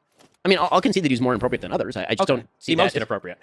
Sure. Okay. I mean, that's like- important to me, though. Does it not bother you that, like, Donald Trump sought through legal and extra legal and Trump magical ways of Trump magical trying to ways. entrench his power as president past when he should have been able to? Is that not something that was incredibly troublesome? This is how you know that his argument is falling apart. Like, he looked like Trump magical. Like, what is he trying to say here? Like, what is this? What type of argument is this? Like, what is this? Who is convinced by this? Trump magical ways? What? I mean, the question to me is the bigger question that I think the Democrats are trying to promote in this election cycle, which is this means he is a threat to democracy sufficient that if he were to win the election, there would not be another. Is that not, but he tried to do that last time. Could he not try to next time? And, I mean, he could try to do whatever he wants, presumably, and he would fail the same way that he did last time. Why do we think that? Because he failed. Because there was a riot, and within 3 hours, yes. Like, let's say hypothetically, Lord, save me. Let's say hypothetically, Giuliani was the next head of the Department of Justice. Giuliani was the next Attorney General. How would he be confirmed? I'm not entirely sure if because so much of the Republican Party, despite feeling like they don't support Trump when it comes time to actually back him in Congress. Also, I would have to check whether he would be barred by criminal conviction from holding. I don't know the answer to that. Sure. Yeah. Well, yeah. We're this, especially the 14th Amendment. We're figuring out a lot of this right now. Yeah. But I mean, like, say if not Giuliani, say if there are any other number of insane people that Trump could theoretically put on his side of the government that wouldn't tell him no next time, because there were a lot of people that rebuked him. There were Republicans in a lot of the states. Right. Raffensperger is one of them. There were Republicans in his own administration. You've got Rosen. You've got Barr. There was his own vice president. But like theoretically next time, and I feel like last time going in, I'm going to do a little bit of mind reading of macro. Maybe disagree. I think that Trump kind of thought, one, I don't think Trump knows much at all about how the government works. I think we probably agree with that. I think Trump probably thought that if he had people that were like at least in his party and kind of camp, that they'll basically do whatever needs to be done to give him what he wants, and with no respect for process. But now that he sees that, well, it's not enough to just have allies. I need people that are fiercely allegiant to me. Would we not be worried that a guy that tried to essentially steal the election for real wouldn't try to pick people that would be more amenable to his plans in the next administration? I believe in the checks and balances of American government. I believe that. So now we're not talking about did Trump even like believe the whole January 6th thing? Now we're talking about, isn't it scary that this guy that Dustin doesn't like is actually is learning from his mistakes and stuff like that from what happened in 2016? Like bro, that's basically what his argument boils down to. They worked on January and I'm like, 6th. no. So if you're asking me, do I think that Trump has bad intent or could have bad intent with that sort of stuff? Sure. Do I believe that the guardrails held and will continue to hold? Also, sure. So if somebody was running and they blatantly said, like, I don't want to use the fascist word, but if they said, like, Destiny's trying so hard to have Ben Shapiro have the same opinion that he has about Trump. And that's why he keeps going from hypothetical to hypothetical to hypothetical to hypothetical and keep pushing and pushing and pushing, and it's just not working. It's not convincing. Like, it's not convincing Ben. It's not convincing me. Like, come on now. I want to be an authoritarian. I'm going to abolish all elections. You would say, sure, he's saying that, but like, I don't think he can actually do it. So it's okay if he runs for president. You don't care at all as long as you feel like the guardrails. I mean, I might prefer other candidates, but I think that also one of the things that you do is that politicians, again, this would be an exceptional circumstance, but politicians constantly make promises about the things that they are going to do and then don't fulfill, and we tend to take those out in the wash. Meaning that, you know, if I promise that day one, as Donald Trump has pledged to do, that he's going to deport literally every illegal immigrant to the country, do I think he's actually going to do that? Yeah. Politicians lie? What? Since when? What? I mean, I really highly doubt it. He didn't do it last time he was in office. That's just, there are many examples of this. I agree. Do I think, here's my question. Do you think the guardrails are going to fail to hold? I'm not sure. Really? Yeah, because I think the issue is one, when it's election time, Republicans are spineless in office, and I don't know how many congressmen would support what he wants just because they want to win re-election or because they think it's inevitable anyway. Well, I mean, I think that one of the things that happened in 2022 is Democrats ran directly on this platform, and a bunch of Republicans lost who were running on this platform. Literally every Secretary of State who ran on the Donald Trump "we should deny elections" platform lost in every state. Sure, but other Republicans that have been office is this. Sure, but I mean, like, look at what happened with like Kinzinger and Cheney, right? Who were very like staunchly anti-Trump after J6 for that select committee, right? Kinzinger didn't even run again, and Cheney lost her election by I think the widest margin that anybody has ever lost to election ever in like all U.S. politics. People who were not born voted against. Yeah, her, yes. I guess it's a surprising position to me if we're looking at like principled stances of government. The idea that a man who has, and I think we both agree on this, that Donald Trump's only allegiance is to Donald Trump, right? We agree on that. The only thing he cares about is Donald Trump. I don't think it's the only thing he cares about. I think it's certainly the largest thing he cares about. It's the largest thing he cares about, right? So you've got a man who only cares about himself. Welcome to politics. I mean, it may be more, but that's not even. It may be more with Trump, but it's certainly not unique to Trump. I think that the issue with Trump too, though, is I think he's even a threat to the Republican Party, in which I think he would mostly agree with me. Maybe not overall, but on every individual point. Trump picks bad candidates. He has no concern for the future of the Republican Party. Like, for instance, I think there is a chance, I don't think it'll happen because of the polling looks now, but if Trump didn't get the nomination, I think Trump would say, screw it and run as an independent because he thinks he can win or whatever, right? I doubt that he would do that, but theoretically possible. He could. I mean, Trump ran as an independent for the first place. I actually remember pointing this out. He did run as an independent, and then he switched to the Republican Party because like he realized he wasn't going to get that much support. Or some sort of reason.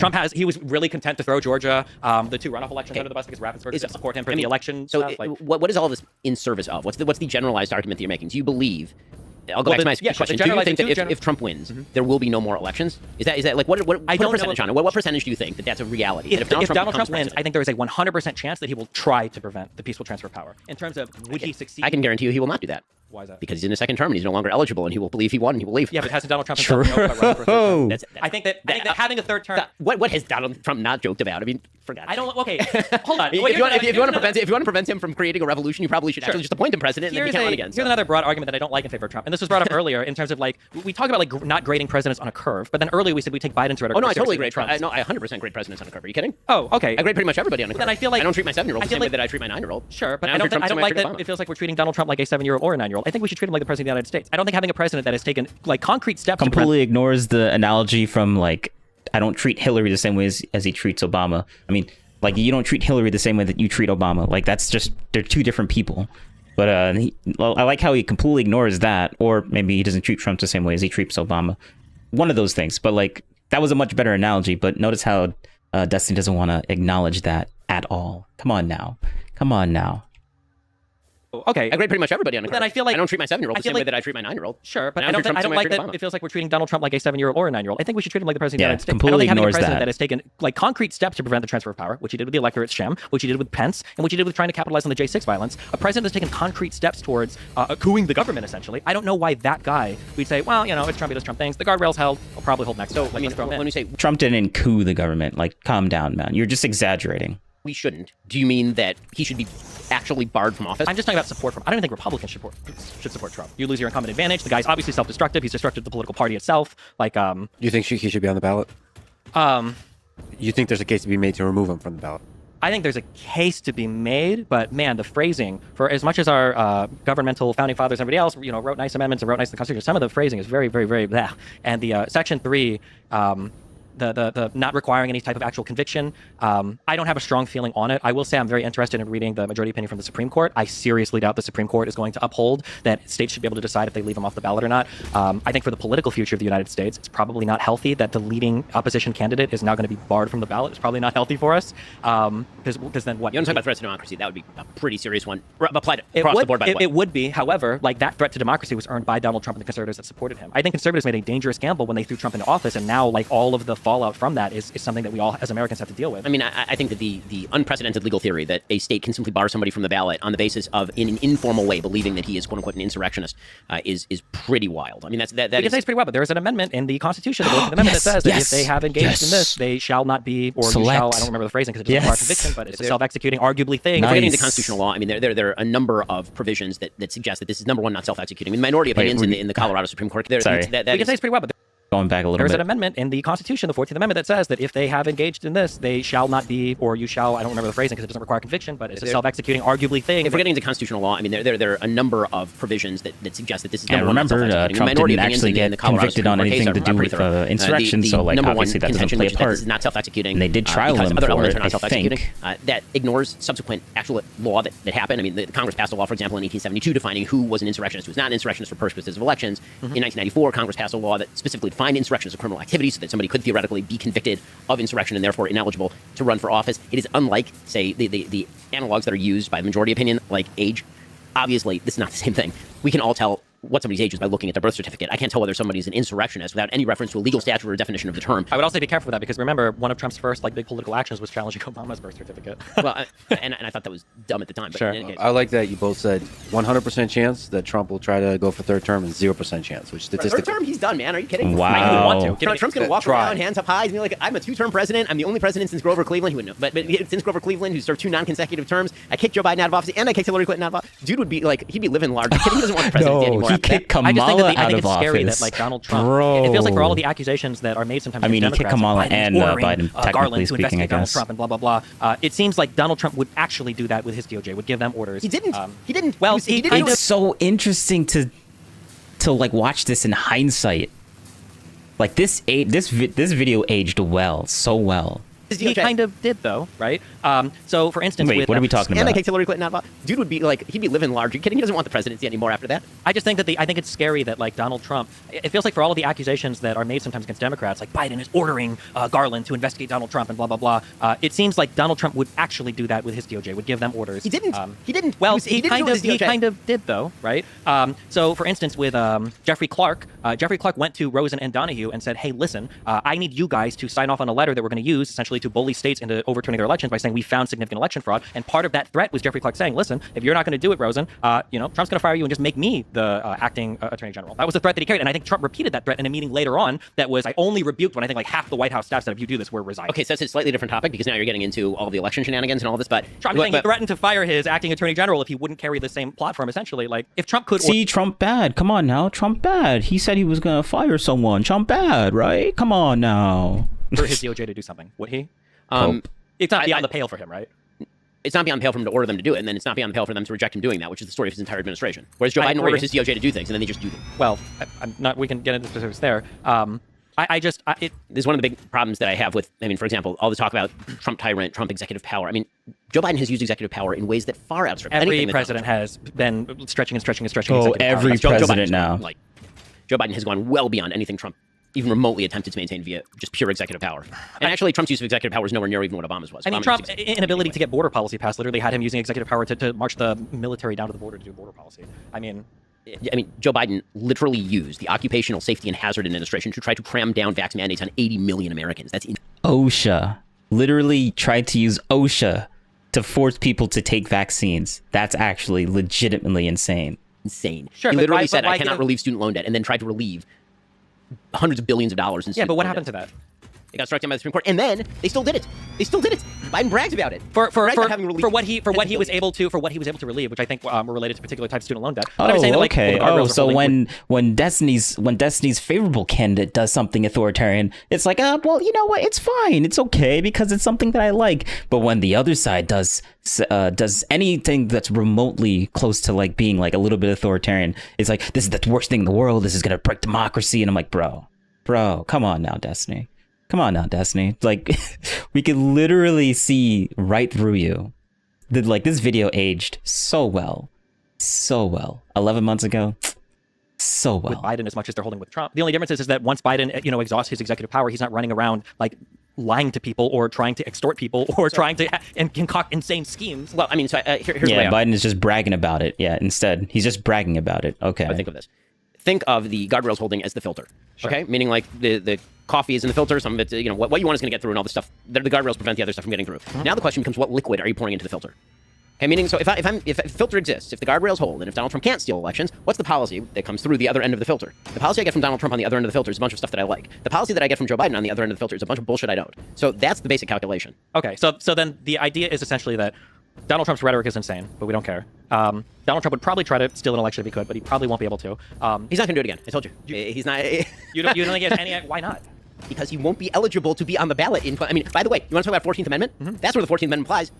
Okay, that's where it actually applies. Meaning he is not qualified to be on the ballot in 2028 if he is the president of the United States. States can literally, in self-executing fashion, take him off the ballot. Just like he's past the age of 35. Bro. Once you've been president 2 times, you're no... Bro, literally disproving the whole conspiracy theory, like, oh, Trump might run again. Oh, he might run again. Oh, he might run again. Like he literally can't. Like... And he just longer eligible to be president of the United States. This is why I love this video. Yeah, but like, keep him off the ballot. Why would the 14th Amendment stop him if he thought Vice President Pence could unilaterally decide the outcome of the election? When he's not on the ballot? So now your theory is that he's gonna get reelected, and then in 2028 he's not even gonna be on the ballot. Theories. He's gonna direct his new vice president Kerry Lake to simply declare him president of the United States when he has not been on a ballot. I don't know what the scheme would be. I think we can kind of like laugh and say there's no scheme we could even concoct. But he literally just disproved like all the theories that you were trying to do. So like obviously, it's just not true. Like Destiny lives in a delusion, and he just doesn't want to accept that. He lives in a delusion. I think Macho that Camacho, like with the machine gun, he's Like, going to walk into I think the issue though is that like the idea when he has not been on a ballot. I don't know what Now your theory is that he's going to get reelected, and then in 2028 he's not even going to be on the Actually, ballot, and he's going to whatever. direct his new vice president Kerry Lake to simply declare him president of the United States when he has not been on a ballot. I don't know what the scheme would be. I think we can kind of like laugh and say there's no scheme we could even concoct. But I think Macho that Camacho, like with the machine gun, he's going to walk into. I think Yes. the issue though is that like the idea of electing another president that has tried to circumvent the peaceful transfer of power using extra legal means, and then pretending like we can't concoct a single scheme that he could try to circumvent other legal processes to have a third term or to have a longer term or to install who he wants as the next president. I just when a person has already shown you who they are, and when every single person around him agrees with that, when every single person that's worked with him, save for the Sidney Powell, Eastman, and Giuliani, which I don't think anybody would want to throw their lot in with those three. It just seems wild to me that we would say like, yeah, we're just going to go ahead and trust this guy with another term of president, but like he can't run for a third term, so it's fine. When there's like 50 million other things, And I'll make you the case that if you want him not to make election trouble, you should elect him president in the next election cycle, and then he will be ineligible. True. Okay, I find that to be a wholly unconvincing argument. But okay. Well, recently in the news, the presidents of Harvard, Penn, I mean, and Destiny MIT literally had zero. failed to fully denounce. Like he says, this is the most unconvincing argument. I'm like, Destiny, you haven't changed anyone's mind. Like we're literally laughing at your conspiracy theory on like why you think Trump is going to run for a third term. Like, bro, you've lost the plot. You've lost the plot. for genocide, and that rose questions about the influence of. And it's funny because like he lost the plot. What 11 months ago, basically about a year ago, he lost it. At universities, and so maybe either looking at this or zooming out more broadly at identity politics at universities or identity politics, wokeism in our culture. How big of a threat is it to our culture, to Western civilization? So obviously I'm going to say it's a huge threat. The reason that I think this is a huge threat, I want to give a definition of wokeism because people are very often accused of not using wokeism properly or believing that's sort of a catch-all phrase. I don't think it's a catch-all term. I think that wokeism has its roots in postmodernism, which essentially suggests that every principle is a reflection of underlying structures of power, and that therefore any inequality that emerges under such a system is a reflection, again, of that structure of power. That used to be applied in sort of Marxist ways, the suggestion being that economic inequality was the result of misallocation of power in the structure preserved by an upper crust of people who wanted to cram down exploitation on people. That was sort of the Marxist version of postmodernism. And that got transmuted into sort of a racial version of postmodernism, in which the systems of the United States are white supremacist in orientation and are perpetuated by a group of people who are, in fact, in favor of the preservation of white power and white supremacy. That is the generalized theory of critical race theory, as proposed by, for example, Gene Stefanczyk and Richard Delgado in their book on critical race theory. That has taken a softer form that we refer to as DEI. The key in DEI is the E, meaning equity. So equity is a term that does not mean equality. People mix it up. Equality is the idea that we all ought to have equal rights, that we all ought to be treated equally by the law. Equity is the idea that if there is an inequality that emerges from any system, it is therefore due to discrimination. And the best way to tell whether somebody has been victimized is by dint of their race. And we can tell whether you're a member of an oppressed group or an oppressor group by the intersectional identity that you carry and by the nature of your group's success or failure predominantly along economic and power lines in American life. This means that if one group is predominantly successful economically, they must be a member of the victimizing class. And the only corrective for that would be, as Ibram X. Kendi likes to suggest, effectively anti-racist policy is racism in the service of destroying racism. That you're going to have to discriminate on the basis of race in order to correct for discrimination that's baked into the system. That's incredibly dangerous. It leads to a victim-victimizer narrative that is unhealthy for individuals and terrible for societies. It relieves people of individual responsibility, and it destroys the very notion of an objective metric by which we can... Parts purchase confirmed. Promotion delayed by X times part value plus fixed stock value. Yeah, you weren't going to give me a promotion anyway, so... Inside meritocracy. And meritocracy is the only system human beings have ever devised that has positive externalities in literally any area of life. Every other distribution of wealth, power, done along other lines that is not having to do with merit has negative externalities. Every system having to do with merit has positive externalities because presumably the most effective and useful people are going to succeed under those systems. That's the very basis of a meritocracy. And the externalities of that mean that other people benefit from the meritorious and excellent performance of those people. Maybe it would be good to get your comments, your old stomping ground, Harvard. Do you think the president of Harvard should have been fired? I mean, I think she should have been fired not over the plagiarism allegations. I think she should have been fired based on her performance just at that congressional hearing. If the word black had been substituted for Jew in that statement by Elise Stefanik that she was asking about, or trans, or literally any other minority in America, maybe with the exception of Asian, then the answer would have been very different coming from Cloudy and Gay. With that said, I don't think the firing of Cloudy and Gay really accomplishes very much. Meaning, did she get what she deserved? Sure. Does that mean that the underlying DEI equity-based system has been in any way severely damaged? No, I think that this is a way for universities, it's true for Liz McGill at Penn also, to basically throw somebody overboard as the sacrifice to maintain the underlying system that continues to predominate at American universities, where they spend literally billions of dollars every year on DEI initiatives and diversity hires and diversity administrators and all of this. I mean, one of the costs of education escalating is in the massive administrative function that is now undertaken by universities, as opposed to teaching and cost of dorms and such. You guys probably agree on a lot of this, right? Kind of, maybe, yeah. I don't know. I don't know what makes things do this, but it feels like we can never like have a good thing and then have it end as a good thing. Things always get taken to their extreme, and then we have to fight on those extremes. Like, I would argue that back in my day, we called it SJW, Social Justice Warriors, before it became woke, I think like 2013 onwards, whatever. Like, there are aspects to wokeism that I think are good. Like, I like the additional representation that we have in media now. I like how, as much as people complain about the internet and how it's regulated, that there are way more groups that are represented on the internet, whether we're talking X, the platform formerly known as Twitter or Facebook or whatever. I think in some ways, or whether we're pushing, like women's achievements in school and in the wider workforce, I think that these are all good things. The issue that you run into is people don't ever have a stopping point, and I think people kind of get lost in this woke for woke's sake thing, where we start to see these very weird warpings of these like academic, I guess, arguments that are used for really horrible things. So, for instance, I think that you can talk about in the United States things like white supremacy or things like oppression of certain demographics, especially with like Jim Crow laws and pre-Jim Crow. And you can even talk about effects from that. But then when you run into this weird world where we've kind of warped these things so that like not only is white supremacy still as present today as it ever has been, well, actually, black people and other minorities can't even be racist. They don't have the power to, because we're going to use a different definition of racism. And we can only talk about punching up as opposed to punching down. And we're actually going to say it's totally okay for these people to say or do whatever they want, and it's never bad. But like white people who have always been the oppressors, even if you're like a trailer park guy whose family's addicted to meth, you have all this privilege, et cetera, et cetera. I think that you run into these issues where wokeism, it starts off as like a really good idea, and I would argue has achieved really good things, especially in regards to like women's education and everything. And then it just gets so academia-ized. There's a word there, academic, whatever, where you take something and you put it in school too much, and then it comes out as some Frankenstein, cancer baby of like horrible things, such that today when I'm reading stuff, and I know Ben is the same way, like if I even hear somebody say the word like anti-racism, I'm probably ignoring every other thing you have to say. If you utter the word like colonial anything, I'm probably going to say you probably don't have anything good to say. Yeah, a lot of it is just taken way too far.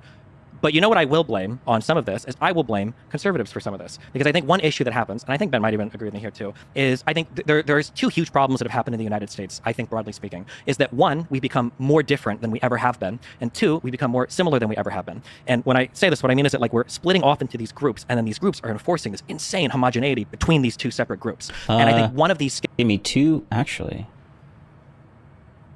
Has been conservatives' reluctancy to participate in things related to higher education. So for a long time, conservatives are saying like, oh, the educational institutions are against us. Rush Limbaugh talks about how evil the colleges are and blah, blah, blah. And then what happens is conservatives are less and less willing to engage in them. So, bro, he's still talking about Rush Limbaugh. Didn't he like die?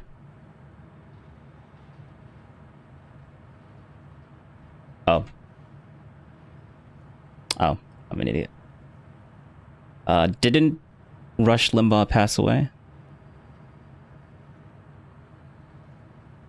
Yeah, February 17th, 2021. Yeah. Yep. Like he still brings him up as if he's like this super relevant guy. So then all the you get time. This scenario or this environment where everybody that's engaged in academia on the administrative side are fucking insane.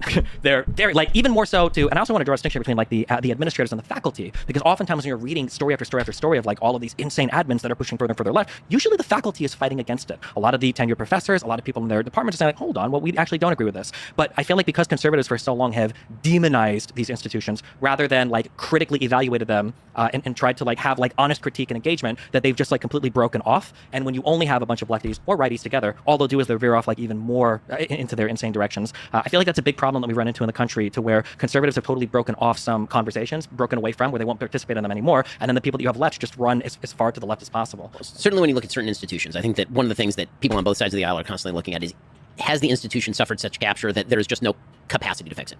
And when you talk about the universities, I'm not going to blame conservatives for the failure of the universities, because they haven't been present in major positions at universities since effectively the late 1960s. And you can go read Shelby Steele's work on this, where he talks about how, he's now a conservative black person. He was a liberal black person at the time. And he was actually quite a radical black activist at the time in the 60s. Right. And he talks about walking into the office of liberal administrators who were largely on his side with regard to civil rights, and being a radical, him claiming that the systems of the university were inherently broken, were inherently wrong, unfixable. And he talks about this, it's a very evocative episode, where he's talking about how he's smoking. And as he's smoking, the ash is growing more and more, and the ash falls down on this very expensive carpet. And the president of the university, who's listening to him rant and rave, Shelby Steele says, I thought he was going to say something about this. I mean, I was wrecking like $1,000 carpet in his office being a jackass. And instead, I could see him wilt inside. I could see him collapse. He didn't have the institutional credibility or the intellect or sort of the spiritual strength to just say, listen, I agree with you on some of these things, but you're acting like a jackass. And what you see in the late 1960s and early 1970s is, in fact, the collapse of these institutions to the point where by the time I was going to college, there was this radical disproportion between conservatives and liberals. And the problem is that when it comes to a system like the universities, basically you have to separate the universities off into two separate categories. One is STEM, where the universities are still pretty damn good. American universities, when it comes to STEM, are still leading universities in the world. Harvard's main creations these days are coming from actual hard science fields. Then you have the liberal arts field, in which you basically have a self-perpetuating elite, because that's actually how dissertations work. If you have somebody who's very far to the left and you decide that you're going to write a dissertation on the history of American gun rights, the chances that that is going to be approved by your dissertation advisor are much lower than if you happen to write something that tends to agree with the political positions of your dissertation advisor. Now, listen, I think there are open and tolerant professors, even in the liberal arts at these universities. I went to these universities, right? I went to UCLA, I went to Harvard Law School. When I was at Harvard Law School, one of my favorite professors was Lonnie Guinier. Lonnie Guinier, they tried to appoint her, I believe, Secretary of Labor under Clinton, and she was too liberal, and she got rejected. So she was like a full-on communist. By the time I went there, she was great. We had debates every day. It was wonderful. She used to write me recommendations for my legal jobs after we left. Randall Kennedy, I don't agree with him very much. Randall Kennedy was a terrific professor. There are some professors who are like this. Unfortunately, there tends to be in these echo chambers more and more ideological conformity that is rigorously enforced, and it is by left on left. So, for example, when I was at Harvard Law School, the president of the university was another president who ended up being ousted, Larry Summers. Larry Summers had been the Secretary of Treasury under Bill Clinton, and he made the critical error of suggesting that perhaps the dearth of women in hard sciences in prestigious positions was due to possibly two factors that people were refusing to talk about. One was the possibility that women actually didn't want to be in hard sciences at nearly the rates that men do, which happens to be true. And two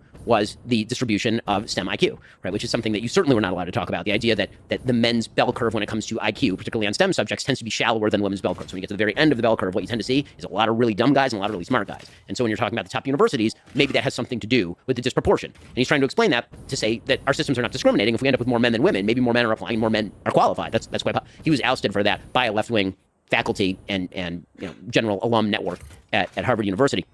So there's a lot to blame conservatives for surrendering the playing field. I totally agree that conservatives should not have surrendered the playing field in some institutions. Colleges were surrendered a lot earlier than 20 years ago. They were surrendered in the late 1960s, early 1970s. Yeah, so I think that... Wow, look at that. Perfect criticism. Perfect criticism. That's just, wow. Easy. So easy for him to like concede so many points about like how the... That's true. I did biology, a female-dominated science, chemistry, and physics male. Yeah. Yep. A couple things. So one of the big issues that I have with kind of like this, I don't know if we call it era of Trumpism or populism. Oh, and the reason the reason why I say or even bring that up is because like Destiny would always argue like, oh, the conservatives never concede anything. Like you're always conceding stuff to them, and then they don't change their positions at all, and it's and I'm like, look at him. He's criticizing his side easily, simply, and very articulately too. Like he's not some political hack or whatever, but now he hates Ben Shapiro now because like Ben supports Trump, and anyone that supports Trump is like bad in Destiny's eyes.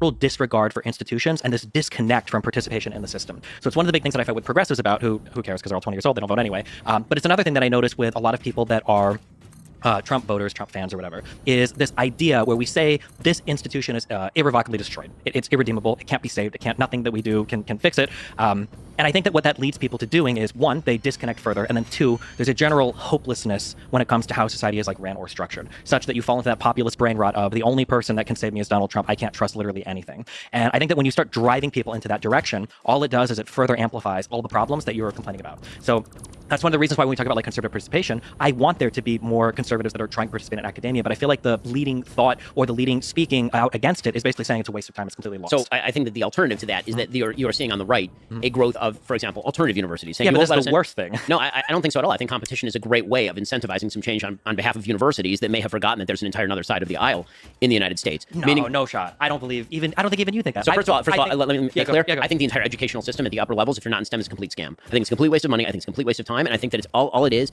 a formalized, very expensive sorting mechanism for people of IQ. That's all it is. People take an SAT, you go to a good school, you take 4 years of bullshit. I know, I did it at UCLA. And then we analyze based on your degree where you should go to law school. I could have gone directly from high school to law school with maybe 1 year of training and then done 1 year of law school and been done. Okay, the reality is that this is a giant scam. And this, again, is a bipartisan problem, but it's just a generalized problem. We have you want to talk about things that hurt the lower classes in the United States? The bleeding of degrees up is so wild and crazy. There's so many jobs in the United States that should not require a college degree that we now require a college degree to do, because there was this weird idea that came over Americans where they mistook correlation for causation. They would say, oh, look, people who go to college are making more money than people who don't go to college. Therefore, everyone should go to college.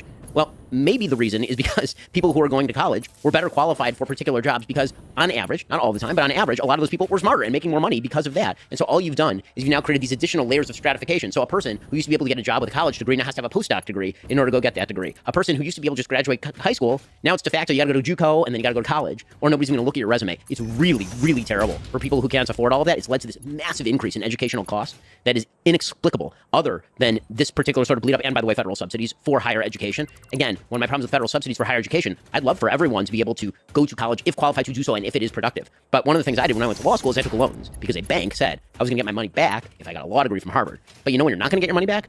If you're a bank, you're not going to lend to some dude who wants to major in, art theory, because is that a good bet? There's no collateral, right? If I give a loan for a house, I can go repossess the house. How do I repossess your garbage college degree from UCLA? There's no way to do that. So, one of my, this is a broader conversation about education in general. I think the educational system is cruising for a bruising, and I think all that's necessary for it to completely collapse on the non-STEM side where you actually learn things is for people who employ to simply say, give me your SAT score and I will hire you for an apprenticeship directly out of high school. That it would cut out so much of the middleman. But as far as the general point that you're making about the institutions, I may disagree on the education and how far it's gone. In general, I agree with you. So it's in general, I agree.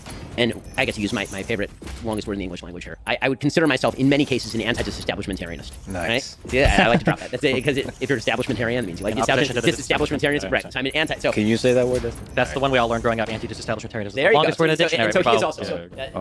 and then some kid in your group would say, "What about supercalifragilistic?" And then you're What about pneumomicroscopic? before the science terms. Yeah, exactly. Or what about the 7,000 letter thing that's from part of biochemistry? I got my education in the Soviet Union, so we just did math. That's why you're a useful person. Soviet Union math was at 1 + 1. How to make that equal 3? We know long words, and he streams on the internet, and I talk for a living. So anyway, the point is that I don't disagree that there is a general populist tendency on all sides of the aisle to look at the institutions and then throw them overboard. I think that some of that is earned by people who are in positions of power at institutions who have completely undermined the faith and credibility of those institutions. I think you have to examine institution by institutions which ones are salvageable and which ones are not. So I'm not a full anti-disestablishmentarianism. I don't really have much to say to any of this because I kind of disagree with everything that they're kind of saying. Like, yeah, true, 100%. I'd be partially in that camp. There are certain institutions like higher education in the liberal arts that I think we may be better off without. And then there are certain institutions like, say, participation in American government, where when people talk about we need a revolution, like, no, we don't. That's not a thing. We need an evolution. We need change. We can use the system. And but I think you have to look at it industry by industry, just institution by institution. On that position on institutions, do you think Biden or Trump would side with you more? As far as the institutions? Yeah. I think the institutions in the United States at the governmental level are robust. I think the social institutions are failing. Yeah, but I'm just curious on your general view of institutions. Do you think Biden or Trump would side with you more on how you view them? I think that in rhetoric, Biden would, and then I think that he would tear out the face of the institution and wear it around like a mask like Hannibal Lecter. I mean, that's my actual... He resisted some people's calls to pack the court and... Yes, because I think that his use of executive power was greater than that of Donald Trump. The power that he had, he used to greater effect than Donald Trump. Donald Trump, again, thrashed up against the sides of the box, but could not get out of it. Okay. For just real quick, because on that wow, a lot farther than the initial question. Yeah. But, that was a comment. Let's listen to that one more time. People's calls to pack it felt the like a court concession almost. Yes, because I think that his use of executive power was greater than that of Donald Trump. The power that he had, he used to wait. On how you view them. Let's listen to question. I think that in rhetoric, Biden would, and then I think that question. use the system, and but I think you have to establish. You have to look at it industry by industry. Just institution by institution. On that position on institutions, do you think Biden or Trump would side with you more? As far as the institutions? Yeah. I think the institutions in the United States at the governmental level are robust. I think the social institutions are failing. Yeah, but I'm just curious on your general view of institutions. Do you think Biden or Trump would side with you more on how you view them? I think that in rhetoric, Biden would, and then I think that he would tear out the face of the institution and wear it around like a mask like Interesting. Hannibal Lecter. I mean, that's my actual... He resisted some people's calls to pack the court and... Yes, because I think that his use of executive power was greater than that of Donald Trump. The power that he had, he used to greater effect than Donald Trump. Donald Trump, again, thrashed up against the sides of the box, but could not get out of it. Okay. For just real quick, because that went a lot farther than the initial question. Yeah, But, I can kind of on the real agree quick thing, the with reason that. why my main problem that I feel like we have today in society is people are getting into their own bubbles. The idea of having conservative schools and liberal schools seems like the saddest thing in the world to me. I would want conservatives and liberals going to school together because I think these people need to interact with each other more, if for no other reason than to see that the other person is not an actual monstrous, horrible entity that wants to destroy the country. Listen, I think a classically liberal idea for many schools would not be a bad thing. I think it would be a good thing. Yeah. I just wonder if that's salvageable. And if it's not salvageable, then the answer to that is to actually create alternative institutions. I feel like the biggest issue that we have is people they sort into these different like phantom worlds to where even if you live in the same city, there are totally different worlds that exist between liberals and conservatives. And I feel like one of the big barriers to people understanding the other side sometimes it's just a little bit of information or a little bit of like firsthand experience. So in terms of information, I'm sure you saw I don't know if this is a full-on study, but they were talking about how some huge percentage of students would change their mind on From the River to the Sea when you told them what From the River to the Sea what the river was and what the sea was. Or when you said like, what does a one-state solution mean? A lot of them, like, such that the numbers went from like 70% to like 30% in terms of like support would fall. And it wasn't because you were doing a radical redefining of their whole ideology. You were just giving them a little bit more information. And then something that I've seen on a first-hand level is when I go and speak or do debates at universities, sometimes I'm in very, very, very conservative areas. Some of my fans are trans. Having like a trans person show up and talk to conservatives for a little bit, not like in a speech, but just like in like a bar or setting, like a lot of them walk away thinking like, oh, not every trans person is like this insane lunatic from Twitter that is a fucking an actual crazy person. And then for some of my fans, when they hang out with conservatives, like, oh, these guys are actually pretty friendly. I thought they would have all been homophobic, racist, transphobic, and evil, but they're not. They're just like normal people. I feel like we need more of that mixing. I totally agree with that, certainly. Yeah, and I feel like on our social media platforms, on our algorithms, in our schools, I feel like we're sorting harder and harder and harder, and any type of rhetoric that encourages the sorting is really bad and damaging. We need to like continue to mix up. Worse, other things I want to talk about. But now he doesn't talk to conservatives without just insulting them. Yeah, this is why I really wanted to go back to this video, because Destiny was a lot more. This was the reason why I started watching him in the first place, because of this type of like Destiny actually engaging in good faith to like someone that like supports Trump, like that's just unheard of now. And now now Destiny's all like why don't people believe some of the things that I believe? Why don't I go on shows anymore? Like he copes and says, oh, because they're all scared and stuff like that. But like, no, it's because you treat the people that you want to talk to with very little respect, and then you get mad when they don't want to put you on their shows or talk to you anymore, or like, come on now, like, what? Worse, Nary. So true. Yeah, legit. Destiny the Uniter. Wow. All right, like Biden. As we not like Trump. Like Tim Pool used to like say like, you should go watch Destiny stuff. Like, he does pretty good stuff, and then Destiny changed after the whole assassination attempt on Trump's life, and making fun of the firefighter that died. And yes, I will keep bringing it up over and over again, because that will never disappear. I guess you could say, oh, I'm coping, but like, it's reality. And you know what? A lot of people actually agree with this type of mentality that I keep spitting out. So that's why I keep talking about it. So we approach the end. Let us descend into... And the reason why I say that is because I say that Destiny's coping whenever he brings up the January 6th thing, and I'm like, bro, that's 4 years ago. Definitely. Yeah. The meme further and further. Ben, you're in a monogamous marriage. Destiny, you've been mostly in an open marriage until recently. How foundational is monogamous marriage to the United States of America? Can open marriages work? Are they harmful to society? Ben. Marriages are the single most important thing that people can do in the United States, because the things within your control are easier to control than the things outside your control. People tend to think about big political change, obviously, about things they can do to change the entire system. But the reality is the thing that you can do that best changes society is to get married and have kids and raise your kids responsibly. It is the single best thing that you can do. Can an open marriage work? I mean, I think that it depends on your definition of work. So in my version of work, the answer is no, because what you actually need in order to facilitate the healthy growing of a child is a father and mother who are committed to each other. All ideas about there being no emotional component to sexual activity are completely specious. That it is truer for men than it is for women, but it's not true for either. The idea of a full commitment to a human being with whom you genetically create children, which is typically how we've done it throughout human existence, is in fact the fundamental basis for any functional civilization. It allows for the transmission of culture and values. It allows for the transmission of beliefs and responsibility, and it gives the great lie to both the communitarian lie and the atomistic individualist lie. The communitarian lie is that you belong to the giant community of man, which is not true, because you have a family, and your allegiance should be and is naturally to the members of your family first. That's how we learn, and then we expound that out. And it also is a lie to the notion that we are all atomistic individuals with no responsibilities. We are born into a world of responsibilities. Everyone is born into a world of responsibilities and rules and roles, and those are good. And if we do not actually socialize our children that way, there will be, number one, no children. Number one, there will be no healthy children. Number two, there will be no healthy children. Number three, there will be not the foundation for either social fabric, which is the real glue that holds together society, or for a functional government. Yes, monogamous marriage.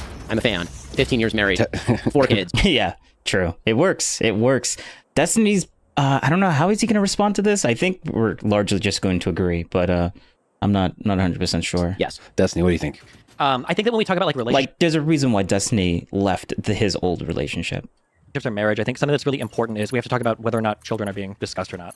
Because I think once you introduce the child aspect, I think the style or the type of relationship that you do is going to become way more important than whatever exists prior to that. Like I would agree, for instance, in terms of what Ben is saying, that there's probably going to be some structure that is ideal for the care and the raising of a child. I think that having a child gives you a much bigger buy-in to society, because now all of a sudden you care about a lot of things that you might not have before, because not only do you exist in society, you can't just run. Now you've got a child that exists there, and you've got to ensure that everything functions smoothly, not just for you, but for that child as well. And arguably, although we're getting into weird places, I guess, in the world now, like children are the primary conduit for like where you transmit like cultural values and everything. The one kind of weird thing that we're coming up against, that we have been coming up against now for some number of decades and will continue to, is as societies progress, it seems like people are having less children. And I actually don't know 100% what the answer is to that question. Yeah, sure you do. Yeah. I mean, an implementable answer that works, that we know we can get everybody on board with. It seems like for a large part of human history, having children, and it still is, having children is awesome, and children are cool, and children are magical and miraculous, and all of this. Wait, But you wanna didn't really have comment much on that. compete. I'm gonna go back a second. What the answer is to that question. Although we're getting into weird places, I guess, in the world now, like children are the primary conduit for like where you transmit like cultural values and everything. The one kind of weird thing that we're coming up against, that we have been coming up against now for some number of decades and will continue to, is as societies progress, it seems like people are having less children. And I actually don't know 100% what the answer is to that question. Yeah, sure you do. Yeah. I mean, an implementable answer that works. That Well, I mean, Ben is gonna answer the question for me, but like, we know we can get everybody on board with. It seems like for a large part of human history, having children, and it still is, having children is awesome, and children are cool, and children are magical and miraculous, and all of this, but you didn't really have much competing for your attention to have a child, right? When you hit a certain age and you started working, especially if you were a woman, I mean, childbirth is kind of the next step, and then having a family, raising your children, and then doing that is kind of the next step. Nowadays, especially with women being able to work, especially with women having access to birth control, there's a lot available in the world that's I mean, he says that as if like women just wasn't able to work back then. Like women could work, it's just that it just was like the work was very difficult back then. Work is much easier now. Eating for the interest of people that could otherwise be Because of having children, automation. such that we've almost flipped it, such that has been brought up earlier, like wealthy people tend to have less children than not wealthy people, or unless you're part of particular religious communities that push childbirth a lot. I don't know if I would say there exists a moral imperative on an individual to have children. I think that there's a lot of interesting arguments down that path. I don't know if we're quite at the point yet where we need to say like, oh my God, we're running out of people. 69. Women worked back in the day a lot. Yeah, so I don't get. It's weird how Destiny like makes it seem like, oh, women work a lot more now, and I'm like, no, women has always been working. Like there was certain restrictions on certain things that they could do, and now they don't have those specific restrictions anymore. But like there also wasn't automation automating a lot of jobs back then, which made it easier which made hard labor work, which was one of the restrictions that women couldn't do, because like it's hard labor. Like who's gonna hire a woman to lift steel beams and like bring them to stuff? Now we have cranes and stuff to do that. Like it was just, that's what I mean by limitations. But there was a lot of that back then. Globalizing But my women Ashonda still worked a 69. lot back then. But it is true that more women work now in America than they used to. Yes, it is true. That is true. We need to have more kids. But the way he says it makes it seem like women just couldn't work or wasn't working back then, which isn't true. I don't think we're Worse quite there than yet, but we are. My clothes still need washing now after all, a sexist would say. True. True. You know, weird demographic trends that are having big impacts on how countries are playing out. For instance, the fact that we have a disproportionately huge aging population that needs to be taken care of with medical expenses and everything, that vote in different ways than our younger population, and that when they die off, like the way that society is going to look is going to be a lot different. Yeah, I don't actually have I'm not entirely sure what the future is going to look like in terms of pushing people to have kids when every single industrialized country, as they become more industrialized, have fewer and fewer and fewer children. The problem with Destiny is that he thinks that like his framework is that pushing to have kids. Like, no, you don't push people. Like if you're already in the mindset that you need to push to have people to have kids, like that, you have already lost. Like the whole point of having kids is that you want to have kids. You don't need to push people that want to have kids. They'll just have kids. But like that's why I feel like I don't necessarily disagree with Destiny's take on that. It's just that the framing of it is just kind of weird. I wouldn't frame it exactly the way that he's framing it in. And I think that's my only disagreement. Fire questions. And the answer, my answer was? Go to church. Religion, yeah. I figured. Yeah. Well, we could talk about True. religion, but that's not rapid fire at all. Let me ask, this is from the internet. Does body count matter? Jesus Christ. You're really bringing up the red pill stuff. Are you avoiding answering? I mean, it depends on who you are. Oh, If it you're somebody that depends. doesn't care about it, it doesn't. If you're somebody that does care about it, yeah, it does, of course. Depends on the... The answer is yes. Okay.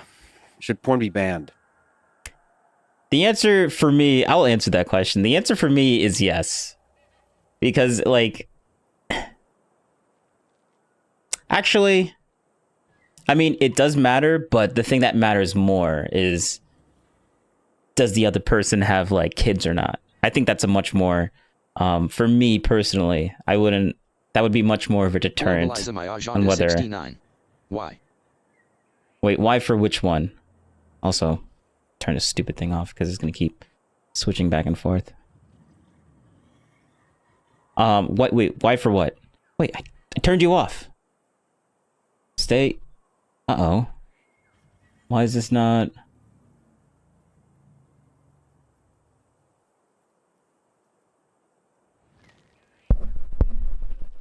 Uh-oh.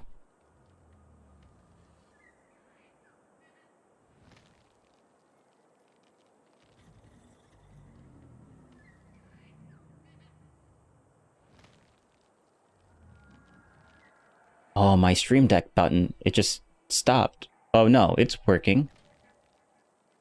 Why wasn't it? Okay, whatever. I'll just keep it open. What do you mean by why? Oh, well, I mean... Wait, let me... Rapid fire questions. I know why you said The answer- why, my but I need answer to... was go to church. Religion, yeah. I figured. Yeah. Well, we could talk about religion, but that's not rapid fire at all. Let me ask. Oh, body count. I mean, it matters a little bit because, like, it just shows, like...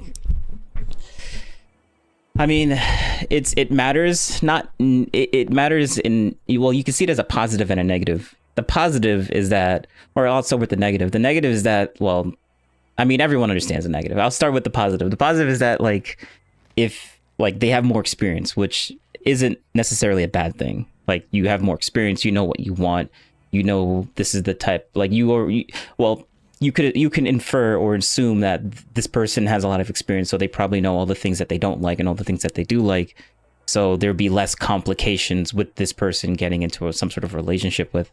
So that's why I'm like, it doesn't really matter as much because there's pros and cons to, I guess, being run through, quote unquote. And there's also a lot of psychological things that, like, because certain women can, like, learn from it, but certain women don't learn, or they'll learn from it, but there'll be so much scarring and baggage and old exes and all those things you don't really want to deal with. Agenda 69. I thought you were referring to porn being banned. That is why I said why lol. Oh, no. I don't really care about that. Like, if they ban it, it'd probably be good. But, like, is it ever gonna get banned? No. So I'm like, I don't really have too many thoughts on that one. This is from the internet. Does body count matter? Jesus Christ. You're really bringing up the red pill stuff. Are you avoiding answering? I mean, it depends on who you are. Oh, If you're somebody that depends. doesn't care about it doesn't. If you're somebody that does care about it, yeah, it does, of course. Depends on the... The answer is yes. Okay. Should porn be banned? No. Oh. I mean, it probably should, but it's not going to. So, like, it probably should be banned, but it probably won't. Because, like, it's just like any other, like, kind of, like, thing that you can get addicted to and screw up your, like, thing. Like, should alcohol be banned? Like, probably, but it's not going to, because people do abuse it and people do die from overdoses, but it's, like, there's a lot of people that drink it and still maintain a relatively healthy life work balance and stuff like that. Like, it's all about moderation and, like, how you're doing it. So, like, it probably should be, but it's not going to. It's not that... I don't think it's that big of an issue. I mean, some people certainly do think it's a really big issue and it's, like, the only cause for, like, or it's a major cause. But, like, I haven't really seen too much information on that. Why should it be banned? Oh, because, like, there is negative effects on, like, doing that type of stuff. Like, there's a lot of, like, there's a reason why there's, like, a very high loneliness rate for like the males of now than back then. And one of the pointers was because of like the easy access to that type of stuff. So and I think that's a pretty big issue personally, because like I'm male, and why try and force yourself to get into like a relationship when you can just have easy access to all these things on the internet to just do that type of stuff anyways? And it's just easier, and it's an outlet, and it can be very degrading for humans. Like humans are like, guys should not do that, but it's the temptation is there, and it's much easier to be doing that. And that's why I feel like it probably should be banned. It would fix a little bit of that stuff, but I know it's not going to, so. Globalize my agenda 69. And not everyone abuses not it. Allowed where I've. Like you can view it, but you can't produce or distribute. Yeah. But I think when he says banned, I think he means even viewing it should be banned as well. So, like, it's destructive. There's no, I don't know any good, like, is there any good things that come from it? Besides people making money from it? You could do it. Yes. There's no benefit to pornography. Is Globalize my agenda 69. Yeah, and I would disagree with that. Oh, you would disagree with viewing it? Is that what you're disagreeing with? Asking this question. Or is banning the viewing of it? Destructive for women? Jesus, these are rapid fire. Yeah, just you can't. I mean, it's probably empowering for the ones that are making a lot of money off it. It probably feels disempowering for others that feel affected by the cultural norm set by women that do OnlyFans. There's my rapid fire answer. It's destructive to even the ones who are making a lot of money. Just because there are no good outcomes doesn't mean it should not be allowed. I mean, there's also bad outcomes, like the whole loneliness thing that I was talking about. Like, where do you even draw the line? Like, the line is that there is bad outcomes that come. Well, first off, there's 2 points. There is no good outcomes, and the second point, that there is bad outcomes. So probably should ban something that has no benefit. Should pictures in bikinis be banned because they are sexual? Well, would you classify that as porn?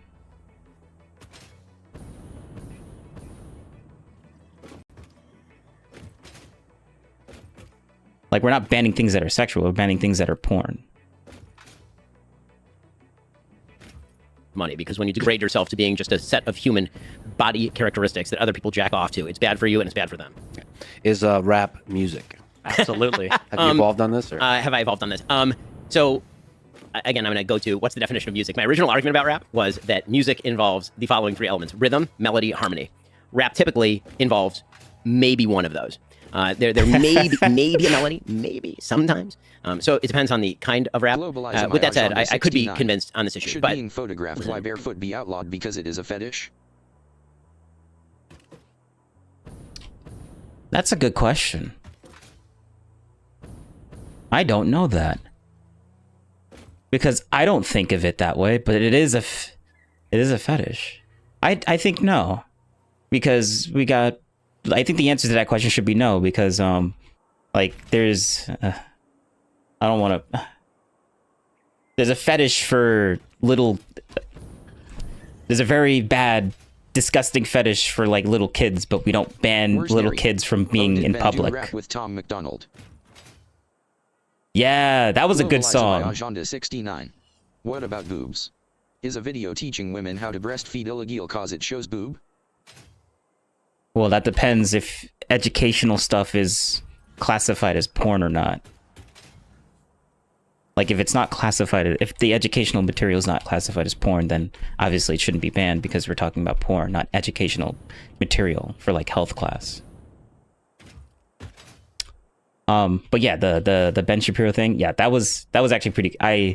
I listened to that. I thought that was pretty good. It's the only rap song I'll ever listen to. I'm not a fan of rap at all. Not really. It's kind of boring. I mean, like what Ben said, like it's there's no melody. It's just people. Agenda 69. Then you will have the same problem YouTube has.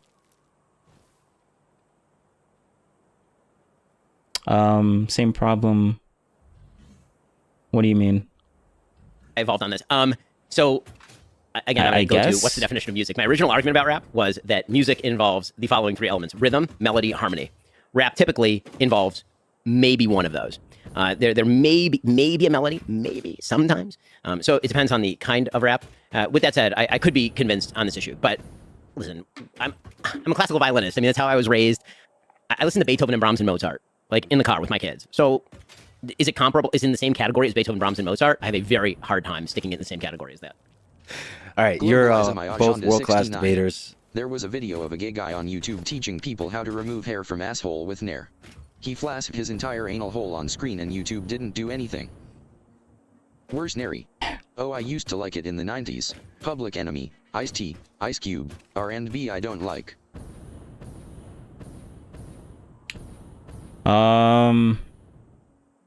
Global, I guess YouTube classified that as educational. So, it was classified as educational, and we may not agree with it, but hey, just that's why I'm like, it Globalize my agenda 69. Also, there is all those sexy yoga videos on YouTube. Just because it is educational doesn't mean it can't be sexual. I mean, just because it's sexual doesn't mean that it's porn. We're talking about porn specifically. Should porn be bad? 69. You see why there is a problem with banning showing your body, right? Yeah, I'm talking about porn, not showing your body. Not porn, not sexual. Like, those things are different. These are different things. I think you're conflating these two things. Like, yes, it's a problem, but we're not... Like, and those are interesting questions, but we're not... You're missing the point of the banning of that specific thing.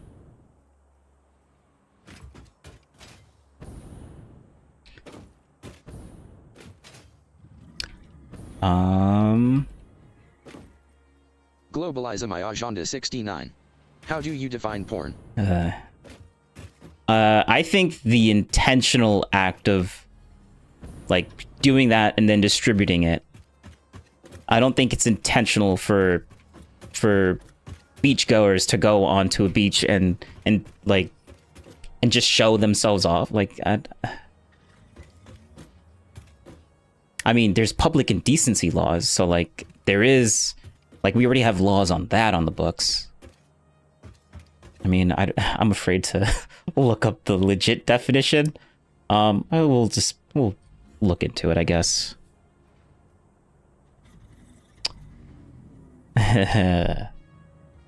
What is the definition? Globalize my agenda 69. Well, he clearly just wanted to illustrate how to use Nair. Globalize what is my the definition? 69. Clearly it is not porn.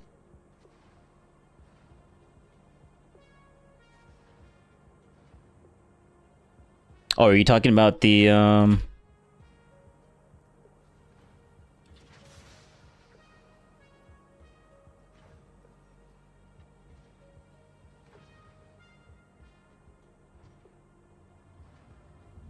Yeah, whatever. I'm not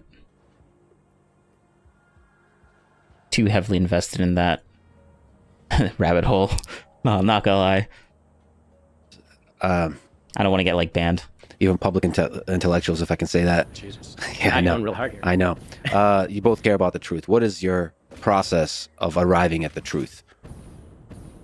I think it's really important to... Everybody will say that they're objective and that they are not part of... the thing, like, I don't think that should be outright banned because he's legitimately...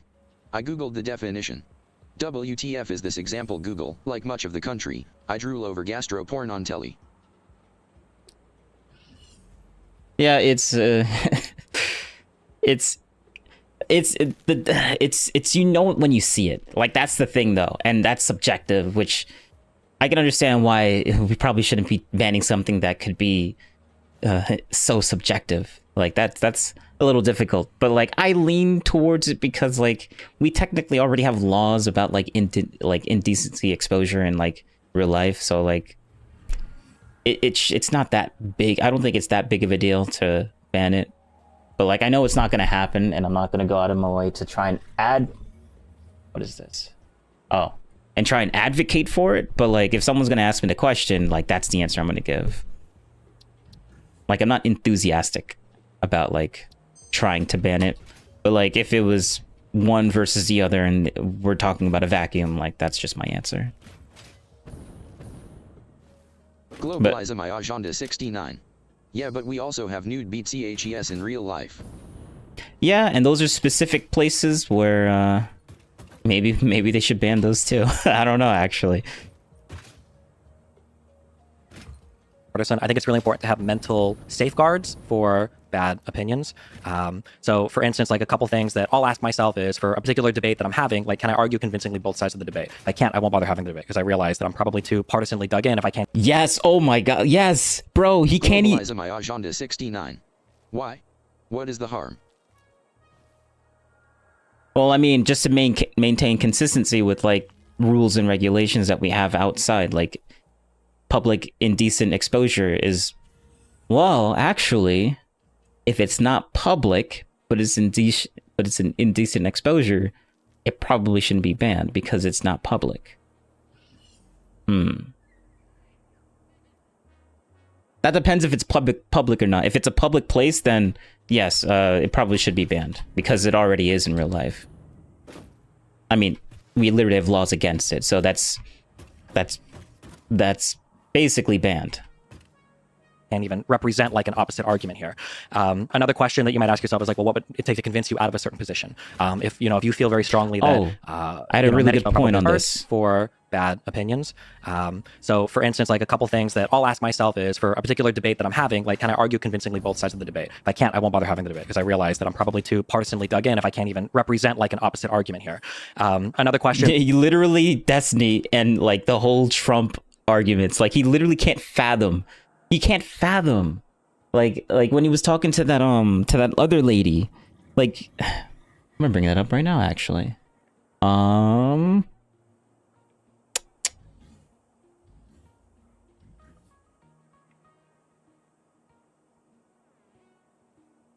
Let's see, can I find the video? It wasn't that long ago. Where is that lady? My favorite video that I like to bring up all the time. Where is she? There she is.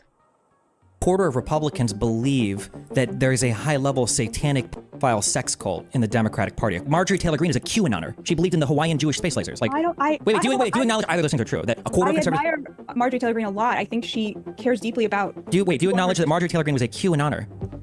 You have to live in the same reality. It's like, I admire you so much. I want to hear everything else. I want to have this conversation with you, but I am destroying America because I don't agree with you about. No, like, it's because we are having core. That is true. Fundamental value disagreements. Are you? Don't be depressed. It's depressing. It's horrible. The conservatives have no standard for behavior in this country. But I'm you're not okay conservative. with that. I'm a leftist. Wait. There was no way I was not going to join this because I feel, I guess the only accurate way to say it is existential levels of gratitude to you, because you have been such a voice of moral clarity in a space where that is very difficult at a time when very few had that clarity in the space. All right, well, whatever. Like, but this is the lady that I was talking about. Globalize And then you might ask yourself, 69. I think the difference is if the sexual content is expected or not. You can be naked in a nude beach because that is expected. You can't walk to the grocery store in your birth suit though. Same thing should be applied to the internet too, I think. Having porn on porn sites should be expected and allowed. Porn shouldn't be allowed on sites like Twitter, YouTube, or Twitch though. Where's Neri? Yay, my favorite lefty. My favorite. Wait, did you say yay as in like Kanye? Oh yeah, no. Yay, my lefty, as in the lady. Yeah, the lady. This lady. Yeah, I just realized what you were talking. Yeah, because I remember the comment. I remember the comment. I was like, well, what would it take to convince you out of a certain I love position? her too. She's so good. If you feel very strongly that, Medicare for all is a good, system by which to run the United States Her healthcare. name is so and so complicated what would it take to convince you say, otherwise? though. You can't even fathom, like, what would it take to convince me otherwise? You're probably too dumb. I argue. But like, look at this. This is both old Destiny basically refuting new Destiny or present Destiny, basically like saying, like, just listen to this argument. This is the argument that he should be telling himself, like, right now. He can't make any type of good faith argument about like conservatives at all, or understand them on the other side. Like, there's zero. Everybody will say that they're objective and that they are nonpartisan. I think it's really important to have mental Where's safeguards Neri? for No, LOL. bad opinions. ELOL. Did you see him on Alex Jones? That was off the charts. Yeah, bro. Yes. Ye or Kanye or whatever he wants to call himself. He, bro. I mean, I thought it was funny at the time, but like, bro, that's some dark stuff right there. The joke basically is what he was trying to pull off. Like, it's just like he's been listening to Candace a little too much. Candace is very the Israel-Palestine stuff is it's just you should watch that live. I wet myself laughing. I mean, I saw clips of it. It's honestly just it's too cringe for me to like watch. I mean, we could you know what? Let's look it up. Kanye West on Alex Jones. They probably took down the video, maybe. But like he literally made Alex Jones like so uncomfortable.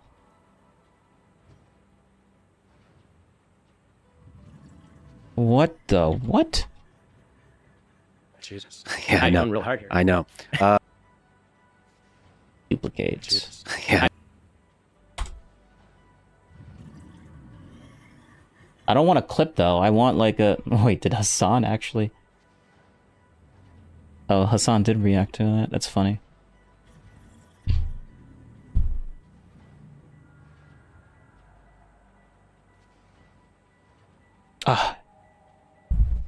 Give me 2 seconds. Oh. What?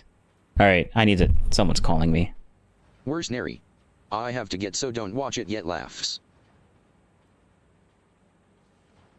I have to get... So don't watch it yet laughs.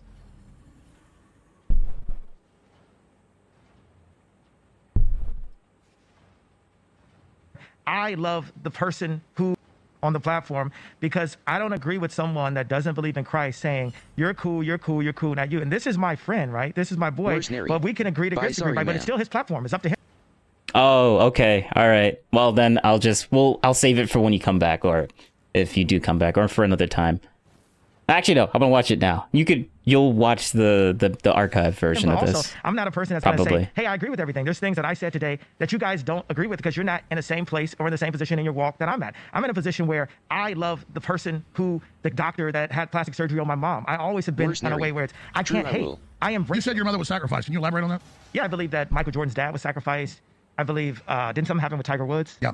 My mom, these are all Zionists. I do not condone anything that this guy is saying, but we're going to listen to it right now.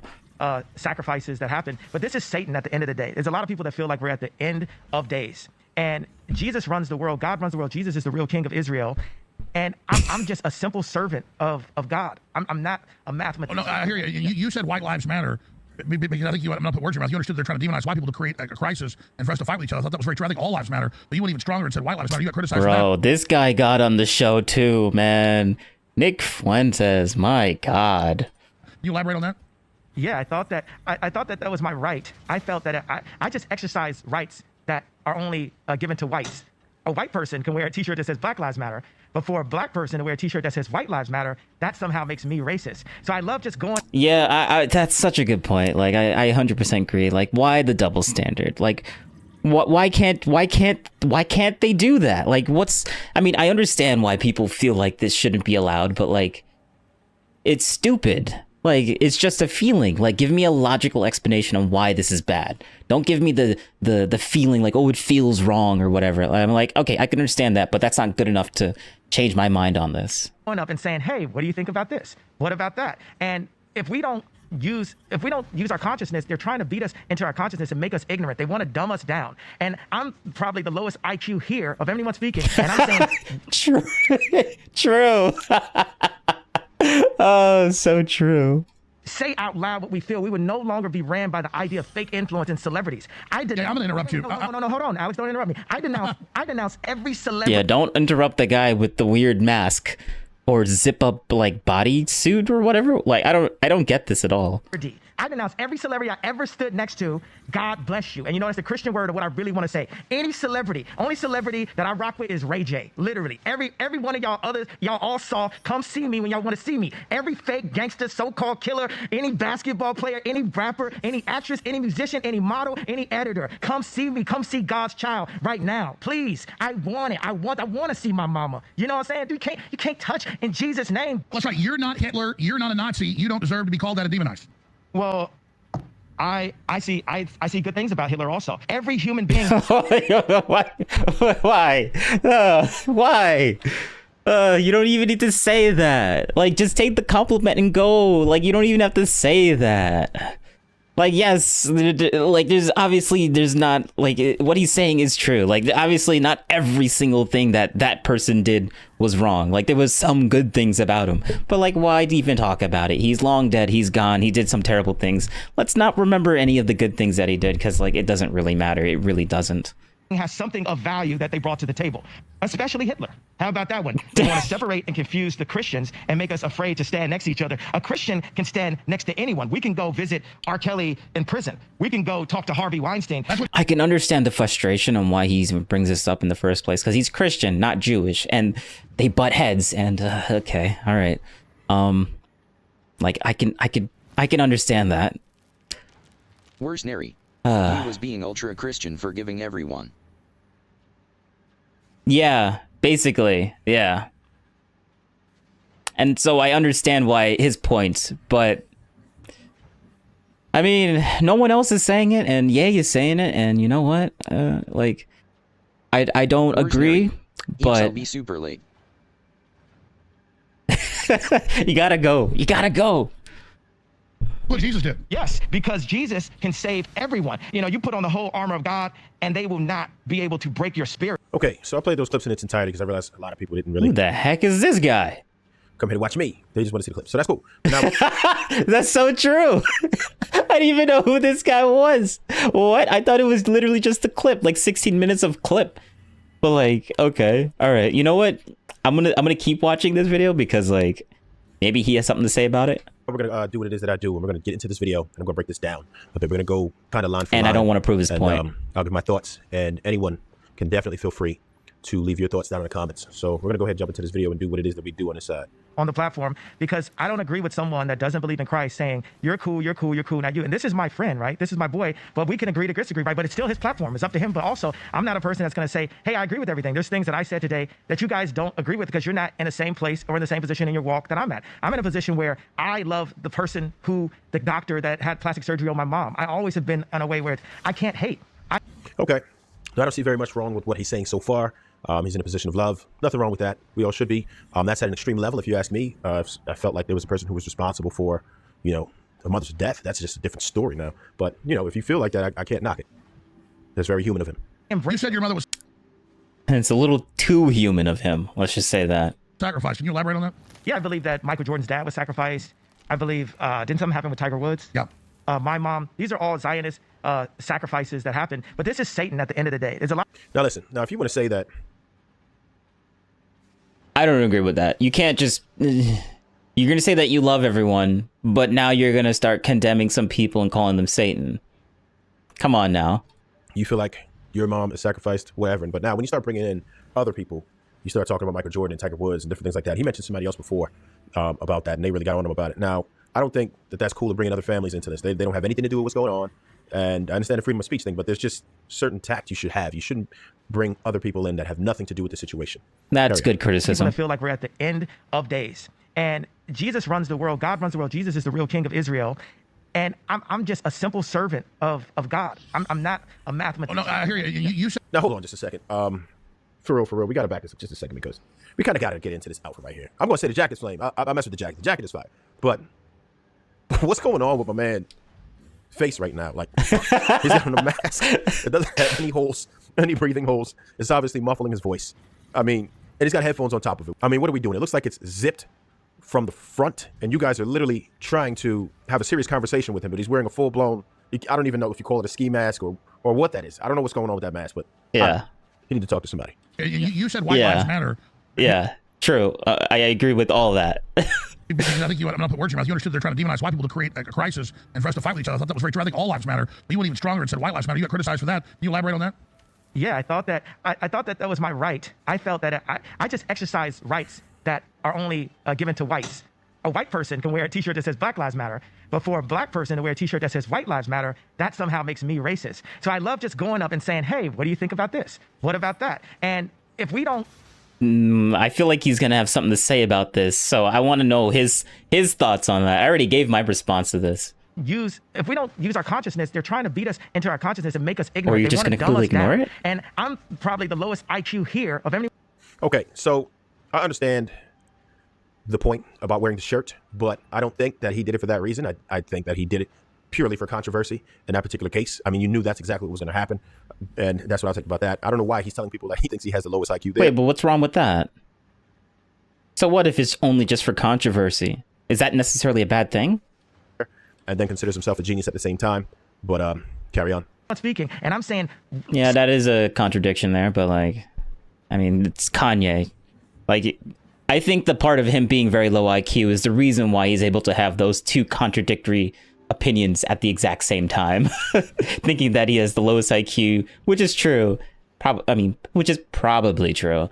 And him being the super genius in the entire room at the exact same time. Having those two opinions, I mean, only the first one was correct. Let's just say that. Say out loud what we feel. We would no longer be ran by the idea of fake influence and celebrities. I'm going to interrupt you. No, hold on, Alex, don't interrupt me. I did not.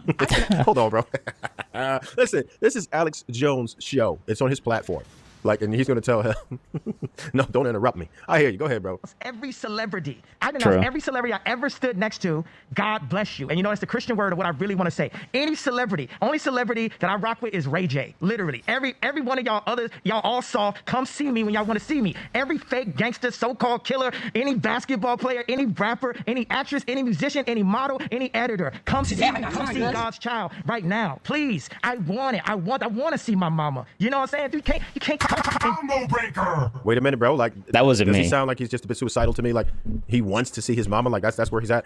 Somebody might want to do a wellness check on his brother. Like, seriously, all jokes aside, because the way that he's talking right now, he feels like he doesn't have anything to lose, in my opinion. So, anybody close to the brother, do a wellness check on him, please. Ray J, I guess y'all cool. Hit the homeboy up. I'm pretty surprised that Ray J is the one person he would not denounce. I don't know if you guys know the history, but you know his wife's entire claim to fame was her with that adult film tape that they made with, you know, her doing everything under the sun as best she could, which wasn't good in my opinion. But she did that and she became famous. She conjured up a plan with her mother, reviewing the tapes according to Ray J, and came up with that. And Ray J was part of it. Ray J made oodles and oodles of money of it. Ray J was being funny about it. He said oh, if you don't want the money from it, then I'm just going to donate it to your favorite charity. He was really being a jerk about it. Seriously. At some point, Kanye must have begged him or whatever. All right, I don't know anything about this drama nonsense, so we're going to just ignore that and go back to Ben Shapiro. What is your process of arriving at the truth? I think it's really important to, everybody will say that they're objective and that they are nonpartisan. I think it's really important to have mental safeguards for bad opinions. So for instance, like a couple things that I'll ask myself is, for a particular debate that I'm having, like, can I argue convincingly both sides of the debate? If I can't, I won't bother having the debate, because I realize that I'm probably too partisanly dug in if I can't even represent like an opposite argument here. Another question. Yeah, present Destiny should probably take some good facts on 11 months ago Destiny that you guys can't even see. Yeah, 11 months ago Destiny. Like, why I said that specifically. Like, he really should listen to himself more. He really should. And that you might ask yourself is like, well, what would it take to convince you out of a certain position? If you feel very strongly that Medicare for all is a good system by which to run the United States healthcare, and somebody says, well, what would it take to convince you otherwise? If you can't even fathom, like, well, what would it take to convince me otherwise? You're probably too dug into a position. So True. I think if you go through life saying like, well, I try my best to be unbiased, rather than saying I try my best to be aware of my biases, because the latter is more realistic and the former is literally impossible unless you're a computer. So I think having like actual mental practices that you engage in to try to counter some of the biases that you have is more important than trying to pretend that you're free of all biases and then consuming all your media from one source. Yeah. Ben? I mean, I agree with a lot of that. I think that the easiest practical guide is read a bunch of different things from a bunch of different sources, and where they cross is probably the set of facts, and then everything else is extrapolated opinion from different premises. That's sort of the short story. So read the New York Times and Breitbart, and they're going to disagree on a lot. But if the core of the story, and the Daily Wire, certainly read the Daily Wire. If you read the Daily Wire and you read the Washington Post, and there's a nexus of the same thing, then you can pretty well guarantee that at least, you know, if we're all blind men feeling the elephant, at least if we're all feeling the trunk, we know that there's a trunk there, right? You may not know what the elephant is. and if you're feeling frisky, then watch Destiny as well. You've talked about, you know, having a conversation, debating Ben for a long time. What is your favorite thing about Ben Shapiro? My favorite thing about Ben Shapiro is, at least when we're in election season, he's very critical of his own party. I appreciate that. I feel like Ben generally tries to adhere more to the fact-based arguments than other conservatives that I listen to, which is something that I appreciate because it's more fun to fight on kind of like the factual grounds of discussing things like foreign policy or whatever, rather than people that only inhabit the idealistic or philosophical grounds because they don't want to learn about any of the facts. So I appreciate that. Ben, you've gotten a chance to talk to Destiny now. What do you like about the guy? A lot of the same sorts of things, but it's really fun to see how you do your process. That is a cool thing. And it's a gift to the audience because, honestly, doing what we do, so much of what we do is sitting and reading and being behind closed doors and educating yourself and talking with people. But getting to watch you do it in real time is a really cool window into how people think and how people learn. So that's a really neat thing. Well, gentlemen, this was incredible. Which is why I do what I do. Honor. Thank you for doing this today. Yeah, thanks a lot. Thanks for having me. Thanks for listening to this debate between Ben Shapiro and Destiny. To support this podcast, please check out our sponsors in the description. And now, let me leave you with some words from Aristotle. The basis of a democratic state is liberty. Thank you for listening, and hope to see you next time. All right. I think... you know what I should do? Because, like, there was an error, and there was glitches, and I need footage for some... There's gonna be some weird editing for the freaking... other channel, because like there was some good points that I made, but that was during, like, the audio went out flawlessly, but the render issue, and that's why I'm looking back at my stuff to see if everything's working properly, like, it chopped up the video, it turned into a slideshow, but like the audio went out seamlessly, so I could still use the audio, but the video is gonna look so weird. I'm gonna have to use the backup thing. There's gonna be no camera because I don't back up camera footage. It's just not worth it. But I back up all the back end stuff for like my other channels automatically. I have like so many different